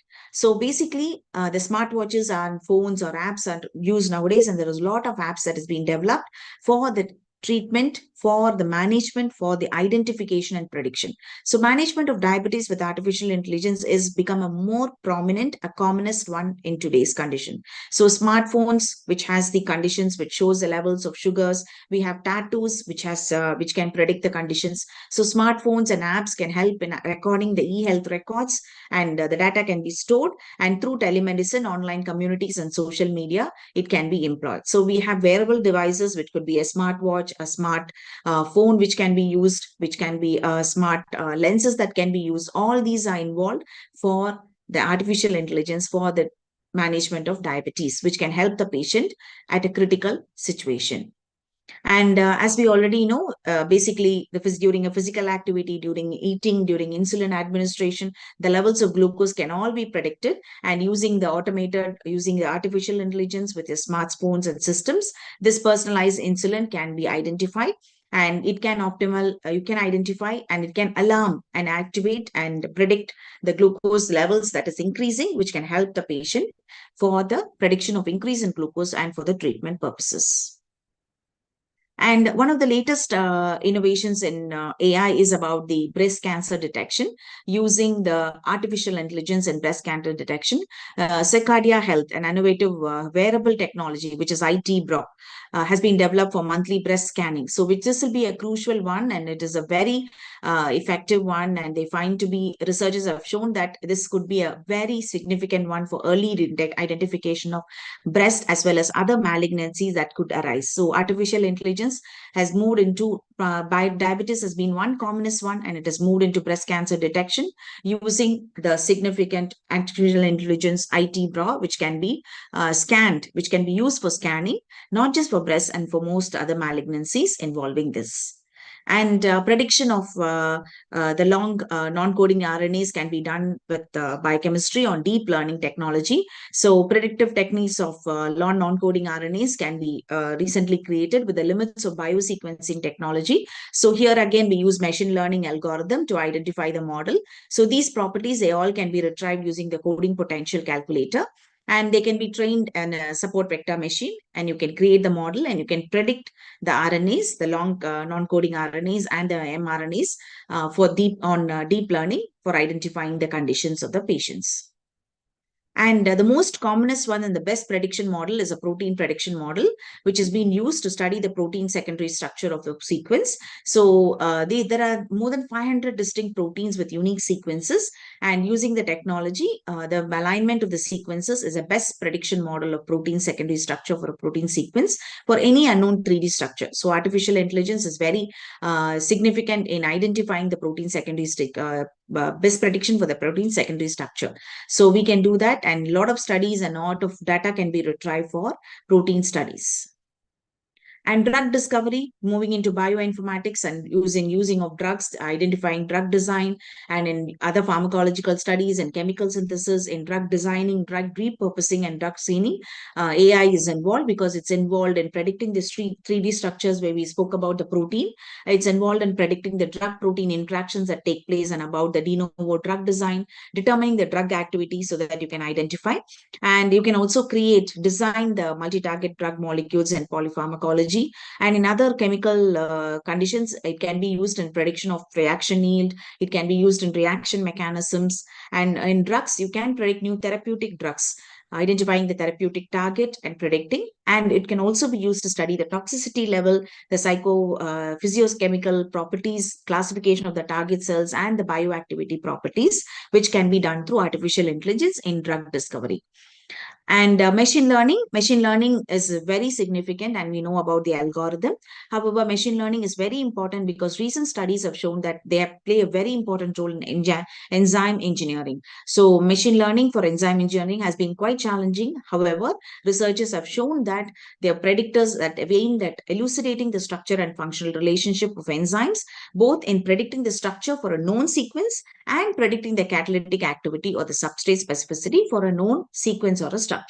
So both the properties of solubility and stability of the proteins can be studied, and it's critical for successful protein engineering and especially in enzyme engineering. And the diagnosis and risk prediction, as I mentioned, the risk assessment, the risk prediction of AI is very crucial, and AI applications have an opportunity to improve our existing methods of diagnosis and risk prediction based on the data that we have, the clinical laboratory data. So the significant process has occurred in the recent years where AI has a various identification in the disease states with the laboratory data alone. It could be predicted with the laboratory data that is available, the big data, the large data that is in the healthcare setting. So early AI applications in various sectors could help us on the areas focused on risk-based models for common clinical conditions. So diagnosis and risk prediction is a crucial thing when it comes to AI. So when we talk about any condition, example, multiple regression, which is based on the models, example for biomarkers with limited clinical data, they are developed in predicting the risk of various conditions, example like prostate cancer at biopsy in patients, and non-conclusive total prostate specific antigen results and so on. So risk scores are derived from these models, from the results that we are identifying. and can be used to further stratify the patient's risk and inform the decision to proceed to prostate biopsy, reducing the risk of unnecessary biopsy in some of the patients. So this could help with the risk prediction in cases and in patients to avoid surgeries and predict results, unique results and perfect results. So there are several approaches. Example, as diabetics, we use smartwatches and other AIs in the common everyday day-to-day life. There are similar approaches incorporating specialized biomarkers, which has been leveraged to develop models to predict the decline in the kidney function, especially in patients with type 2 diabetes. So the risk scores have been applied in acute care setting to predict a wide variety of clinical outcomes in patients with type 2 diabetes by having specialized biomarkers to identify and predict the decline in the kidney function text for patients with type 2 diabetes mellitus. So AI has shown a promising one in diagnosis, especially in the clinical laboratory, only with the laboratory data, the data that we have from the patient. So that data can help us get the profiles. Even the highly complex data could help us to identify and evaluate the cases of multiple sclerosis or multiple myeloma and further other conditions using all the profiles and MS data for steroid profile and plasma amino acid profiles and so on. So the diagnosis can be using only the laboratory data alone. So machine learning models developed from these have shown to differentiate the abnormal as well as the normal because algorithms are all set and structured for machine learning. So the classification models can help to reduce the subjectivity in interpretation and helps to give an expertise view and specialist expertise on the laboratory results that we are looking into. So another interesting fact is about the clinical conditions with overlap with the results. An example, the commonest one with iron deficiency anemia and thalassemia, which shows both present and hypochromic or hyperchromic mastocytic anemia. In all these conditions, is very AI is being very significantly being used in the diagnostic application because it helps to clearly identify the differences and the conditions by identifying the hypochromic or microcytic anemia, which will enable us to define and differentiate the profiles, which is a very crucial one and when used in diagnostics with using AI. So this is a significant challenge in conditions with thalassemia trait, which is quite common in areas with thalassemia trait. And it is very prominent and the results could be within time. And the differences of the anemic conditions, which could be identified and it can help in diagnostic applications. And AI leveraging has been predominantly with the laboratory data, which I have been mentioning, and it can help to predict the treatment appropriateness and responsiveness. So that is why AI is so significant in the healthcare setting, and especially to the laboratory in a biochemistry or any laboratory, it is very important to predict the therapeutic response in patients who are receiving treatments. Example, in a inflammatory bowel disease, the treatment and all these could be predicted using this AI. So monitoring patients using drugs is a crucial one, which is a narrow therapeutic index, and AI is very significant and supportive in helping and the treatment appropriateness and the responsiveness in patients. So using urine strips have been a subject to interpretation variability and can lead to a number of errors by doing manual testing. However, beyond specimen processing workflows and artificial intelligence and machine learning technologies have really shown a streamlining seat in today's world, requiring manual interpretation, which has been avoided, which has been removed with a very advanced algorithm, which could be used for enabling and identifying, avoiding errors and giving us the fast results. And one of the most important thing is about the gel electrophoresis. The gel electrophoresis is a commonly used methods for all the paraproteins, for all the lymphoproliferative disorders and other monoclonal gammopathies, and especially multiple myeloma is one prominent one along with all this. So the diagnosis of this involving identification of the paraproteins is done using gel electrophoresis. So this gel electrophoresis interpretation, as we do in a laboratory in an everyday life, it's going to be time consuming, taxic and intensive for us to prepare the gel, load it on, use the specimens, and it could be so many thousands of specimens that needs to be done. But recent studies and literatures have shown that AI and ML has based on the detection of paraproteins have found to be very effective and very effective in the results and diagnosis. So AI ML based detection of paraproteins in the digitally scanned electrophoretic gels have been proven to be very successful And although this is not commercially used, it's been specifically used, the initial results are quite promising, and they may serve as a tool in assisting the laboratories in detecting and streamlining the tests, which is of a growing demand, because this is one which will take a longer time, quite intensive and time consuming. But AI and ML is currently in work for detection of paraproteins within a short period of time with good results.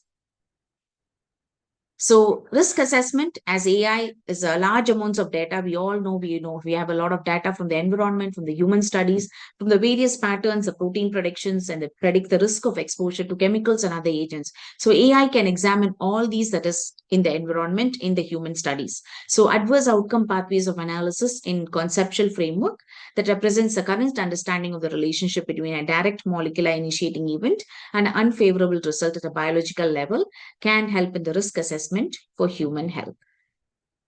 So AI has overcome 5 major challenges, which is one, in a laboratory, we get the results done. The patient's sample is collected, it is transported, it is analyzed, and the reports going in a manual way takes a time consuming one and is a laborious one for the lab technologists, and it might lead to inaccurate and inconsistent results. However, AI-powered diagnosis overcomes the inaccurate and inconsistent results through manual work. And large volumes of data has to be stored in a hard disk, which is by AI, which can basically reduce the paperwork, which can be done in a digitalized way, and digitalization is AI powered. So, and also the results could be given with no time of waiting, and time consuming tasks has been overcome by AI-powered diagnostic conditions. And limited expertise, all the algorithms have been reviewed and set. So there is limited expertise that is required when it comes to manual versus the AI-powered diagnostic labs. And the cost and resource constraints could be one, which is also reduced with AI, because the initial algorithm and everything being set, it would be of great support for the AI-powered diagnostic laboratories and for the laboratory technicians. To summarize, there are various applications of AI. It decreases the pre-analytical errors. It has auto verification of results. It has been very supportive in improving the turnaround time. With no time, we get the results in hand. We have personalized medicine care, better documentation, big data being stored, image analysis for all the ECGs, and a lot of other imaging support, increasing efficiency of the results, and so on, are the applications of AI. Whenever there is applications, and there are definitely challenges, the bias in diagnostic process definitely could machine learning lead to machine decision making, legal issues, the manpower, and the cost. There are major challenges which could be because of AI. So the opportunities could be automated urine analysis system, which you use, neural network, which can analyze the whole sequences and the data, clinical decision support system for the diagnosis of the patients, predicting the progression of diseases, identifying the disease and predicting the disease earlier. So these are application challenges and opportunities of AI that is involved in today's world. And take the key points that is involved is investigating of artificial intelligence applications has proliferated, has various other fields in the environment, in the human health, in everyday day-to-day life. And comparing them based on the applications, it could be as pre-analytical, analytical, and post-analytical when you take a healthcare setting. So the novel applications, including the use of laboratory results, the diagnosis, and risk prediction, is a very important application and novel application when it comes to AI. So although there are few artificial intelligence applications which have been fully used in clinical chemistry, we need to look at the regulatory and ethical considerations, which is the most important thing, which must be addressed as a medical laboratory technologist to look into, to incorporate the artificial intelligence technologies in our routine practice. So the way forward, we have seen AI revolutionizing. The revolution in diagnostics and clinical decision making has already started, and we are using AI-enabled analysis for biochemical parameters, and we're using development and application of precision medicine, which is already way forward.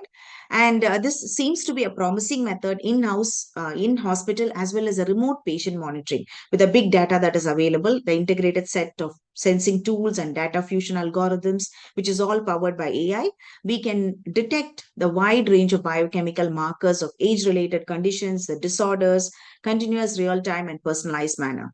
And the more smooth integration of digital technology and artificial intelligence, it is expected to be the future and is already the future of biochemistry, resulting in more precise diagnosis, individualized treatment regimes, and best overall healthcare results. So this is a way forward and the future of clinical biochemistry, where we are moving forward and still improvising and having a lot of biochemical parameter analysis that is done for the development and application of precision medicine. So, of course, we do have future challenges also, the ethical implications of AI in healthcare, which involves the algorithm bias, the responsible data use, need careful considerations when it comes to ethical implications because it's a large amount of patient data. So, protecting patient data, the data privacy, and the security is a most critical thing when it comes to digital tools. So, that is a future challenge which we are currently even facing and still continues to be the challenge even in future. So these are my few references that I selected and reviewed through. Thank you very much for listening.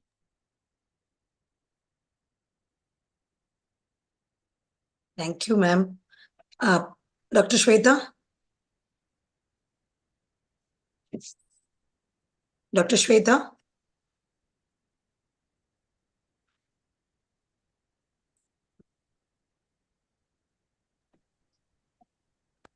Hello, ma'am. Am I audible? Yes. Yes, ma'am. You're audible. Please. You're audible, ma'am. Please. Yeah. I'd like to thank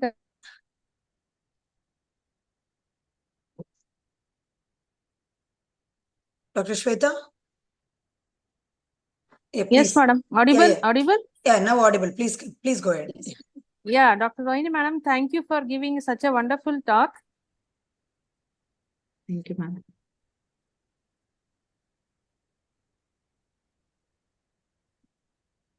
You have any questions, ma'am? Okay, ma'am.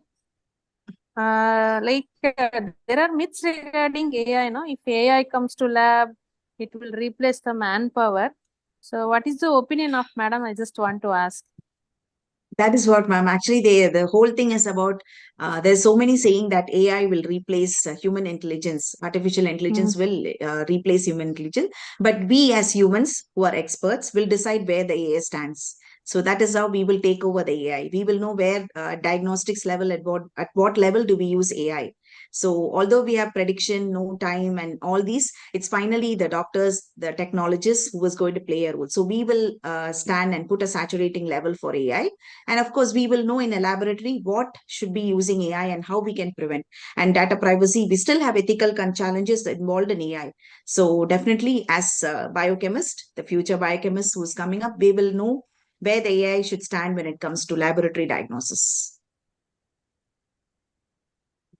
Okay, ma'am. Thank you. Thank you so much. Ma'am, I have a question, ma'am. I really have a small question. It's not a question, ma'am. I really want to know whether anything, though it has ethical things and all, you have any, put into practice or any of this AI is used in your labs, ma'am, there? We are using apps, ma'am. We are Apps actually for? currently devising app using us, identifying for glucose and basic things. Our students are doing industrial training and other things which is involving AI, ma'am. Okay. So those are basic things which we are involving, not into a full-fledged laboratory diagnosis. Because we can't do, I suppose, no, ma'am. Because we need ethical. Yes, ma'am. This thing to we have to introduce have it. ethical. Are there any papers, ma'am? Because we wouldn't have done, because once before we put it, though we speak, it works well, like what you told, how to differentiate between thalassemia and microcytic anemia. It's very minor changes. Similar things. So we want, are there any studies which has compared this AI results with a manual results, so that we can say that yes, it's equally good like nothing, I suppose, ma'am. When I have gone Yes, through. ma'am. Imaging has already taken. That AI has I have taken over seen. all the imaging. Images I have Same seen. goes with some of the results, like all our auto verification results. The morning we give a blood sample, by afternoon we get all the results done. So all of them are digitalized and but however, for patients with various other comorbidities, we will have to recheck because there could be other things which has to be identified. So in patient data analysis, we will have to relook at it, ma'am, in case by case conditions. Okay, okay. And really, I would really thank ma'am. We have heard that AA is come. AA can be put into clinical biochemistry lab. Only radiology we were really used to that, and some pathological diagnostic things I have heard, but I never knew. So I'm openly accepting that in all these fields, each pre-analytical, analytical, then risk prediction, whatnot. Even I was surprised to hear that it has entered into our molecular biology techniques like mRNA identification of maybe next will be SNP identification also. So it was very eye opener, and a lot of information you have shared, ma'am.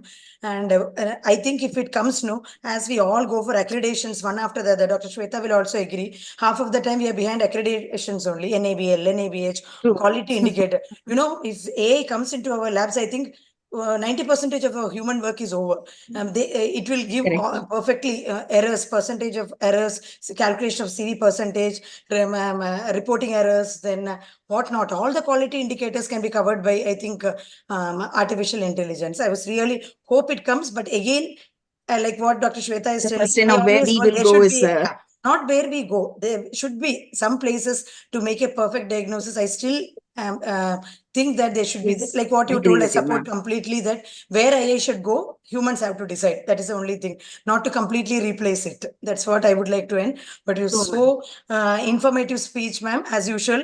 Rohini ma'am, thank you so much. And now coming to the end, anything?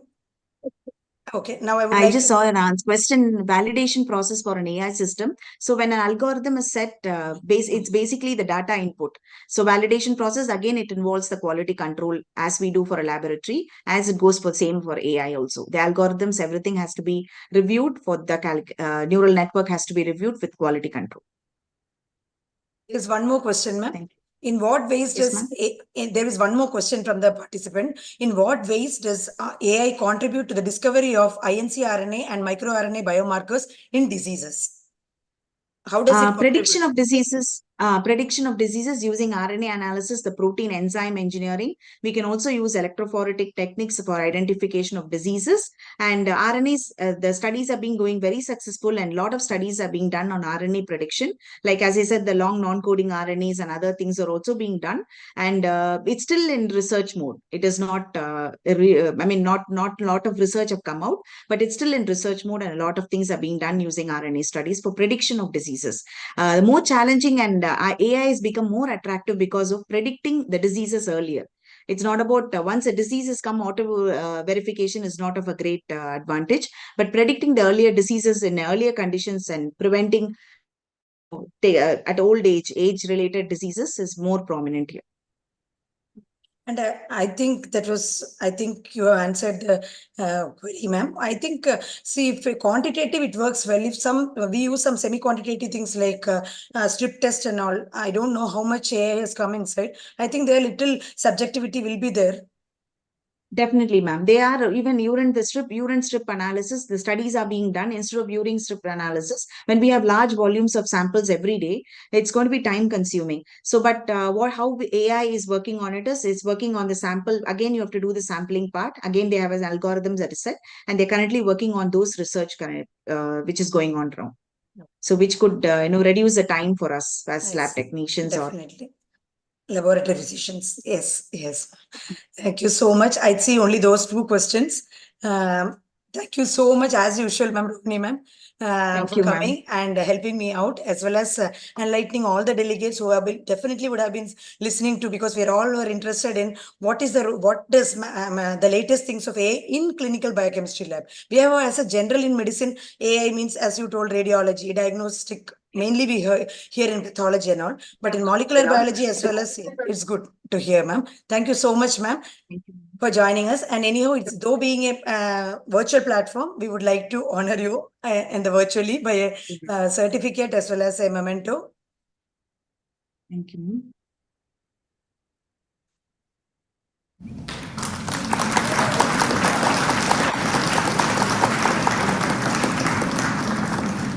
Next, I would like to thank you.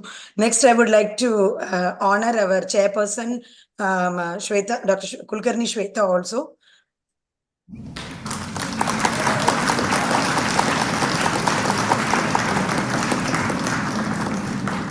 I once again thank both of you. In spite of your busy schedules, you have taken time to help us and share your knowledge with all of us. Thank you very much, ma'am.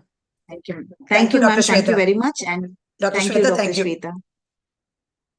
Bye, ma'am. Thanks.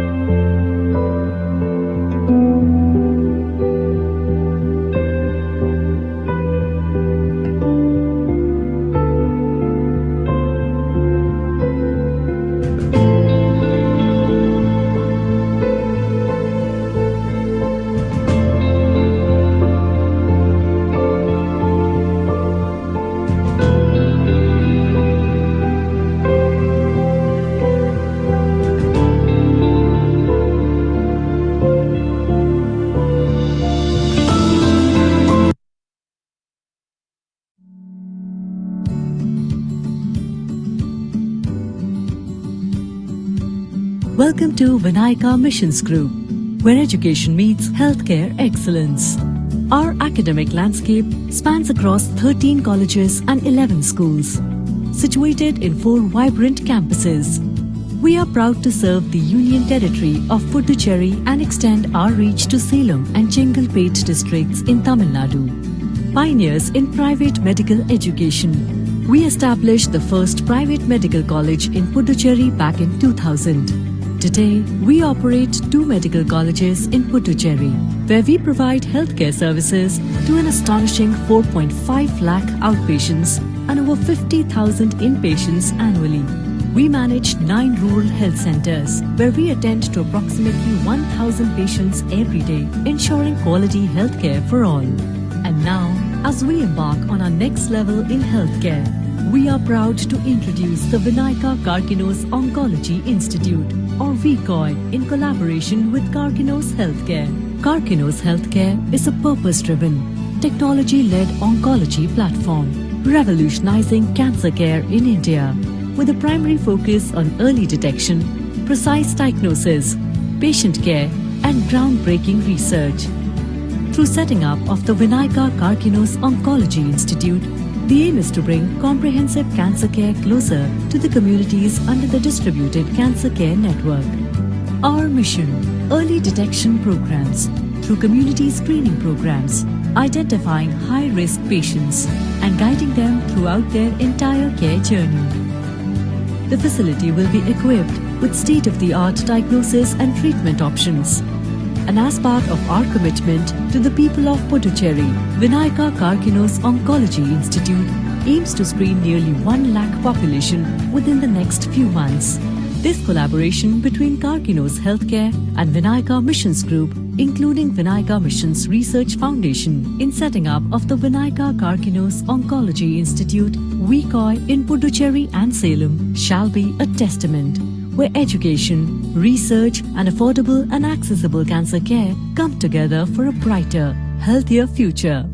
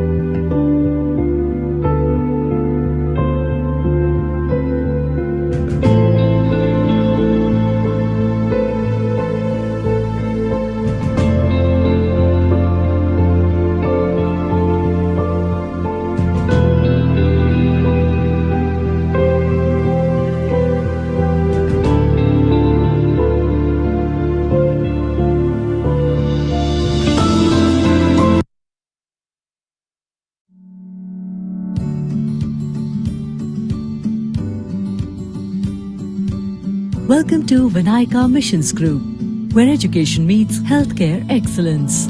Our academic landscape spans across 13 colleges and 11 schools, situated in 4 vibrant campuses.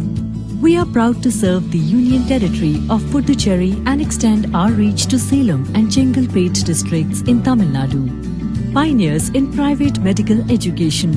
We established the first private medical college in Puducherry back in 2000. Today, we operate 2 medical colleges in Puducherry, where we provide healthcare services to an astonishing 4.5 lakh outpatients and over 50,000 inpatients annually. We manage 9 rural health centers, where we attend to approximately 1,000 patients every day, ensuring quality healthcare for all.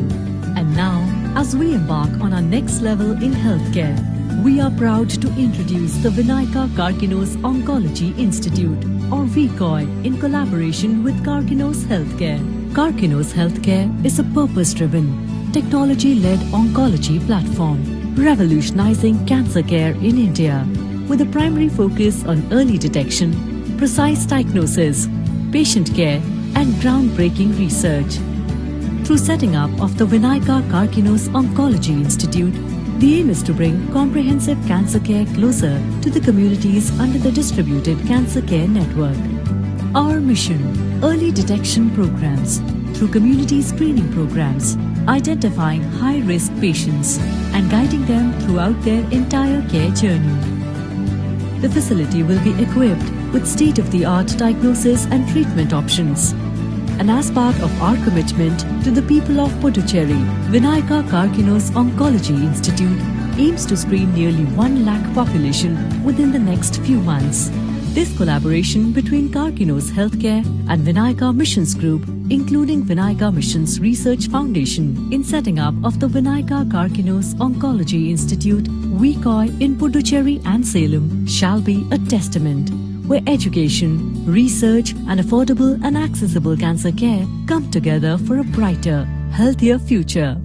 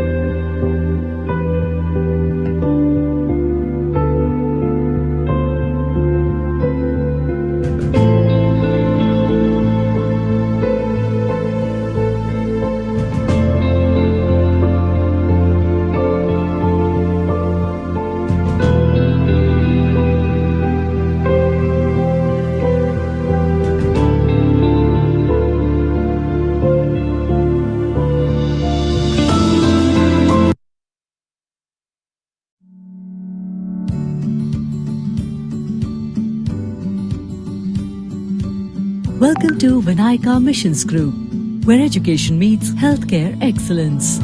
Our academic landscape spans across 13 colleges and 11 schools, situated in 4 vibrant campuses. We are proud to serve the Union Territory of Puducherry and extend our reach to Salem and Chengalpet districts in Tamil Nadu. Pioneers in private medical education. We established the first private medical college in Puducherry back in 2000. Today, we operate 2 medical colleges in Puducherry, where we provide healthcare services to an astonishing 4.5 lakh outpatients and over 50,000 inpatients annually. We manage 9 rural health centers, where we attend to approximately 1,000 patients every day, ensuring quality healthcare for all. And now, as we embark on our next level in healthcare, we are proud to introduce the Vinayaka Karkinos Oncology Institute, or VCOI, in collaboration with Karkinos Healthcare. Karkinos Healthcare is a purpose-driven, technology-led oncology platform, revolutionizing cancer care in India, with a primary focus on early detection, precise diagnosis, patient care, and groundbreaking research. Through setting up of the Vinayaka Karkinos Oncology Institute, the aim is to bring comprehensive cancer care closer to the communities under the distributed cancer care network. Our mission: early detection programs through community screening programs, identifying high-risk patients and guiding them throughout their entire care journey. The facility will be equipped with state-of-the-art diagnosis and treatment options. And as part of our commitment to the people of Puducherry, Vinayaka Karkinos Oncology Institute aims to screen nearly 1 lakh population within the next few months. This collaboration between Karkinos Healthcare and Vinayaka Missions Group, including Vinayaka Missions Research Foundation, in setting up of the Vinayaka Karkinos Oncology Institute, VCOI, in Puducherry and Salem, shall be a testament where education, research, and affordable and accessible cancer care come together for a brighter, healthier future.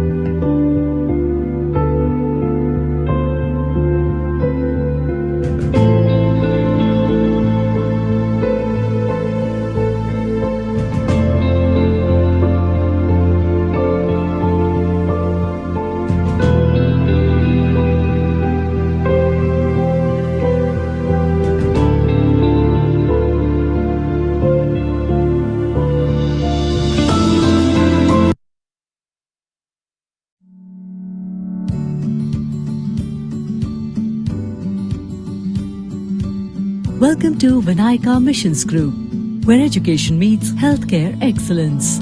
Our academic landscape spans across 13 colleges and 11 schools, situated in 4 vibrant campuses.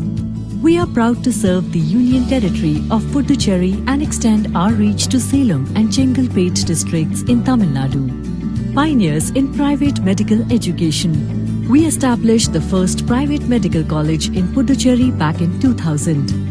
Today, we operate 2 medical colleges in Puducherry, where we provide healthcare services to an astonishing 4.5 lakh outpatients and over 50,000 inpatients annually.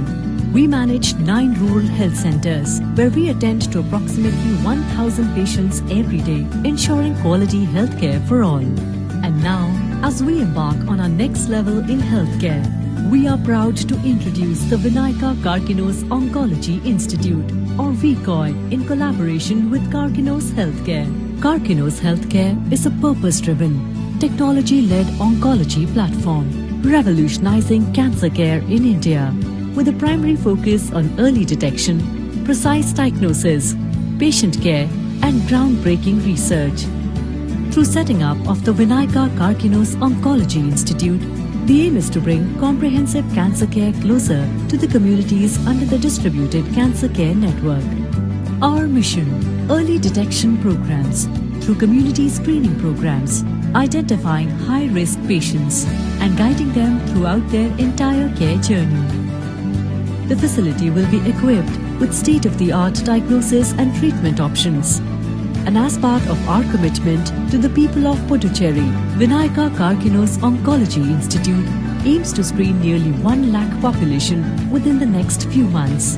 This collaboration between Karkinos Healthcare and Vinayaka Missions Group, including Vinayaka Missions Research Foundation, in setting up of the Vinayaka Karkinos Oncology Institute, VCOI, in Puducherry and Salem, shall be a testament where education, research, and affordable and accessible cancer care come together for a brighter, healthier future.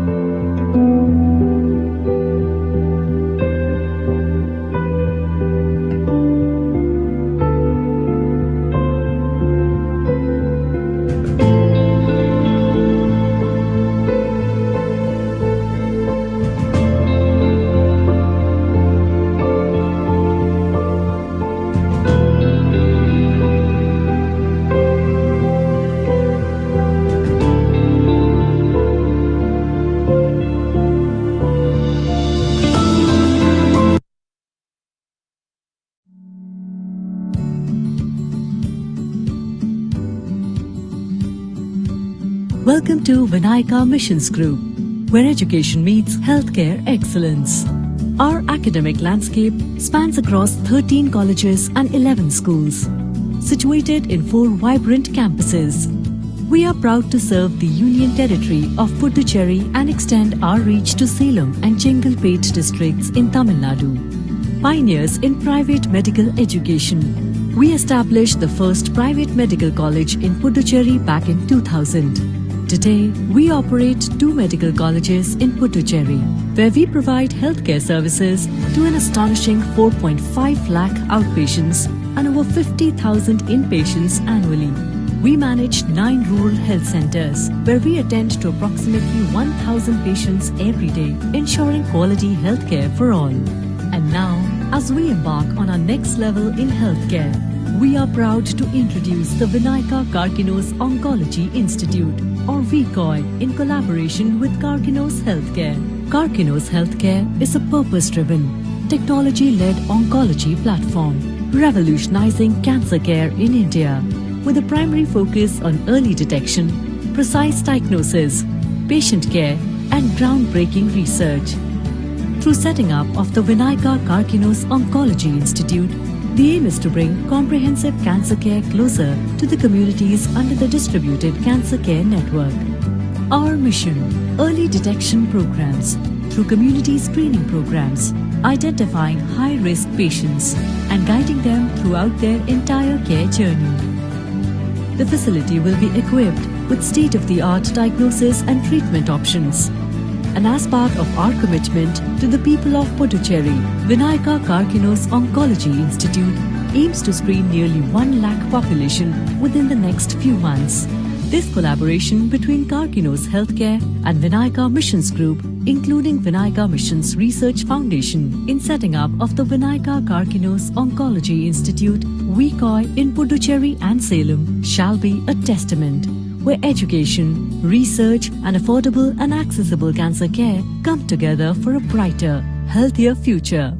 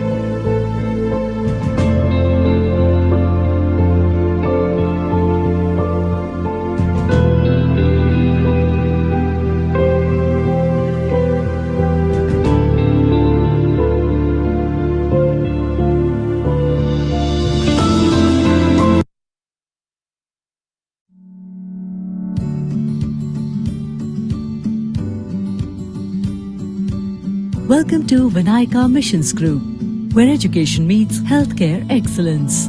Our academic landscape spans across 13 colleges and 11 schools, situated in 4 vibrant campuses. We are proud to serve the Union Territory of Puducherry and extend our reach to Salem and Chengalpet districts in Tamil Nadu. Pioneers in private medical education. We established the first private medical college in Puducherry back in 2000. Today, we operate 2 medical colleges in Puducherry, where we provide healthcare services to an astonishing 4.5 lakh outpatients and over 50,000 inpatients annually. We manage 9 rural health centers, where we attend to approximately 1,000 patients every day, ensuring quality healthcare for all. And now, as we embark on our next level in healthcare, we are proud to introduce the Vinayaka Karkinos Oncology Institute, or VCOI, in collaboration with Karkinos Healthcare.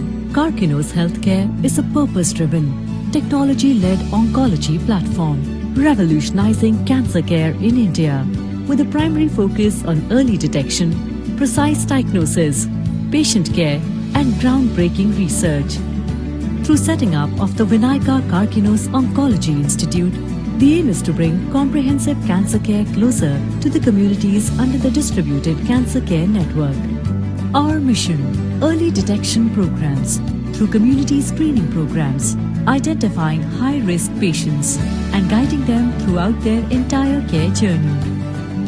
The facility will be equipped with state-of-the-art diagnosis and treatment options. And as part of our commitment to the people of Puducherry, Vinayaka Karkinos Oncology Institute aims to screen nearly 1 lakh population within the next few months. This collaboration between Karkinos Healthcare and Vinayaka Missions Group, including Vinayaka Missions Research Foundation, in setting up of the Vinayaka Karkinos Oncology Institute, VCOI, in Puducherry and Salem, shall be a testament where education, research, and affordable and accessible cancer care come together for a brighter, healthier future.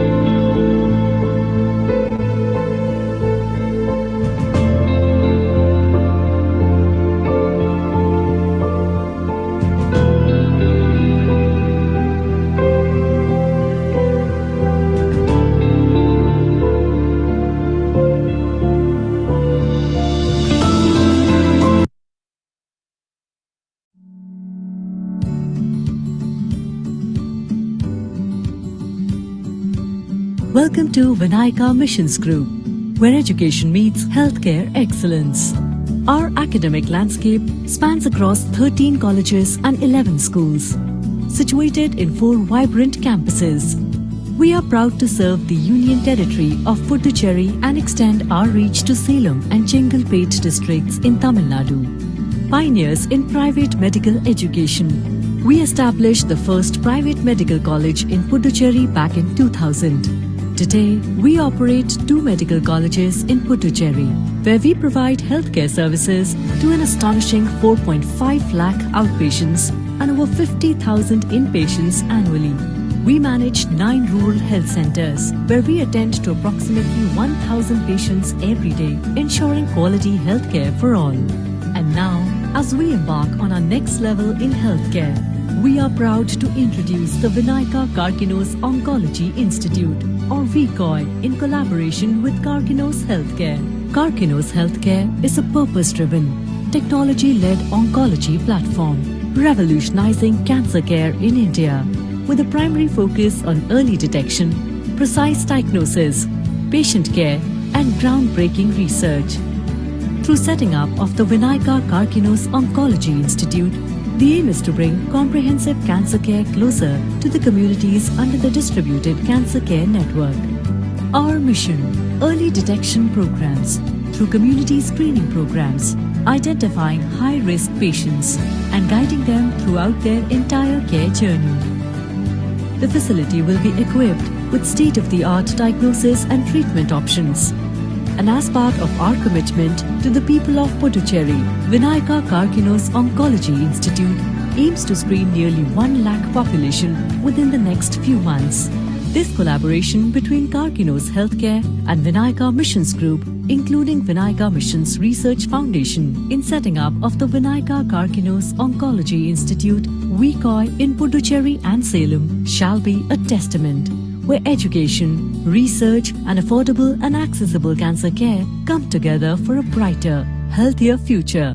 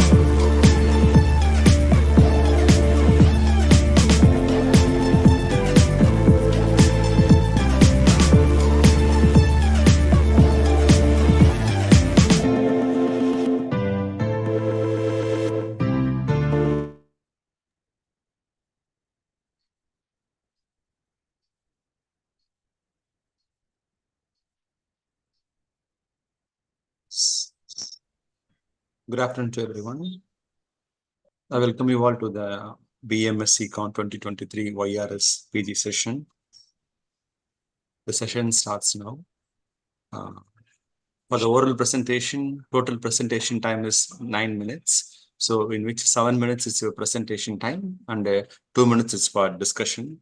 So please stick to the time. Thank you. For the first presentation, before starting the presentation, I would like to introduce the judges.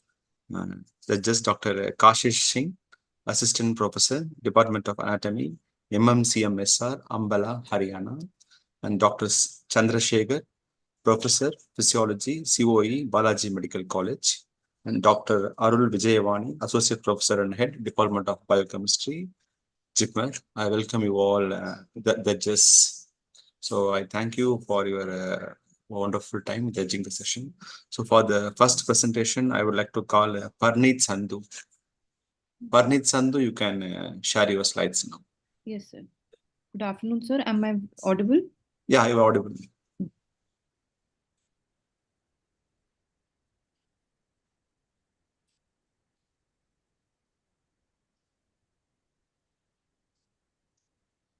Is it okay, sir?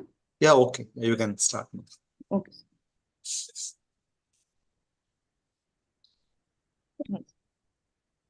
Sorry. Good afternoon. I'm Dr. Praneeth from GMCH Chandigarh. The topic of the present study is histogenesis of human fetal cerebellum during the second trimester of gestation. Cerebellum is one of the most important structures in the posterior cranial fossa, and it plays an important role in the motor learning, coordination, precision, and some cognitive functions as well. It is one of the first structures in the brain that starts to differentiate, but it is the last one to finish maturation.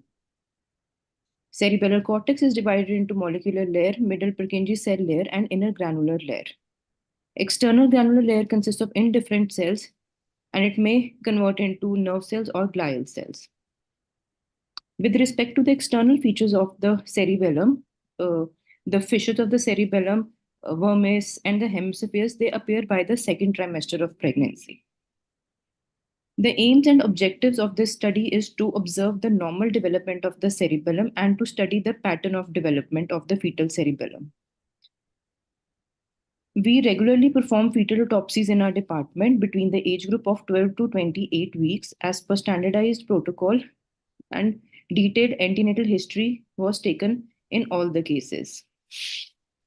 20 fetuses between the age group of 12 to 28 weeks were included in this study. Macerated fetuses and fetuses with neural tube defects were excluded.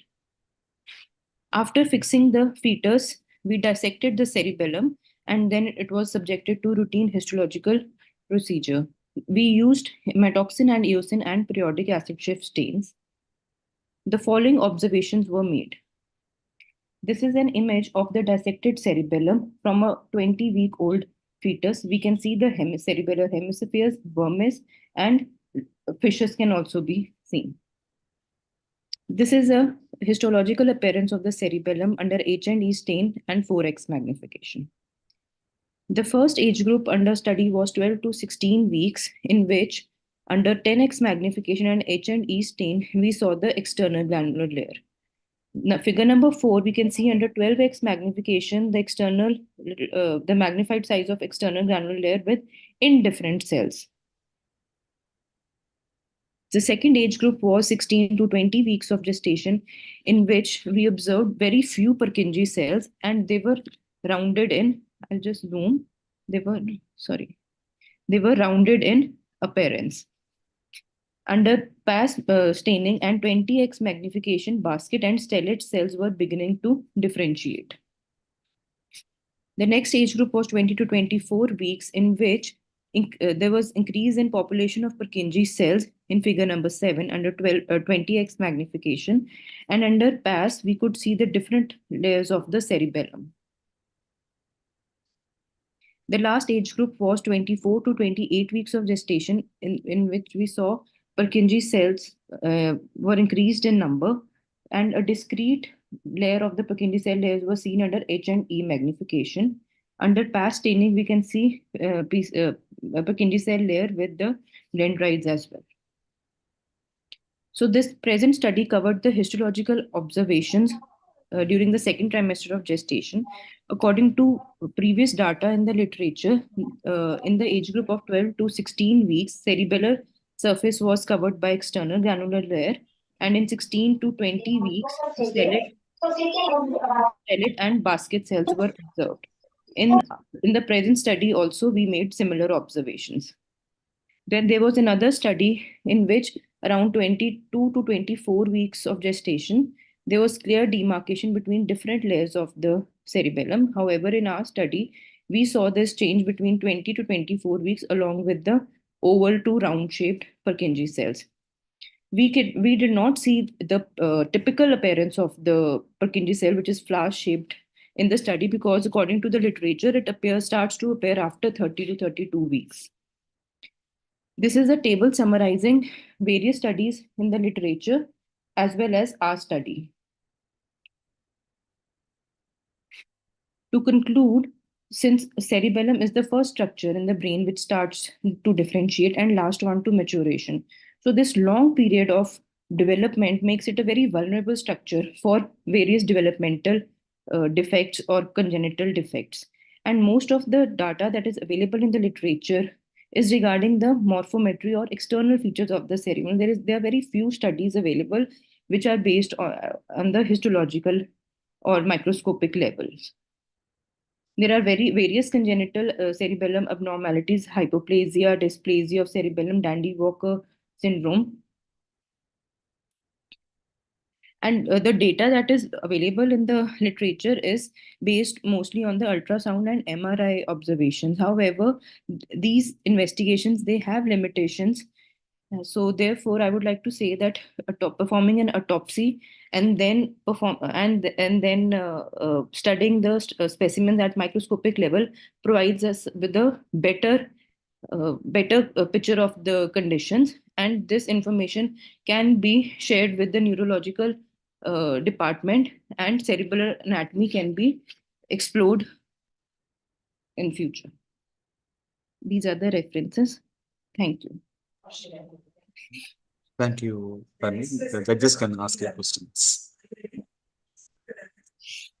Yeah, you can share. 1 minute. Just make you the.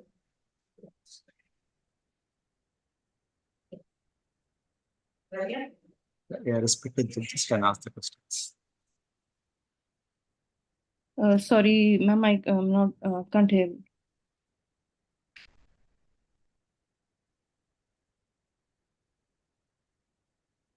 Hello.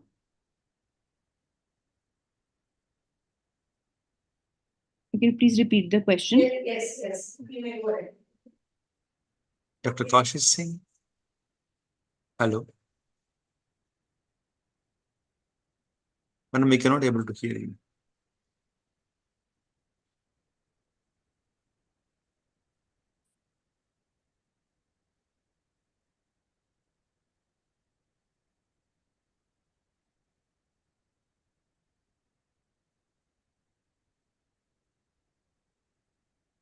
Hello, sir. Can you please repeat the question? 1 second, I'll call the judge. Okay, Please. sorry.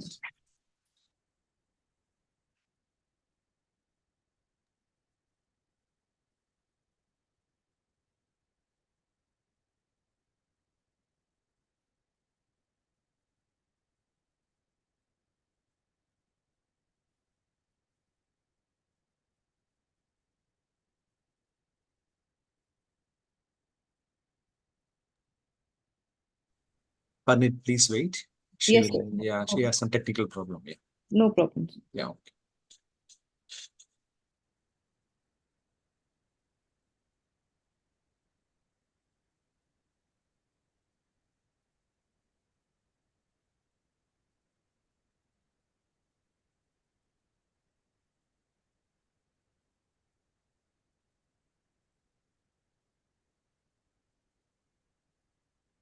The other judges can also ask questions if you have any queries.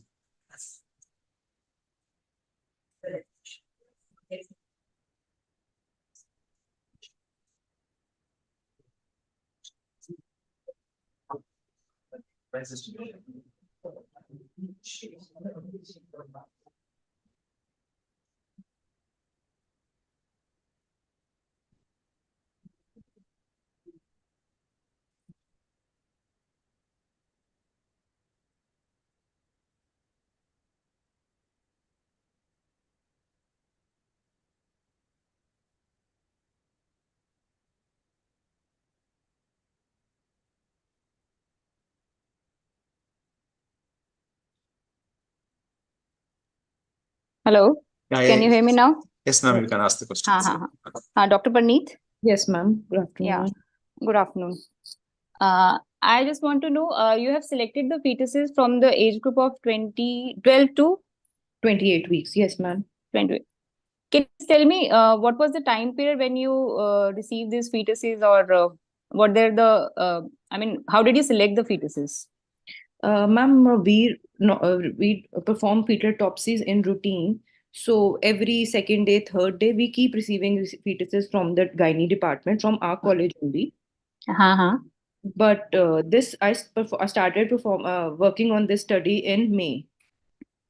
Actually, you should just excluded the I only included the normal fetuses as per the ultrasound report, and then we performed the autopsies. Yeah, that I know. I know GMCH. That's my alma mater only. Okay. So that is why I'm asking, was there any special criteria to select the fetuses? Because it should be either a continuous selection, otherwise the bias will come. How do you select? Continuous selection. I started working on this study in May. Okay, that was when you started working. You just selected the normal fetuses. Normal fetuses, yes, ma'am. Grossly, which were normal. Yes, ma'am. Okay.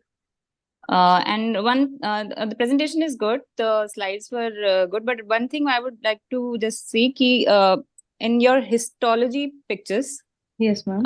When you were pointing out, you should have some more pointers. Pictures are good. Histologist training is good. All the layers are visible, but you should because it's a new thing. Not everybody is used to all these slides of histogenesis of cerebellum, that fetal cerebellum, no? Yes, ma'am. I'll keep that in mind. You should have some more pointers to point out the layers correctly and accurately so that everybody can see properly. Okay? Okay, ma'am. Okay, ma'am. I think that's all. Thank you, Parneet Sandhu. Next presentation is by Dr. Ankita Kishore Bhai Dabi. Hello. Yes, sir, I'm audible. Yeah, you're audible now. You can share your slides. Okay, sir.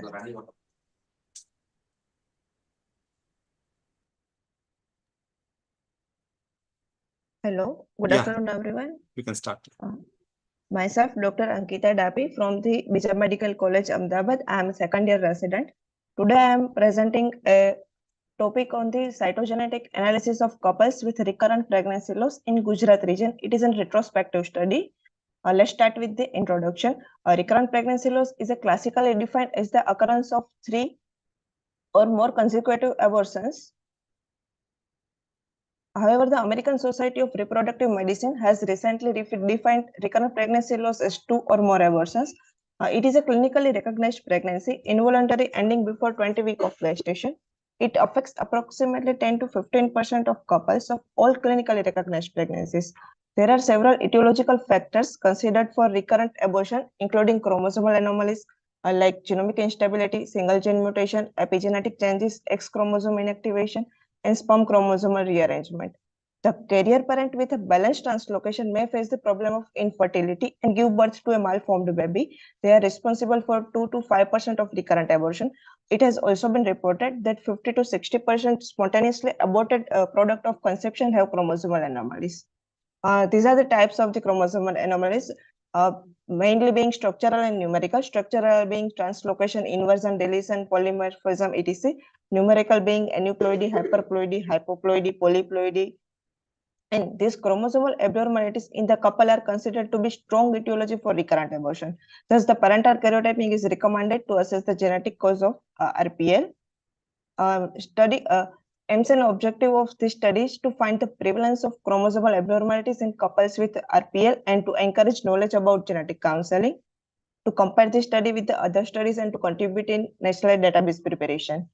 A material method which I used to prepare this study, it is a retrospective study which carried out on the patient record of past 5 years from the May 2018 to April 2023 at Genetic Laboratory, BMSECON Medical College, Ahmedabad. Cytogenetic analysis of couples with RPL was observed. patients were referred from various hospitals to this our genetic laboratory. Their complete case history was recorded and chromosomal analysis of all patients done according to standardized laboratory technique, and karyotype was prepared following the guideline of International System for Human Cytogenic Nomenclature. For the result, so, I have observed 35 couples in which 8 couples having different structural chromosomal abnormalities. No numerical chromosomal abnormality was observed. Here is the pie chart of these patients. Here we can see 50% having the polymorphic variants, 12% cases of balanced reciprocal translocation, 13% being mosaic pattern with balanced reciprocal translocation, and 25 being the pericentric inversion.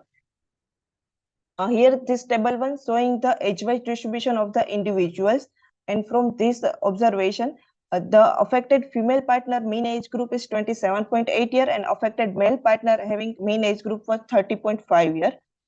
In this table 2, here there is a distribution based on the number of abortion and in the number of couples. So the affected couples having mean number of abortion is 3.13.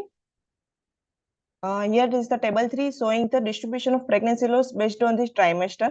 So commonly most common are the first trimester abortions, and in the third trimester history of empty was present.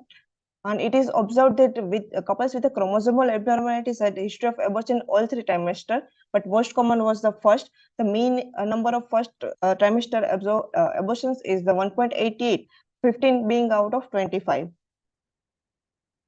Here this table shows the distribution of chromosomal abnormalities in the female partner. There is a number of abortion in the second column, then the aberration type having the which chromosomal abnormalities, then constitutives of the marriage relation with it or not, then associated condition in 2 patients, one with mosaic pattern having hypothyroidism history and one with polymorphic variation having a history of asthma.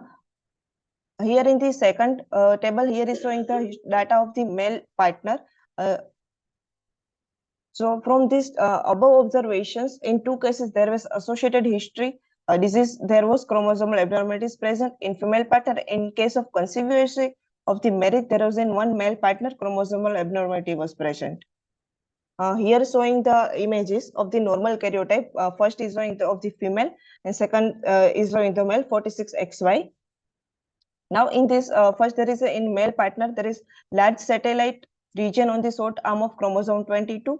Here in this case in the male partner having inversion of Y chromosome, pericentric inversion of the Y chromosome. Here in the third male partner having increased heterochromatin of the chromosome 9. Here in the sixth in male partner having increase in the length of centromeric heterochromatin on the chromosome 21. These all are related with the bad obstetric history. Here now of the female partner karyotypes. In this case, there is pericentric inversion of the chromosome 9. Here that is reported that 1 to 3% of the couple with history of recurrent spontaneous miscarriages having inversion of the chromosome 9. Then there is in this case, there is balanced reciprocal translocation between the chromosome 13 and chromosome 17. Then there is in this case, female partner having the increased length of centromeric heterochromatin on the chromosome 21. And here in this case, there is increased heterochromatin of the chromosome 9. And this is the one case in which there is a mosaic pattern of balanced reciprocal translocation was seen, being the mosaic pattern for the 46XS and 45XS translocated. There is translocation between the chromosome number 18P and 20Q, and there is this couples having one partner with balanced reciprocal translocation having increased risk of miscarriages. It's about the discussion. So here in the discussion, Ankita, you can conclude already. okay. Relevance is seen, and in the conclusion, RPL is the constant reproductive problem. This study will help in the providing genetic counseling and to adopt other ways of pregnancy. And this study will guide the clinician for consideration to rule out the genetic causes. Thank you. And here are the references which I have used for this. Thank you, Dr.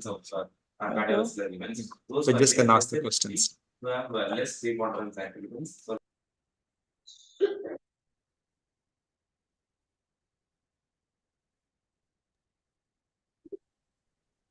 Hello.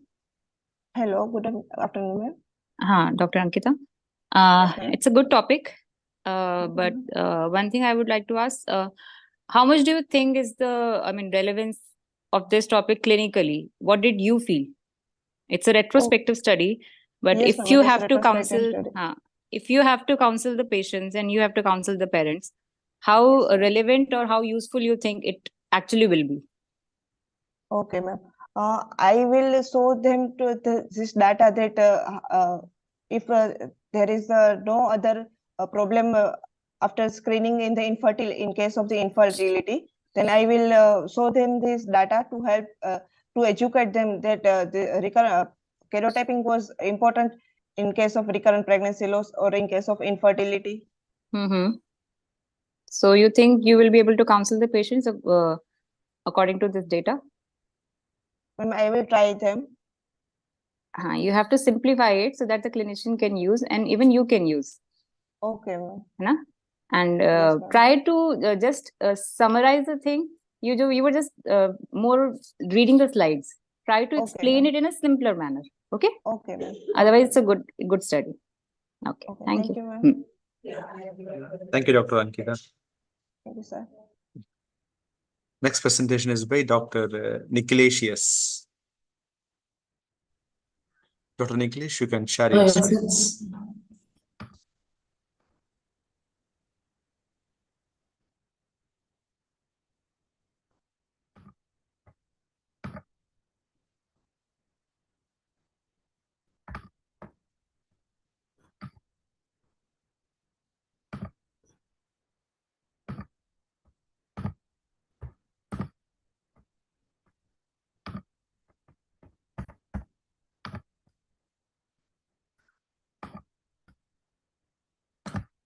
Sir, is it visible?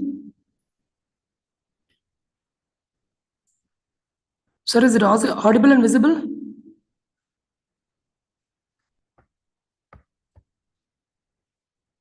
Sir, can you hear me?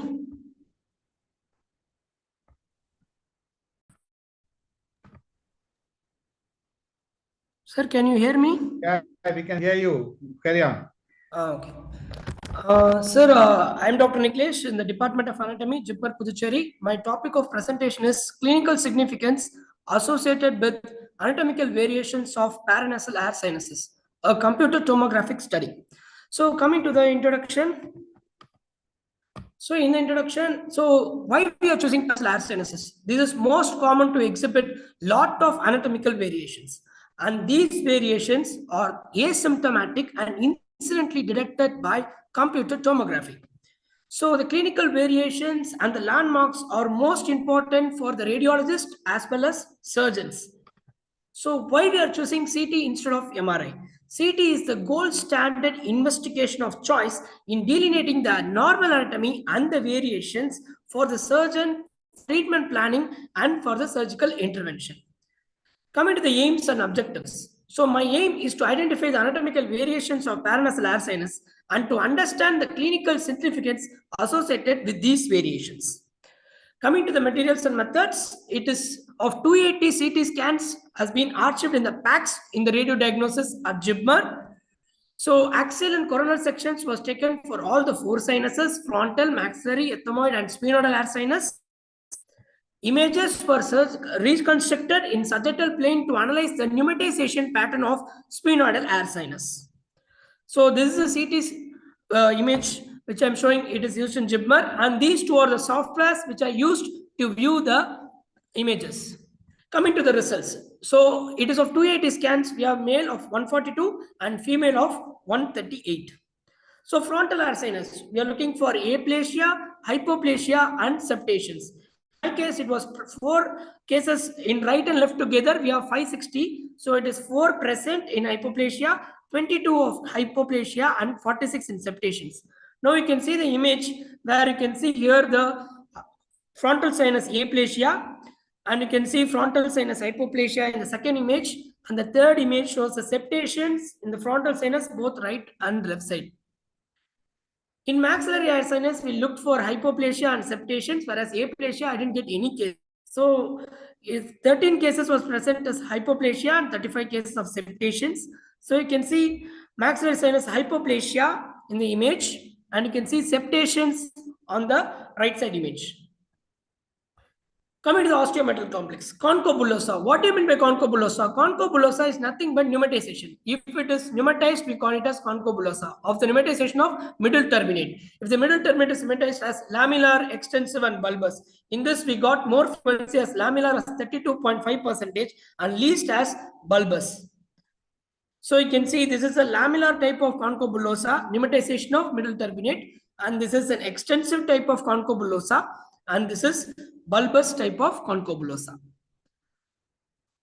Next, uncinate process pneumatization, agar-Neissery cell and Haller cell. So Haller cell is nothing but infraorbital cells. So agar-Neissery cell is anterior ethmoidal cell. So we have Neissery frequency percentage of 45.35 and Haller cells of 17.85. So you can see agar-Neissery cell. So it is anterior ethmoidal cell, and this is the Haller cell infraorbital cells. So this is the pneumatization of uncinate process. Paradoxical middle turbinate, pneumatized superior turbinate, and we have extreme turbinate called as supreme turbinate. So in frequency we have 1.42%. No study encountered supreme turbinate till yet. So we have encountered supreme turbinate. So we can see this is paradoxical middle turbinate. Next we can see the pneumatization of superior turbinate, and this on the right side image shows the supreme turbinate. So pneumatization of anterior clinoid process, pterygoid plate, dorsum sellae, greater ring of sphenoid, because sphenoid sinus is more difficult to encounter during the surgical procedures. So pneumatization of anterior clinoid process is 9%, pterygoid plate is 8.75%, dorsum sellae is 1.96%, whereas greater ring of sphenoid is 3.75%. So you can see anterior clinoid process is pneumatized here, and this is pterygoid plate pneumatization. Then the next, we can see the greater ring of sphenoid pneumatization in the second image. And this is the sagittal reconstruction which we have done for pneumatization of dorsum sellae. You can say dorsum sellae is pneumatized. So 1OD cell, what is 1OD cell and protrusion of ICA? 1OD cell is 18.03%. Protrusion of internal carotid artery is 3.39%. So you can see this is 1OD cell. So what is 1OD cell? 1OD cell is a posterior most ethmoidal air cell which extends to lie on the supralateral to the sphenoidal air sinus, which is closely approximated to the optic nerve internal carotid artery. So this is the 1OD cell on right and left. So this is the extension of protrusion of internal artery into the sphenoidal air sinus. So this one more image, you can see the protrusion of internal carotid artery on the right side. So septations is present or absent. Midline septa is 96 cases, multiple septa is 43 cases, no septa in 4 cases. So you can see the midline septa and then the multiple septations on the sphenoidal air sinus, and there is no septations present in this case. Coming to cellular, post-cellular, and this is the pneumatization pattern. For this pneumatization pattern, I'm going to do the sagittal reconstruction. Out of all, cellular is the most common on 45.71%. Dr. Nikhilesh, you are running out of time. Kindly please sum up. Okay. Thank you. This is cellular, pre-cellular pneumatization. So you can see this is the cellular pneumatization pattern. This is post-cellular pneumatization pattern. So coming to Delano classification, this is type 1, type 2, type 3, type 4. This is approximately to the optic nerve. So this is you can do type 1, type 2, type 3, and type 4. So next, coming to the discussion, we have discussion present study. We have encountered a lot of differences, agar-Neissery and pneumatization of the alginate process and paradoxical middle turbinate. And this is 1OD cell and anterior clinoid process pneumatization also we have encountered more than the other studies. And de novo classification, type 1 is R predominance. And this post-cellular is the second most predominant, whereas other studies told pre-cellular is the second most predominant. So clinical significance, you can see optic nerve internal process, greater ring, pterygoid plate, median canal, foramen rotundum around sphenoid sinus. So this is the most important one for any approach to this transsphenoidal surgeries. So this is a transplant surgery. So a lot of clinical variants, headache, blindness, intracranial bleeding can be there, CSF leak. So these are the clinical significances we are talking. And there are a lot of studies we have encountered, giant conchobullosa, cavernous sinus, carotid injury, all these things. So conclusion, so knowledge of this important for radiologists and surgeons for treatment. Mandatory preoperative CT scan must be done for any surgeries encountering to the face as well as transpenoidal surgeries. So this study will help the surgeons as well as radiologists to understand better anatomy and as well as the variants and their clinical significance. So always the radiologists and surgeons must be in a sync to understand better knowledge. Thank you. These are my references. Thank you so much. Very good presentation. Now the paper is open for the discussions. Any questions, please?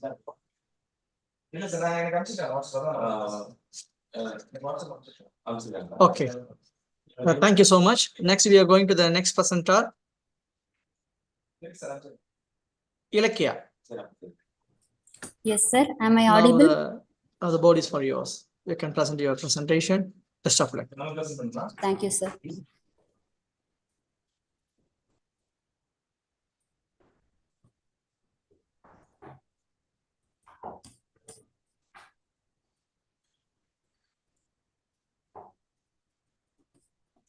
Good afternoon, everyone. I am Ilakya. Today I am going to present my topic titled Short-Term Effects of Transcutaneous Auricular Vagal Nerve Stimulation on Heart Rate Variability, Influence of Gender and BMI. Auricular vagal nerve stimulation. Ilakya, can you share your full screen in a full mode, please? Yes, sir. Yeah. Now it's visible? No, you have to click your full mode screen. Just click your full mode. Yes, sir. In here, the 68%. No, near it, the 68% is showing, no? And just click before that one screen, one icon is there. Just click that one. Yeah. Before 68, that before. No. No, you can see the 89, no? Just on the left side. You click that one. Yeah. Now it's visible, sir. It's visible, but you did not share your full mode screen. I'm trying to click the slideshow. Slideshow. Yeah, from slideshow. You can click the slideshow.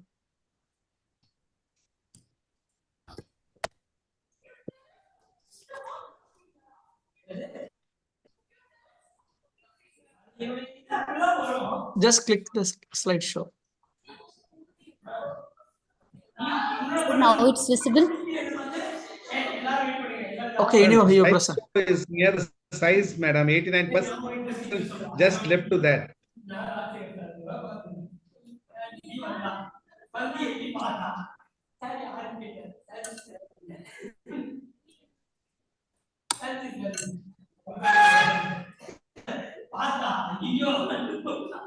Now it's visible, sir.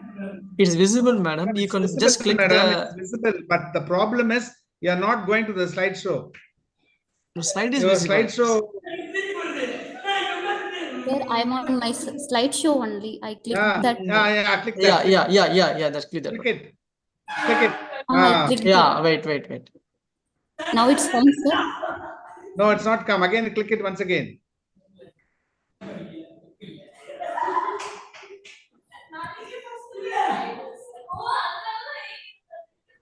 Yes, your slideshow is, I think, not working. Okay, you go ahead, madam. You guys and you go ahead. Okay, sir. I will start, sir. Yeah. My topic is short-term effects of transcutaneous auricular vagal nerve stimulation on heart rate variability, influence of gender and BMI. Introduction. Vagal nerve stimulation is a promising bioelectronic technology approved by FDA, used in numerous clinical conditions such as seizure, depression, headache, as an alternative non-pharmacological and neuroimmunomodulatory intervention. TENS has been applied in many studies for stimulating the auricular branch of vagus nerve non-invasively, and also the molecular mechanism and anatomical neural network behind the autonomic modulation are yet to be explored. It is a simple and robust prognostic tool in assessing the cardiovascular health. TAVAN's technique has been promising results in clinical conditions, but 25 to 35% of people have not received any benefit following TAVAN's. The reasons are said to be varying from simple physiological factors such as age, gender, BMI to the complex neuroendocrine immune network mechanism. In this present study, the role of physiological factors like gender, BMI on the of parents on HRV were analyzed in young healthy volunteers. To assess the HRV following TAVANS in males and female. To assess the correlation between BMI Madam, you use the and slide, madam. Sir?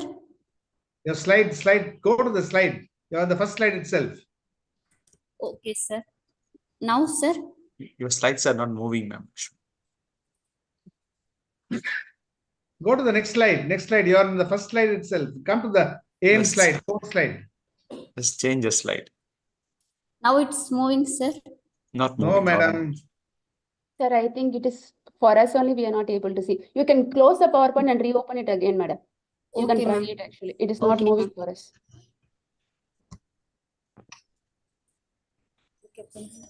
இருக்கு pendrive வந்து இதுல இருக்கு.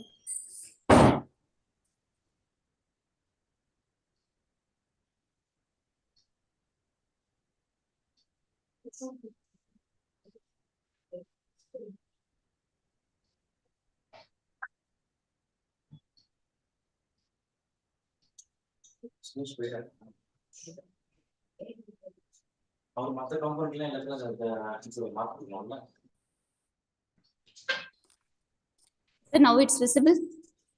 Okay, it's seen, madam. Try the slideshow. Yes. You can change the slide.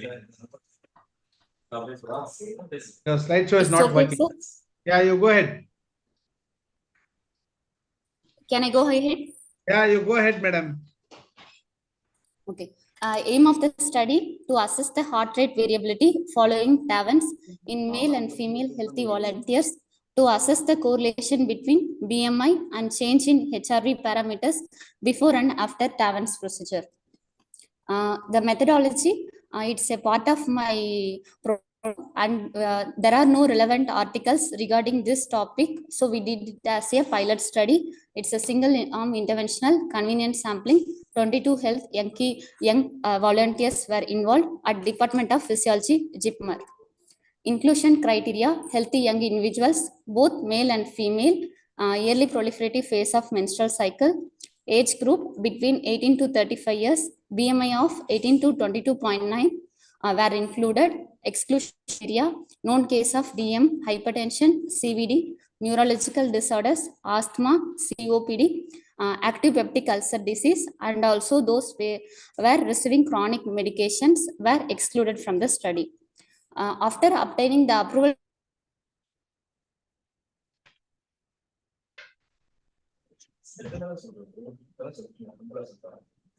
Dr. Ilikia, we are not hearing you.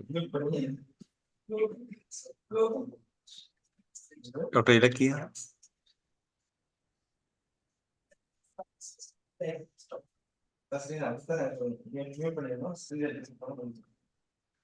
Dr. Ilikia, we are not hearing you.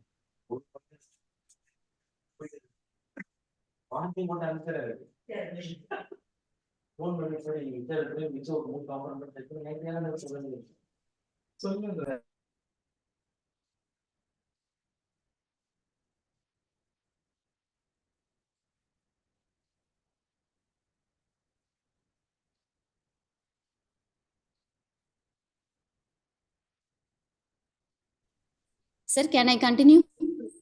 Yeah, man, just finish it fast. Yeah, they're running out of time also. From where I can continue? After the medicinal method. Methodology, okay. A stimulus with 30 Hz frequency, 200 millisecond, and intensity of 0 to or less than or equal to 8 milliamps for given for 15 minutes over Simba concha or cavam concha of the left ear. HRV was done using BioPack MP36 and were analyzed using Cubios 3.5 version before and after TAVANS. As per task 4 guidelines, BMI was calculated using Quicklets index. Statistical analysis, independent student t-test was done to assess the anthropometric parameter. Paired t-test was done to assess the significant changes in the HRV between the pre-stimulation and post-stimulation. Using the partial correlation between BMI and HRV, the parameters were assessed. After controlling for age, p-values less than 0.05 was considered statistically significant. Results: comparison of anthropometric parameters between male and female healthy volunteers. This table shows age and BMI have no significant difference between the two groups. So it makes the other parameters comparable to this age and BMI. In this table, we compare the HRV for both males and females and also for both the genders. Pre-vagal stimulation, post-vagal stimulation, HRV was assessed, and this shows a increase in HRV parameters, which indicates mainly a parasympathetic dominance. The p-values were more significant in male group. There is an increase in HRV parameters following TAVANS in both gender, but there is a significant increase in parasympathetic indices such as mean RR, SDNN, total power, ST2, and decrease in mean heart rate, sample entropy, approximate entropy significantly in male. This table shows a partial correlation with BMI. It was also the same calculated in both male, female, and also in both genders. This table shows a negative correlation, and the values were also again more significant in male group. This indicates that the changes in HRV parameters such as RMSST, NN50, PNN50, LFHF, and ST1 were having strong negative correlation in males with BMI than females, following an increased vagal tone following TAVANS. Discussion: time domain indices. There is a significant increase in mean RR, SDN, and decrease in mean heart rate in males. In previous study, MD Koch et al. Showed a significant change in SDNN after vagal nerve stimulation in females. The change in SDNN varies with time. The finding of our study are in contrary with the result of MD Koch et al. In their study, they didn't mention about the phase of menstrual cycle, and they might done the study during the phase of proliferative phase, where there will be more parasympathetic activity. Frequency domain indices. Our study showed a significant increase in total power in male healthy volunteers. Our findings were in line with Gengdi. They found that lower you can baseline. conclude it. Actually, you are running out of time. Long time. Yes, sir. Non-parametric indices, ST2 in both the genders, and decrease in entropy and approximate entropy. Correlation of BMI with the HRV parameters. Our study is the first of its kind to report the correlation of HRV parameters with BMI.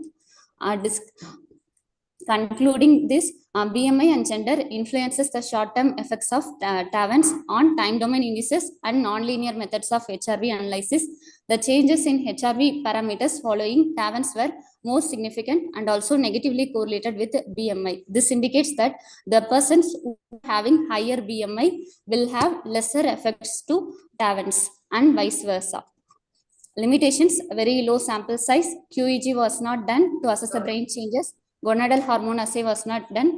Females strength of our study, females in early proliferative phase was only included. Participants with normal BMI range were only included. Only younger adult groups were recruited. Future directions: all age groups in larger sample sites will be included. Long-term effects of TAVANS need to be explored. QEG can be done to explore the biofeedback technique. Further studies can also show the effectiveness of TAVANS in older population and peoples with disabilities who can't able to do asanas and yoga. It will replace the traditional interventions like yoga and exercise. These are my references, and thank you. Thank you, Doctor. Judges can shoot the questions. Madam, I'm very unhappy with your slides, madam. I stuck up with your just aim slide and I didn't proceed at all with other slides and I couldn't see the values at all. That was a big drawback for us as judges. We couldn't judge your values, especially to correlate your scientific statistical data. Second, which I'd like to add was when you try to stimulate the vagus nerve when the ear using the Simba concha and the cabum concha, did you try to stimulate the tragus also, which is also involved in vagus nerve stimulation? Yes, sir. We Tragus. didn't stimulate the tragus, sir. In our study, we did Simba Concall only, Because sir. when you stimulate, Based you're on supposed to stimulate all the three areas because which represents a classical vagal stimulation to see the HRV variation, madam. yes, sir. Okay, and another thing which I wanted to ask was when you try to compare the male and the female patients, and you find the males were more of HRV changes were more in the males. Is that right, madam? Yes. Yes, But, sir. Yes, sir. But you told BMI, I selected only the smaller BMI. Why you didn't select the higher BMI? Sir, we actually included only the BMI range of 18 to 23.9, sir, to avoid the difference. In this, the 18 were more effect compared to the persons who are having 23 and all, sir. In our future studies, we will include the persons having increased BMI, sir. When Sir?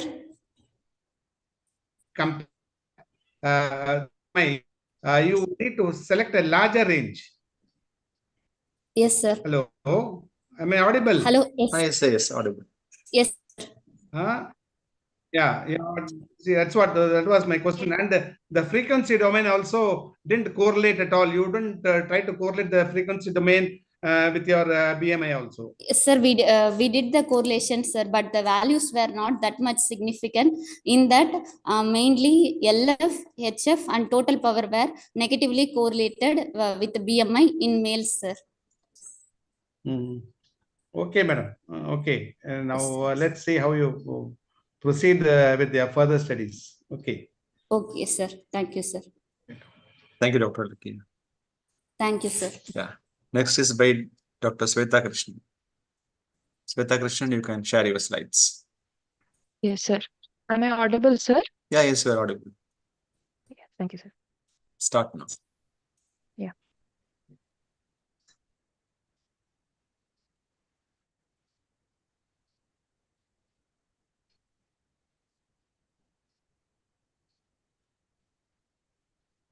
Sir, is the screen visible? Yeah, visible. Yes, sir. Thank you, sir. Make it full screen. Yeah. Can I start, sir? Yeah, you can. Good afternoon, everyone. I'm Dr. Shweta Krishnan, second year physiology postgraduate from Osmania Medical College, Hyderabad. My topic today is nerve conduction velocity in males and females, a comparative study. Nerve conduction study is a part of electrodiagnostic procedures that helps in establishing the type and extent of abnormality of the nerves. The determination of nerve conduction velocity is a useful method to diagnose various pathophysiological changes and neuromuscular disorders, and also to describe the status of peripheral innervation.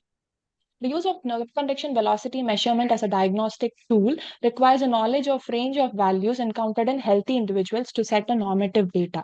There are both anatomical and physiological variations to the nerve conduction velocity. Usually, the nerve conduction velocity depends on the fiber diameter of the nerve, degree of myelination, and the internodal distance.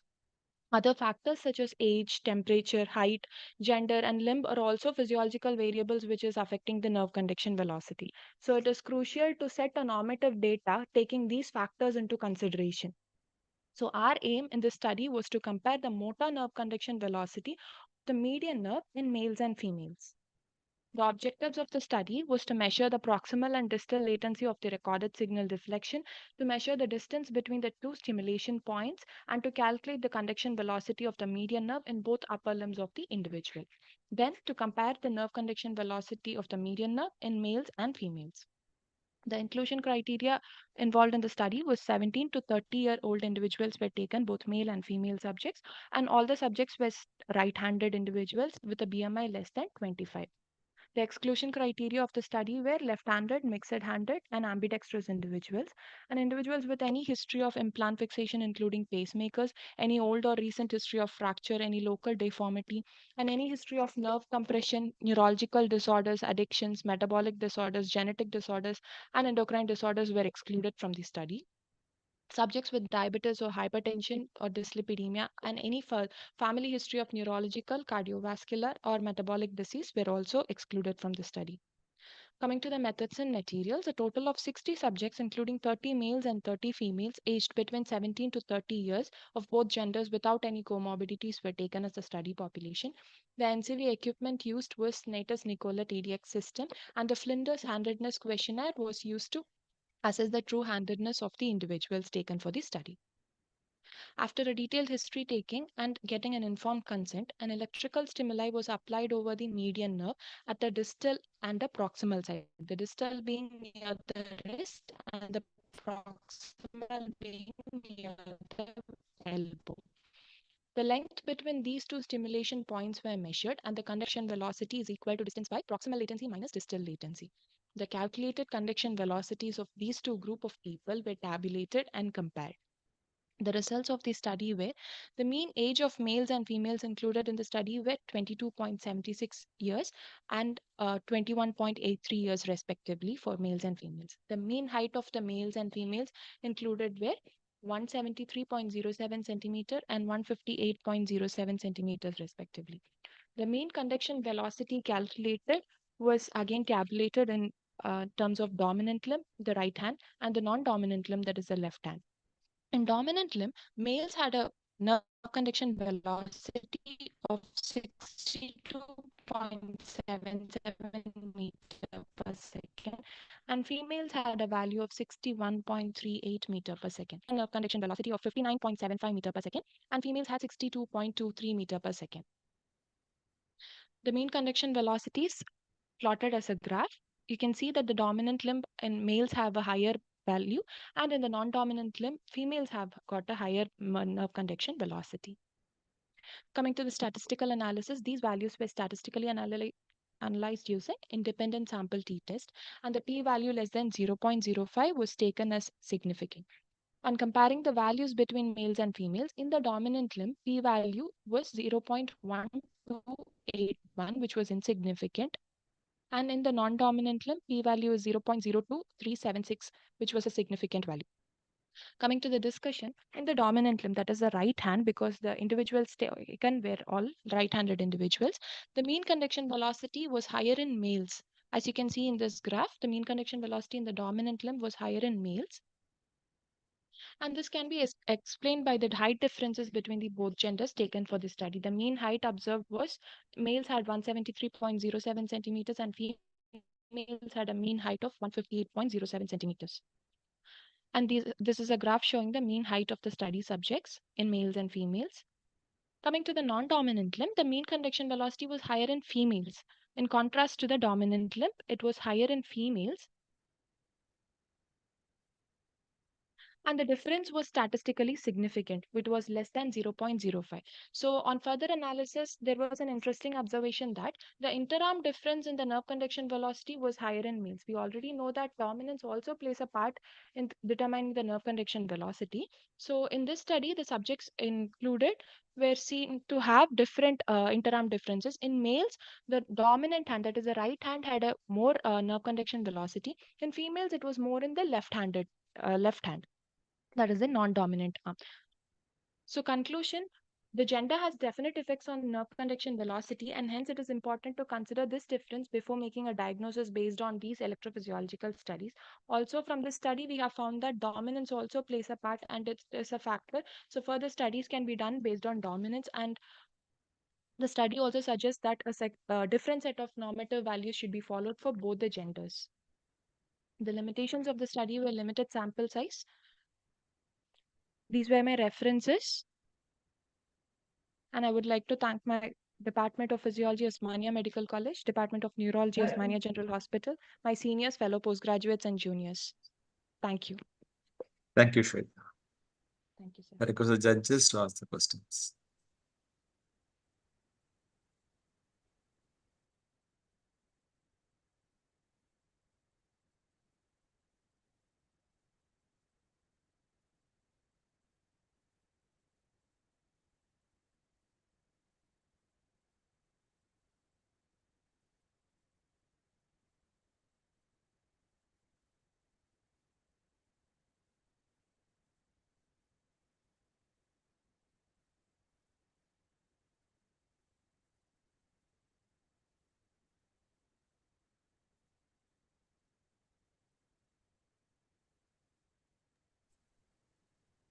Judges can ask the questions.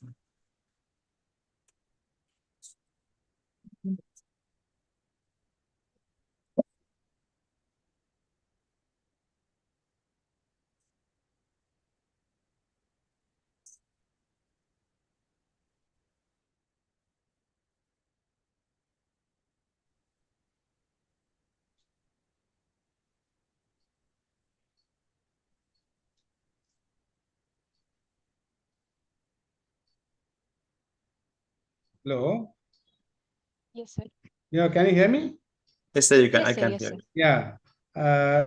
Madam, it was a very good study, madam. But Thank you, sir. what I wanted to know was when you selected the age group between 70 to 30, Yes, the sir. height, average height was 173.3, while And they were males. all tall students, is it? Sir, it is the mean height was 173, sir. Yeah, mean 73, 173 is it's a very huge height when Yes, compared sir. to Indian standards. Yes, sir. So, Most of the subjects were students, sir. So yeah, mostly they were. even then you could have taken a little more smaller students and you could have compared. And see, anywhere, whenever you have a height increase, the nerve conduction study is likely to increase, madam. So that is Yes, sir. what we know very well. The conduction velocity increases when the length of the vision increases. So Yes, sir. I feel that bias should have avoided. You should have taken a smaller group and a larger group, whereas the results would have been better. Yes, sir. Okay, and I Yes, wanted to sir. know dominant limb and how is it going to apply yourself clinically when you tell about the difference in the dominant limb and the non-dominant limb. So when Yes, it's a sir. right-handed person or left-handed person, what difference does it make? Sir, there are so many studies saying that dominant limb has more motor nerve conduction velocity because the studies say the motor neurons on the dominant limb are tends to be larger than the non-dominant limb, sir. This is one of the No, I reason they want to have know given how in is it certain applied studies, sir. clinically. How it is applied Sir, clinically, madam? yes, sir. Yes, sir. So mostly nerve conduction studies are one is a main diagnostic feature for carpal tunnel syndrome, sir. So, for example, the normative data mostly will be done with the dominant limb, sir, mostly the right hand. So, if at all a person is left-handed or the issue is with his non-dominant limb, the same normative value will be used for diagnosing it in the non-dominant limb, sir. So, there might be chances that we could misdiagnose a person with carpal tunnel syndrome to be not having it. So we could miss a diagnosis based on those values. Okay. Now, why do you think it was higher in the females? Yes, sir. That was an Your interesting conduction difference we velocity. found. Yes, sir. That was the finding we got in our study, sir. More and similar studies, so many studies show that females have more nerve conduction velocity, but there are equal number of studies saying males have because of the limb height differences. Males also Yeah, have. limb So that's differences, a there'll be confusing. a limb difference. No, apart from the hormonal changes, Yes, sir. there'll be limb differences. So how can Yes, you sir. interpret this in the females?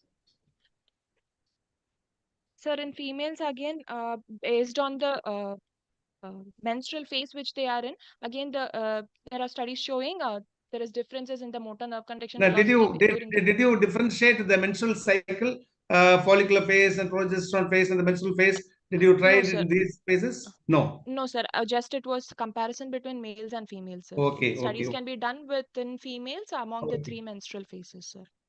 Okay, madam. Yes, sir. Thank you, sir. Thank you, Shweta. Next is by Dr. Sonika. Dr. Sonika, you can share your screen.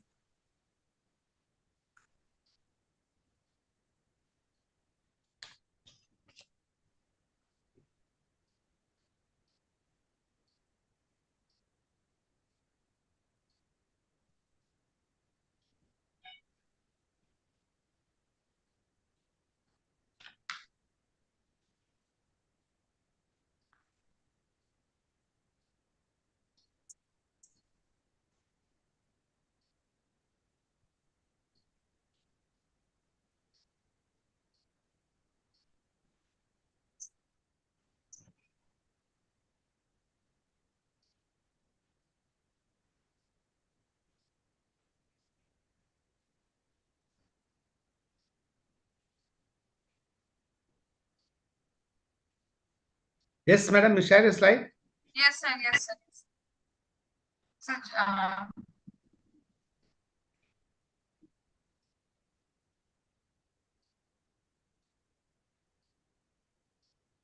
yes. Sir. Uh, Full screen. Good afternoon to everyone. I am myself Dr. Make it Solika a full from BMC screen. Nalgonda. Yes, sir. Yeah, okay, you can start. Okay, sir. Full screen. Yeah, Okay, you sir. can Can I start. start?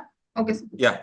Okay, so the topic for my paper is alteration in glycated hemoglobin levels in non-diabetic adult individuals with abnormal thyroid status. First of all, background. Glycated hemoglobin has been considered as an important marker of long-term glycemic control. The American Diabetes Association has suggested the use of HbA1c as diagnostic tool for pre-diabetes and diabetes. So the normal value of glycated hemoglobin is between 4 to 5.6%. But a value between 5.7 and 6.5% represents pre-diabetes, while a value greater than or equal to 6.5% is considered as diabetes mellitus. HbA1c levels may change due to altered thyroid status. HbA1c levels in hypothyroid and thyrotoxic individuals who do not have diabetes or pre-diabetes based on fasting and 2-hour post-glucose plasma glucose criteria is measured.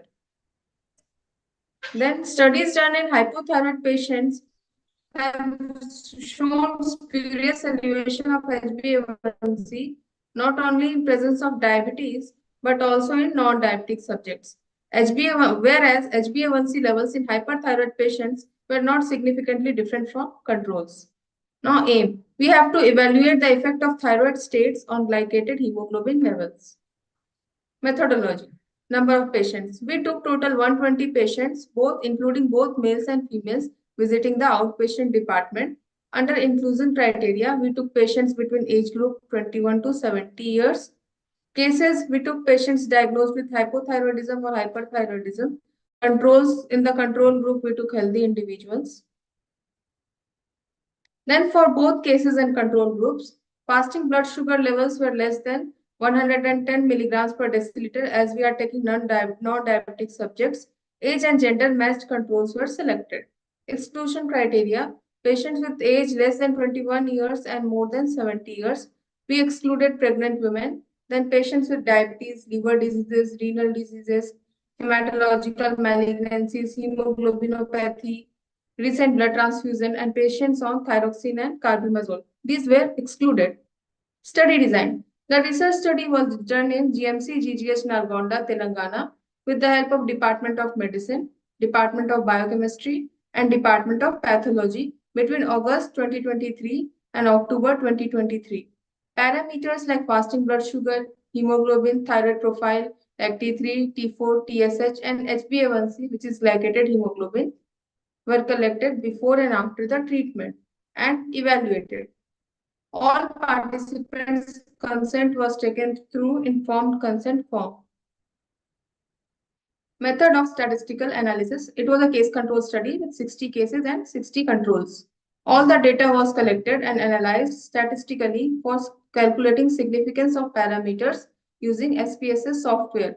All values were given as mean plus minus standard deviation. Comparison between cases and controls were made using students' t-test, which is unpaired, and p-value less than 0.05 was considered statistically significant. We took unpaired t-test because we had to take sample from two different groups of populations, and t-test is used to compare the two different groups. So materials were blood sample, glucometer, and injections. So in the result, there is comparison of age and sex in the age and the cases and control groups, and the values, and for this values are taken as mean plus minus standard deviation. For cases, we took 34 males and 26 females, whereas for controls, we took 30 males and 30 females. Now this is the comparison of the different parameters in the study and control groups along with the p-values. The parameters are FBS, hemoglobin, T3, T4, TSH, and HbA1c. Here we can see that in TSH, the mean, there is quite a large difference between the mean, 6.98 and 2.62, and the p-value is also less than 0.0001. in HbA1c also, p-value is 0.0010.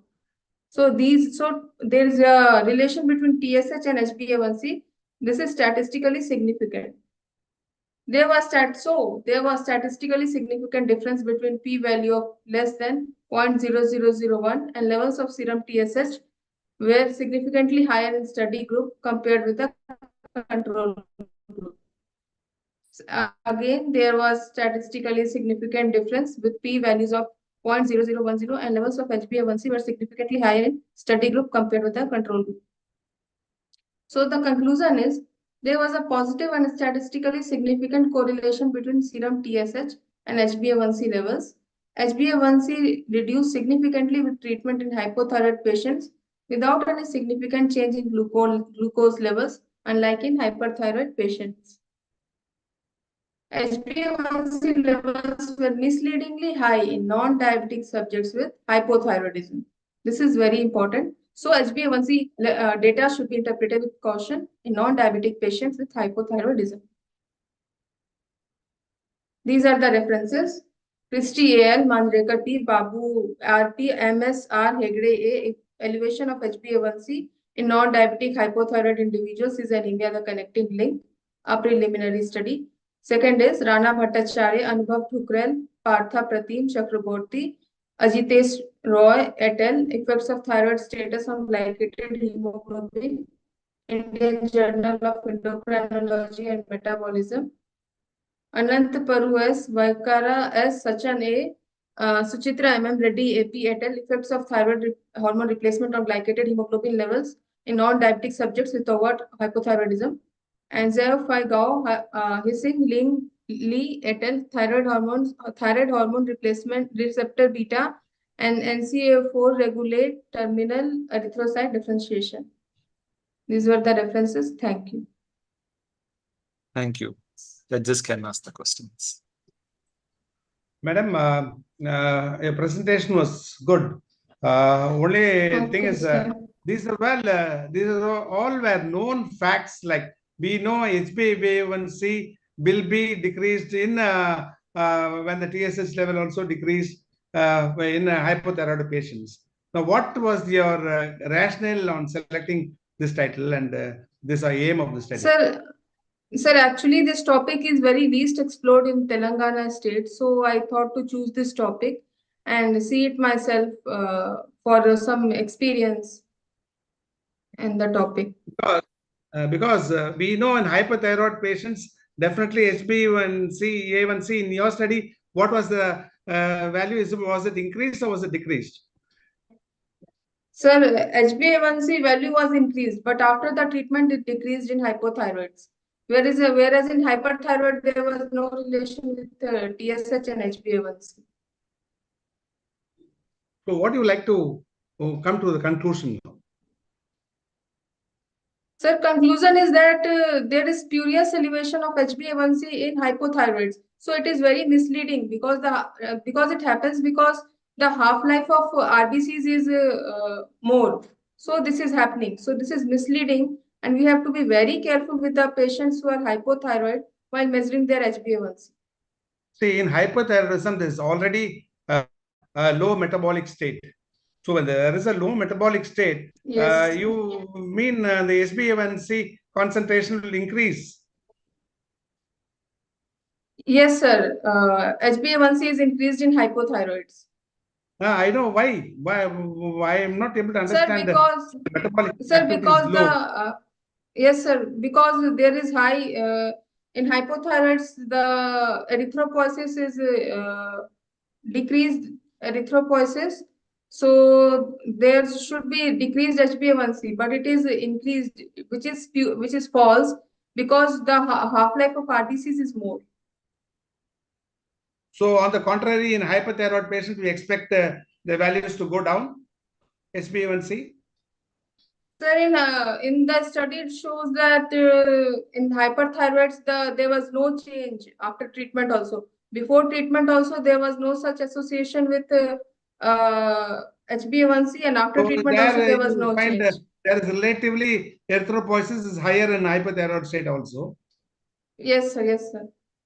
Then you would expect HbA1c to decrease or increase. Sir, it will remain same, sir. Sir, No, need not. Yeah, when you find hypothyroid state, okay, it's sir. increased. Okay, sir. And hyperthyroid state, it should decrease. Okay, Okay, sir. madam. I'll Right study start, madam. correlation. Okay. Okay, sir. Let's see how we are going to proceed. Okay. Okay, sir. Thank you, Dr. Sonika. Okay, thank you, sir.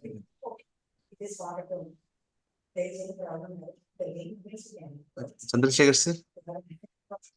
Ilakia want to present Okay, again. sir. We'll go to the next speaker, sir. Actually, Ilakia want to present again. May I allow her, sir, or?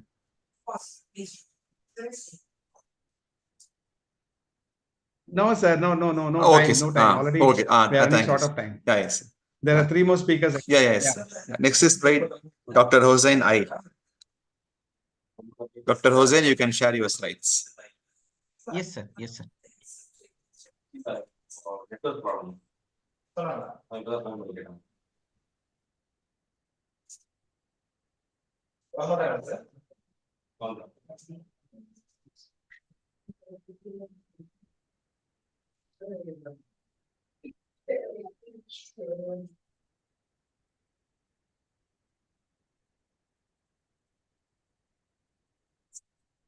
Sir, is it visible, sir? Visible, yeah. You can start now. Okay, sir. Thank you. Good afternoon, sir. I'm Injamamul Hossain. Title of my project is Effect of Neoadjuvant Chemotherapy on Endothelial Function, Stress Level, and Oncovascular Risk Factor among Primary Breast Cancer Patients. They are my respected guide and co-guides. So come to the background. Oncovascular risk factors are those biomarkers which are found altered in both malignant transformation and cardiovascular diseases. Serum level of various cytoadipokines such as leptin and adiponectin and cell adhesion molecules have been correlated with breast cancer. High prevalence of psychological distress have been reported in breast cancer patients. Risk for cardiovascular disorder and endothelial dysfunction are expected to be higher among the breast cancer patients who receive neoadjuvant chemotherapy. Come to the rationale. Our expression of overexpression of leptin and leptin receptor improve the therapeutic efficacy of neoadjuvant chemotherapy. Low serum adiponectin levels are associated with large tumor size and poorer prognosis of breast cancer. In breast cancer patients, significant increase in serum level of SVCAM and SICAM have been found with increasing stages of breast cancer. Come to the novelty, only few reports are available about the level of cell adhesion molecules and adipokines before and after NSCT in breast cancer patient. There is scanty information available about stress levels and endothelial dysfunction among breast cancer patient after NSCT. Aim of our study was comparison of the serum level of oncovascular risk factors, stress level, and vascular endothelial function before and after NSCT among locally advanced primary breast cancer patients. Primary objective was estimation of serum level of leptin, adiponectin, SICAM, and SVCAM level, assessment of endothelial function, evaluation of stress level using standard questionnaires. Secondary objective was assessment of interrelationship among cell adhesion molecules, adipokines, and endothelial function stress level in breast cancer patient before and after NSCT. For sample size calculation, we use clinically significant data, that is brachial artery flow mediated dilation, work done by Q1 Lee et al. With 99% confidence interval and 95% power. Our initial calculated sample size was 17. With expected dropout rate of 25% and adjustment of multiple comparison, we came into a larger sample size, that is 40. Come to the methodology. Postmenopausal breast cancer patient between age group 50 to 65 years are having hemoglobin level greater than 10 gram per deciliter included for our study. Breast cancer patient having BMI less than 18 kg per meter square and having BMI greater than 20 kg per meter square, and patient with liver and kidney diseases and patient with metastasis are excluded from our study. 40 newly diagnosed breast cancer patients planned for NSCT were recruited from the Department of Medical Oncology, JIPMER. Stress levels are assessed using standard questionnaires. This is perceived stress scale, patient health questionnaire 9, and generalized anxiety disorder 7 before and after NSCT. Endothelial function was assessed by brachial artery flow mediated dilation using color Doppler before and after NSCT in Department of Radiodiagnosis, JIPMER. 5 ml of fasting blood sample were collected before and after NSCT for estimation of oncovascular risk factors such as leptin, adiponectin, and various cell adhesion molecules, that is SBCAM and SICAM, using ELISA technique. For statistical analysis, for normal distributed data, PRT test was used. For non-normal distributed data, Wilcoxon sign rank test was used. McNamara test was used for frequency data analysis, and effect size was calculated using Cohen's d formula. Come to the result. In comparison of lipid profile in breast cancer patient, we found significant increase in the total cholesterol, LDL cholesterol, triglyceride, and non-HDL cholesterol level in breast cancer patient after chemotherapy. In comparison of oncovascular risk factor and endothelial function among breast cancer patient before and after chemotherapy, we found significant decrease in serum leptin level with medium effect of 0.5. We found trend of increase in adiponectin to leptin ratio in after chemotherapy group. We found trend of increase in SICAM level in breast cancer patient after chemotherapy.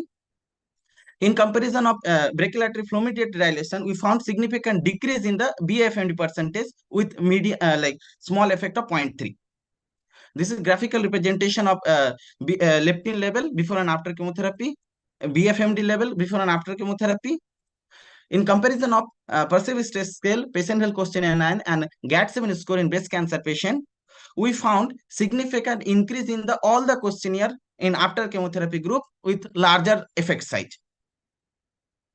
This is the graphical representation of PSS score, PHQ-9 score, and GAT7 score. In frequency data analysis for depression, we found significant increased number of breast cancer patient in mild and above depression group after chemotherapy. That number is 16 to 30. In frequency data analysis of anxiety, we found significant increased number of breast cancer patient in mild and above anxiety group. That number is 7 to 28 in after chemotherapy group. In frequency analysis of stress level, we found increased number of breast cancer patient in moderate and above stress group. That number is 6 to 12. For correlation analysis between various parameters before chemotherapy, we found significant positive correlation between BFMD GAT7, PHQ-9 GAT7, and SICAM and SVCAM. For correlation analysis between various parameters after NSCT, we found significant positive correlation among PSS PHQ-9, PSS GAT7, and PHQ-9 GAT7. Come to the discussion. A decrease in serum leptin level. A decrease in serum leptin level and trend of increase in adiponectin to leptin ratio was found in breast cancer patient after chemotherapy. Tuss et al. Reported decrease in serum leptin level in non-small cell lung cancer after chemotherapy.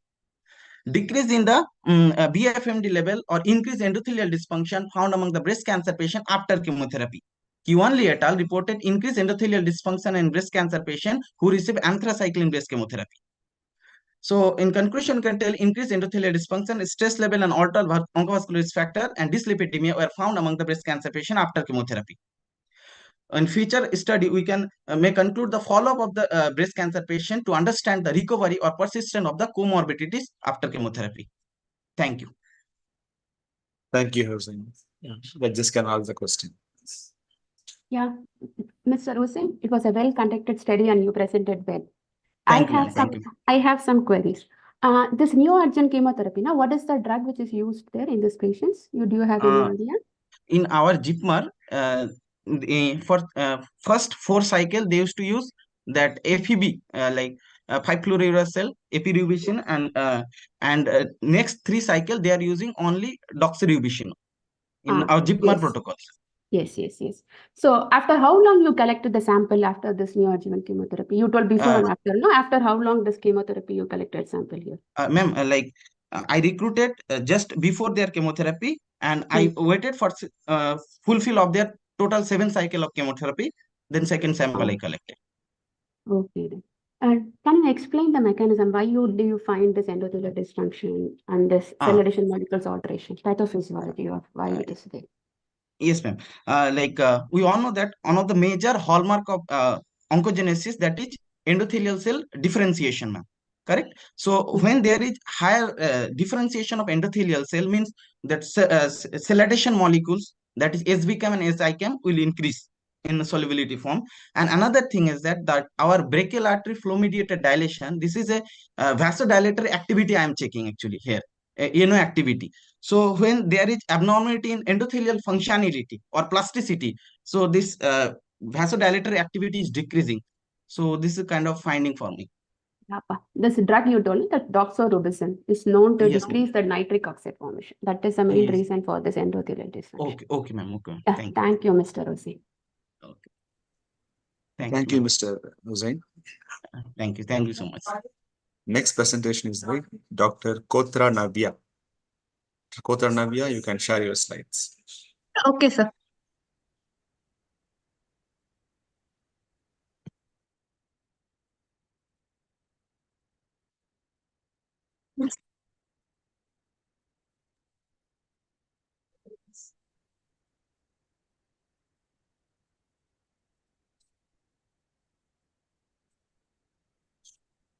Sir, Maybe you can share because we cannot see your slides. sir, the last presenter has to close their screen, sir. Dr. Hussain?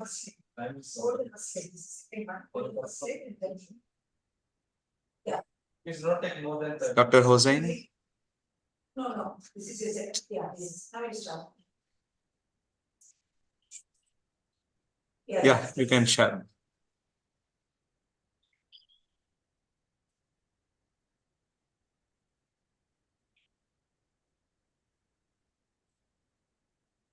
Yes, visible. Make it full screen and you can start the presentation.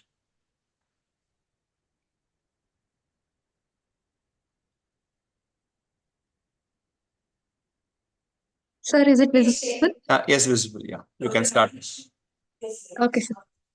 Good afternoon, judges. Myself, Navya, PG Biochemistry, Savita Medical College. My topic is metabolic score for insulin resistance index as a marker for glycemic control in normal, overweight, and obese population. Introduction. The diabetes mellitus is a metabolic disease that is characterized by the elevated blood glucose levels. It is classified into type 1, type 2 gestational diabetes and neonatal diabetes. The poor glycemic control will lead to the multi-system damage and the pathological changes, functional changes, declines in various tissues and organs. So the glycemic control is one of the critical issue in the clinical management of diabetes.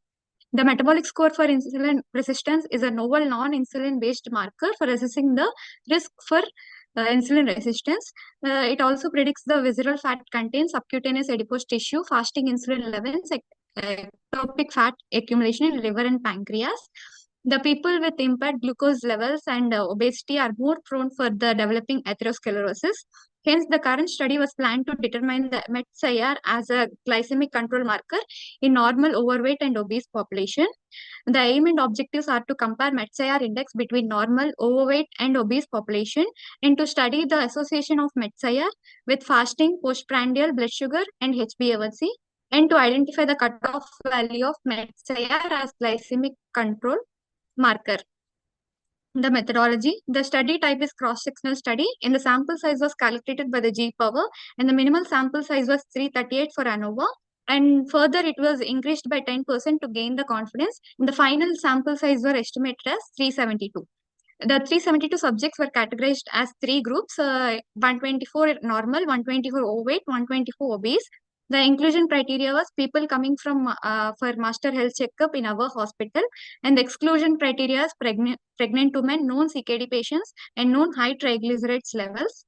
The study was started after getting the approval from the institutional committee, and also detailed clinical history was collected from the study subjects through a proper questionnaire. The BMI was also calculated. As per the WHO guidelines for BMI, in the Asian populations, the normal is 18.5 to 22.9, the overweight is 23 to 24.9, and the obese is more than 25. 5 ml of fasting venous blood sample was collected and assessed in the Vitros 5600 fully automated integrated biochemistry analyzer and the Biorad D10 HbA1c analyzer. And the following parameters are analyzed by the following methodology. The calculated parameters are VLDL, LDL, and MET-SIR. The statistical analysis were performed using SPSS and are expressed as mean plus or minus standard deviation. The METSIR, FBS, PPBS, and HbA1c are compared between the normal, overweight, and obese population. The person's correlation analysis was performed by METSIR and FBS, PPBS, HbA1c. The ROC analysis was done to identify the cutoff value of METSIR in identifying glycemic control. The p-value of less than 0.05 was considered as the statistically significant. My results are, this is the comparison of the anthropometric measurements and the biochemistry and variables, where the weight, BMI, and METSIR are found to be statistically significant. This is the post-HOC analysis of METSIR among the groups, where the normal, overweight, and obese, the overweight, obese, and normal, obese, normal, and overweight. This is the positive correlation of the METSIR with FBS, PPBS, and HbA1c in the normal population. This is the another positive correlation of METSIR with the FBC, PPBS, and HbA1c in overweight population. This is the correlation of METSIR, positive correlation of METSIR in FBS, PPBS, and HbA1c in obese population. This is the ROC curve, where the highest range of the METSIR is found to be 0.842, and the cutoff value of METSIR was 39.63 with the sensitivity of 79%, and the specificity is 75%. My discussion. The type 2 diabetes mellitus is growing serious issue for the healthcare due to its higher prevalence and mortality rate. The proper glycemic control is associated with the lower prevalence with the microvascular and neuropathic events in patients with type 2 diabetes mellitus. And the HbA1c was routinely done to estimate the glycemic control status, but it was limited to the certain levels. In this cross-sectional study, we explored the association between the METSIR and type 2 diabetes mellitus and provided the information on early identification of the using with METSIR index. Bello Chawla has discovered the METSIR as a simple novel non-insulin based marker in the year 2018 for assessing the risk of insulin resistance. In our findings, we have showed the ability of the METSIR as a potential use for indicator for the identification of individual with glucose metabolism disorders. It is also correlated well with the FBS, PPBS, and HbA1c in all the three groups, which is normal, overweight, and obese population. It indicates that METSIR can identify the glycemic control status in the early adulthood and prevent the complications of the diabetes. My conclusion, the METSIR is a potential useful indicator for the early identification of glycemic control. It is a simple and easily calculated marker used for the glycemic control, and the levels of METSIR in early adulthood can be associated with high risk for diabetes. These are my references. Thank you. Thank you, Kothara. Judges can ask the questions. Dr. Navya. Yeah, it is a well presented. Congratulations. I have some queries. Okay. Do you find any sex difference between male and female with respect to this METSIR? In males, it is when compared with females, males we have received high. Males are having high values. You didn't compare this indices with other indices, only this you measured. Yes, ma'am. Okay, but you would have compared with other insulin sensitivity indexes also. That would have been okay, ma'am. In my further study, I will. So, what is your future plan? How can you proceed this with further studies? Maybe with lipid profile and all, where I can compare and you can actually do a follow-up after treatment, how this is improving. That can be an idea. You included only, you excluded only individuals with the high TG levels, or those who are having those who are on drugs also you would avoid it? No, ma'am, only high TG levels in pregnant. Okay. Okay. Thank you, Dr. Navya. Thank you. The last one is by Dr. Nitya. Yes. Yeah, Doctor, I have one question. Yeah. Navya. The question is whether this METSIR is really a reliable index. This was come in 2018, and now the formula has come out and people have started using. How reliable is this METSIR, madam? It's reliable, sir, but mostly it's not used still, sir, even though it's found in 2018. I just want to know, because people started using, but I do not know how reliable it is, because it tries to identify your HDL fat, LDL fat. It makes a calculation on its own, seeing the fat at the pancreas, your liver, abdomen thing and all. So how far it's reliable, we have to wait and see, madam. Sir, shall I add it, sir? The thing is, the marker which is used is HOMO-IR, sir. The problem with HOMO-IR is we have to measure this insulin level, which is highly costlier. You have inter-laboratory variations for this, sir. Whereas with respect to this, the index which you med-IR, it is used on simple parameters like lipid profile, glucose, which takes care of all the components of the metabolic syndrome, sir. Ratios and all they.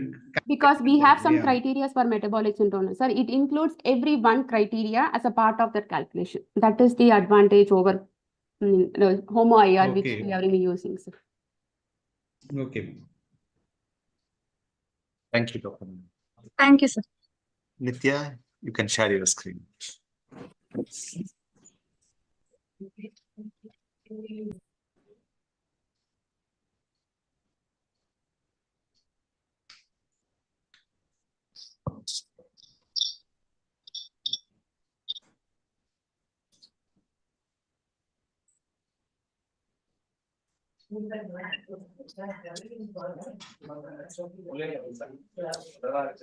Sir, is it visible? Yeah, you can share the screen.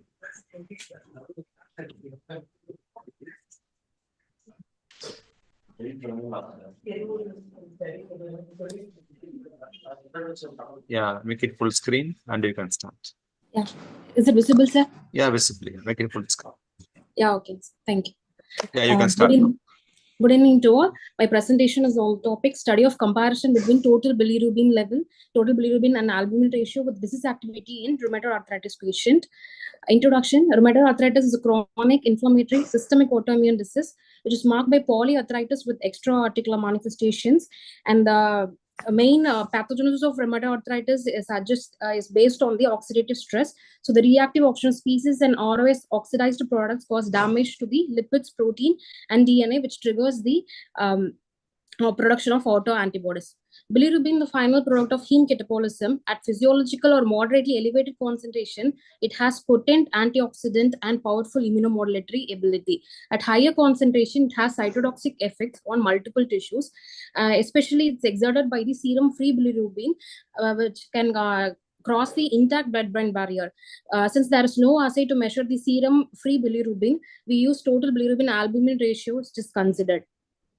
The aim of the study is to study the relation between total bilirubin albumin ratio, and disease activity in rheumatoid arthritis patient. Materials includes a cross-section study involving 102 rheumatoid arthritis patient and outpatient inpatient from the Department of Orthopedics and Rheumatology in GMKMCH Salem. The patient who attended the master health checkup in outpatient selected as healthy controls. Inclusion criteria: patient fulfilling the 2010 rheumatoid arthritis criteria of American College of Rheumatology is considered. Exclusion criteria: patient with any elevated liver enzymes, renal failure, viral hepatitis, and with active infections, and also patient who has undergone hepatobiliary and pancreatic surgery, malignant tumor, and other autoimmune diseases were excluded.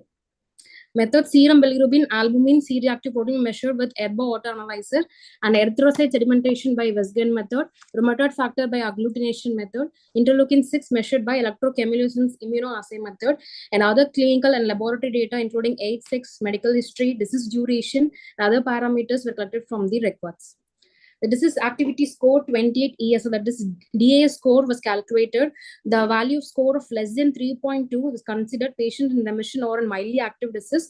Of that, 41 patients were recruited, and the score between 3.2 and 5.1 was considered moderately active, and 29 patients were included, and score of more than 5.1 considered severely active, and 32 patients were included. Statistical analysis: mean and standard deviation was used for normal distributed variable, and median interquartile range for non-normally distributed variables. Numbers as percentage for categorical variables, which is compared by chi-square test. The correlations were done with Spearman rank coefficient correlation and Pearson correlation. P-value of less than 0.5 were found to be statistically significant, 0.05. Results: the total bilirubin of value 10.7 micromole per liter in rheumatoid arthritis patients was significantly lower than the healthy controls of 13.7 micromole per liter. total bilirubin and albumin ratio of 0.24 micromole per gram in rheumatoid arthritis patient was significantly lower than the healthy controls of 0.3 micromole per gram. So this is a box whisker plot showing the total bilirubin levels in healthy controls and in the rheumatoid arthritis patient. There is a significant difference. And also the total bilirubin and albumin levels in healthy controls and in rheumatoid arthritis patient. There also we can see a significant difference. The other laboratory characteristics here in this table column, we can see total bilirubin and albumin has a significant decrease with the increase in the disease activity. The other parameters like ESR, CRP, interleukin 6 have a significant increase with the increase in disease activity. And there is also positive of rheumatoid factor IgM in the significantly associated with the DA score. Spearman rank correlation analysis revealed that bilirubin, total bilirubin albumin ratio, they were negatively correlated with the disease activity and also with the inflammatory markers like CRP, ESR, and interleukin 6.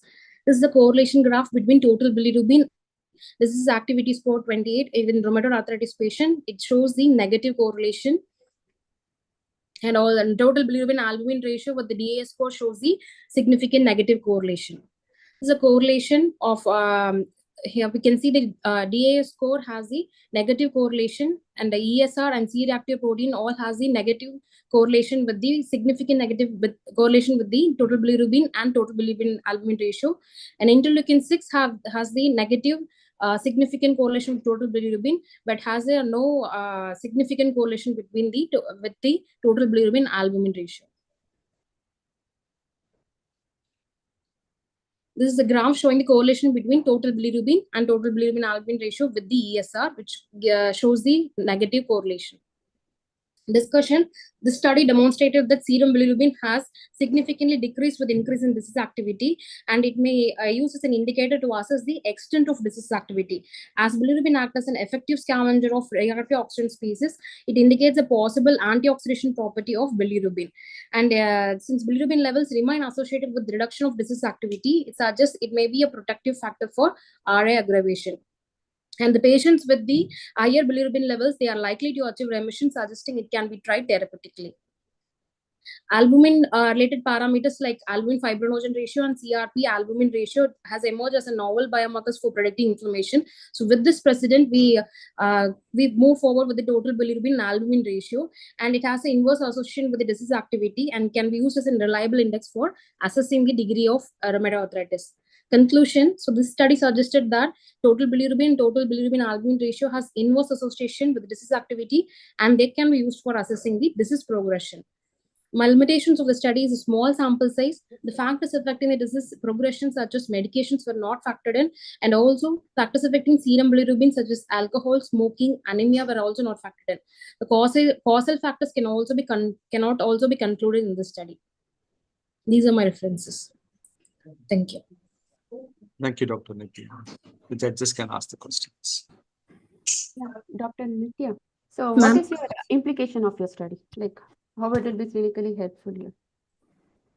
Ma'am, repeat, sorry, ma'am. What is the clinical implication of your study? How you are going to put this study in your real practice? Ma'am, for the now we are using for the progression of disease, we are using ESR, CRP, and interleukin 6. All these parameters or followed up regularly for any seeing any disease progressions. So instead of using the high costly parameters like interleukin 6 and CRP, we can switch for the serum bilirubin, ma'am. So how this bilirubin helps in preventing the disease progression? It's only the antioxidant property, or it has got many other role to play? Especially mainly because of the antioxidant, it also has an immunomodulatory effect. The serum bilirubin will inhibit the B cells and T cells production, so that the rheumatoid factors also gets decreased, and interleukin 6 also get decreased, and also the other cells like neutrophils and also lymphocytes also decreased with the serum bilirubin, ma'am. So this Madam, I have a question. Yes, sir. Madam, you carry on. So these indicates the disease progression activity also, sir. Madam, normally rheumatoid arthritis rarely affects the liver. Yes, okay. Another thing is only people who are on long-term treatment, those people will have liver affected in a larger scale. And when you took the rheumatoid patients, did you classify into mild, moderate, severe, or people on medication, on not medication, or irregular medication? Those people are the people who gets the liver affected. Okay, so how do you correlate this in your study, madam? Sir, I have not factored in the medication. I've just scored with the ESR value. And you should have to ask what whether they are on regular medication or they are on irregular medication. People only with irregular medication, you see the liver getting affected. Yes, sir, As per the study, we know very well that rheumatoid arthritis normally doesn't affect the liver. Only when patients on long-term basis who are on irregular treatment, we see liver getting involved. Yes, sir. So I have asked when collecting the data from them, but most of the people they are not on the continuous medication, sir. Okay. That patient I have recruited, they are not on continuous medications. Okay. Okay. Okay. Sir. Thank you, Dr. Nitya. Thank you, sir. Yeah, thus the session came to a conclusion. I thank all the presenters for a wonderful presentation. To know the results, please join tomorrow during the valedictory function.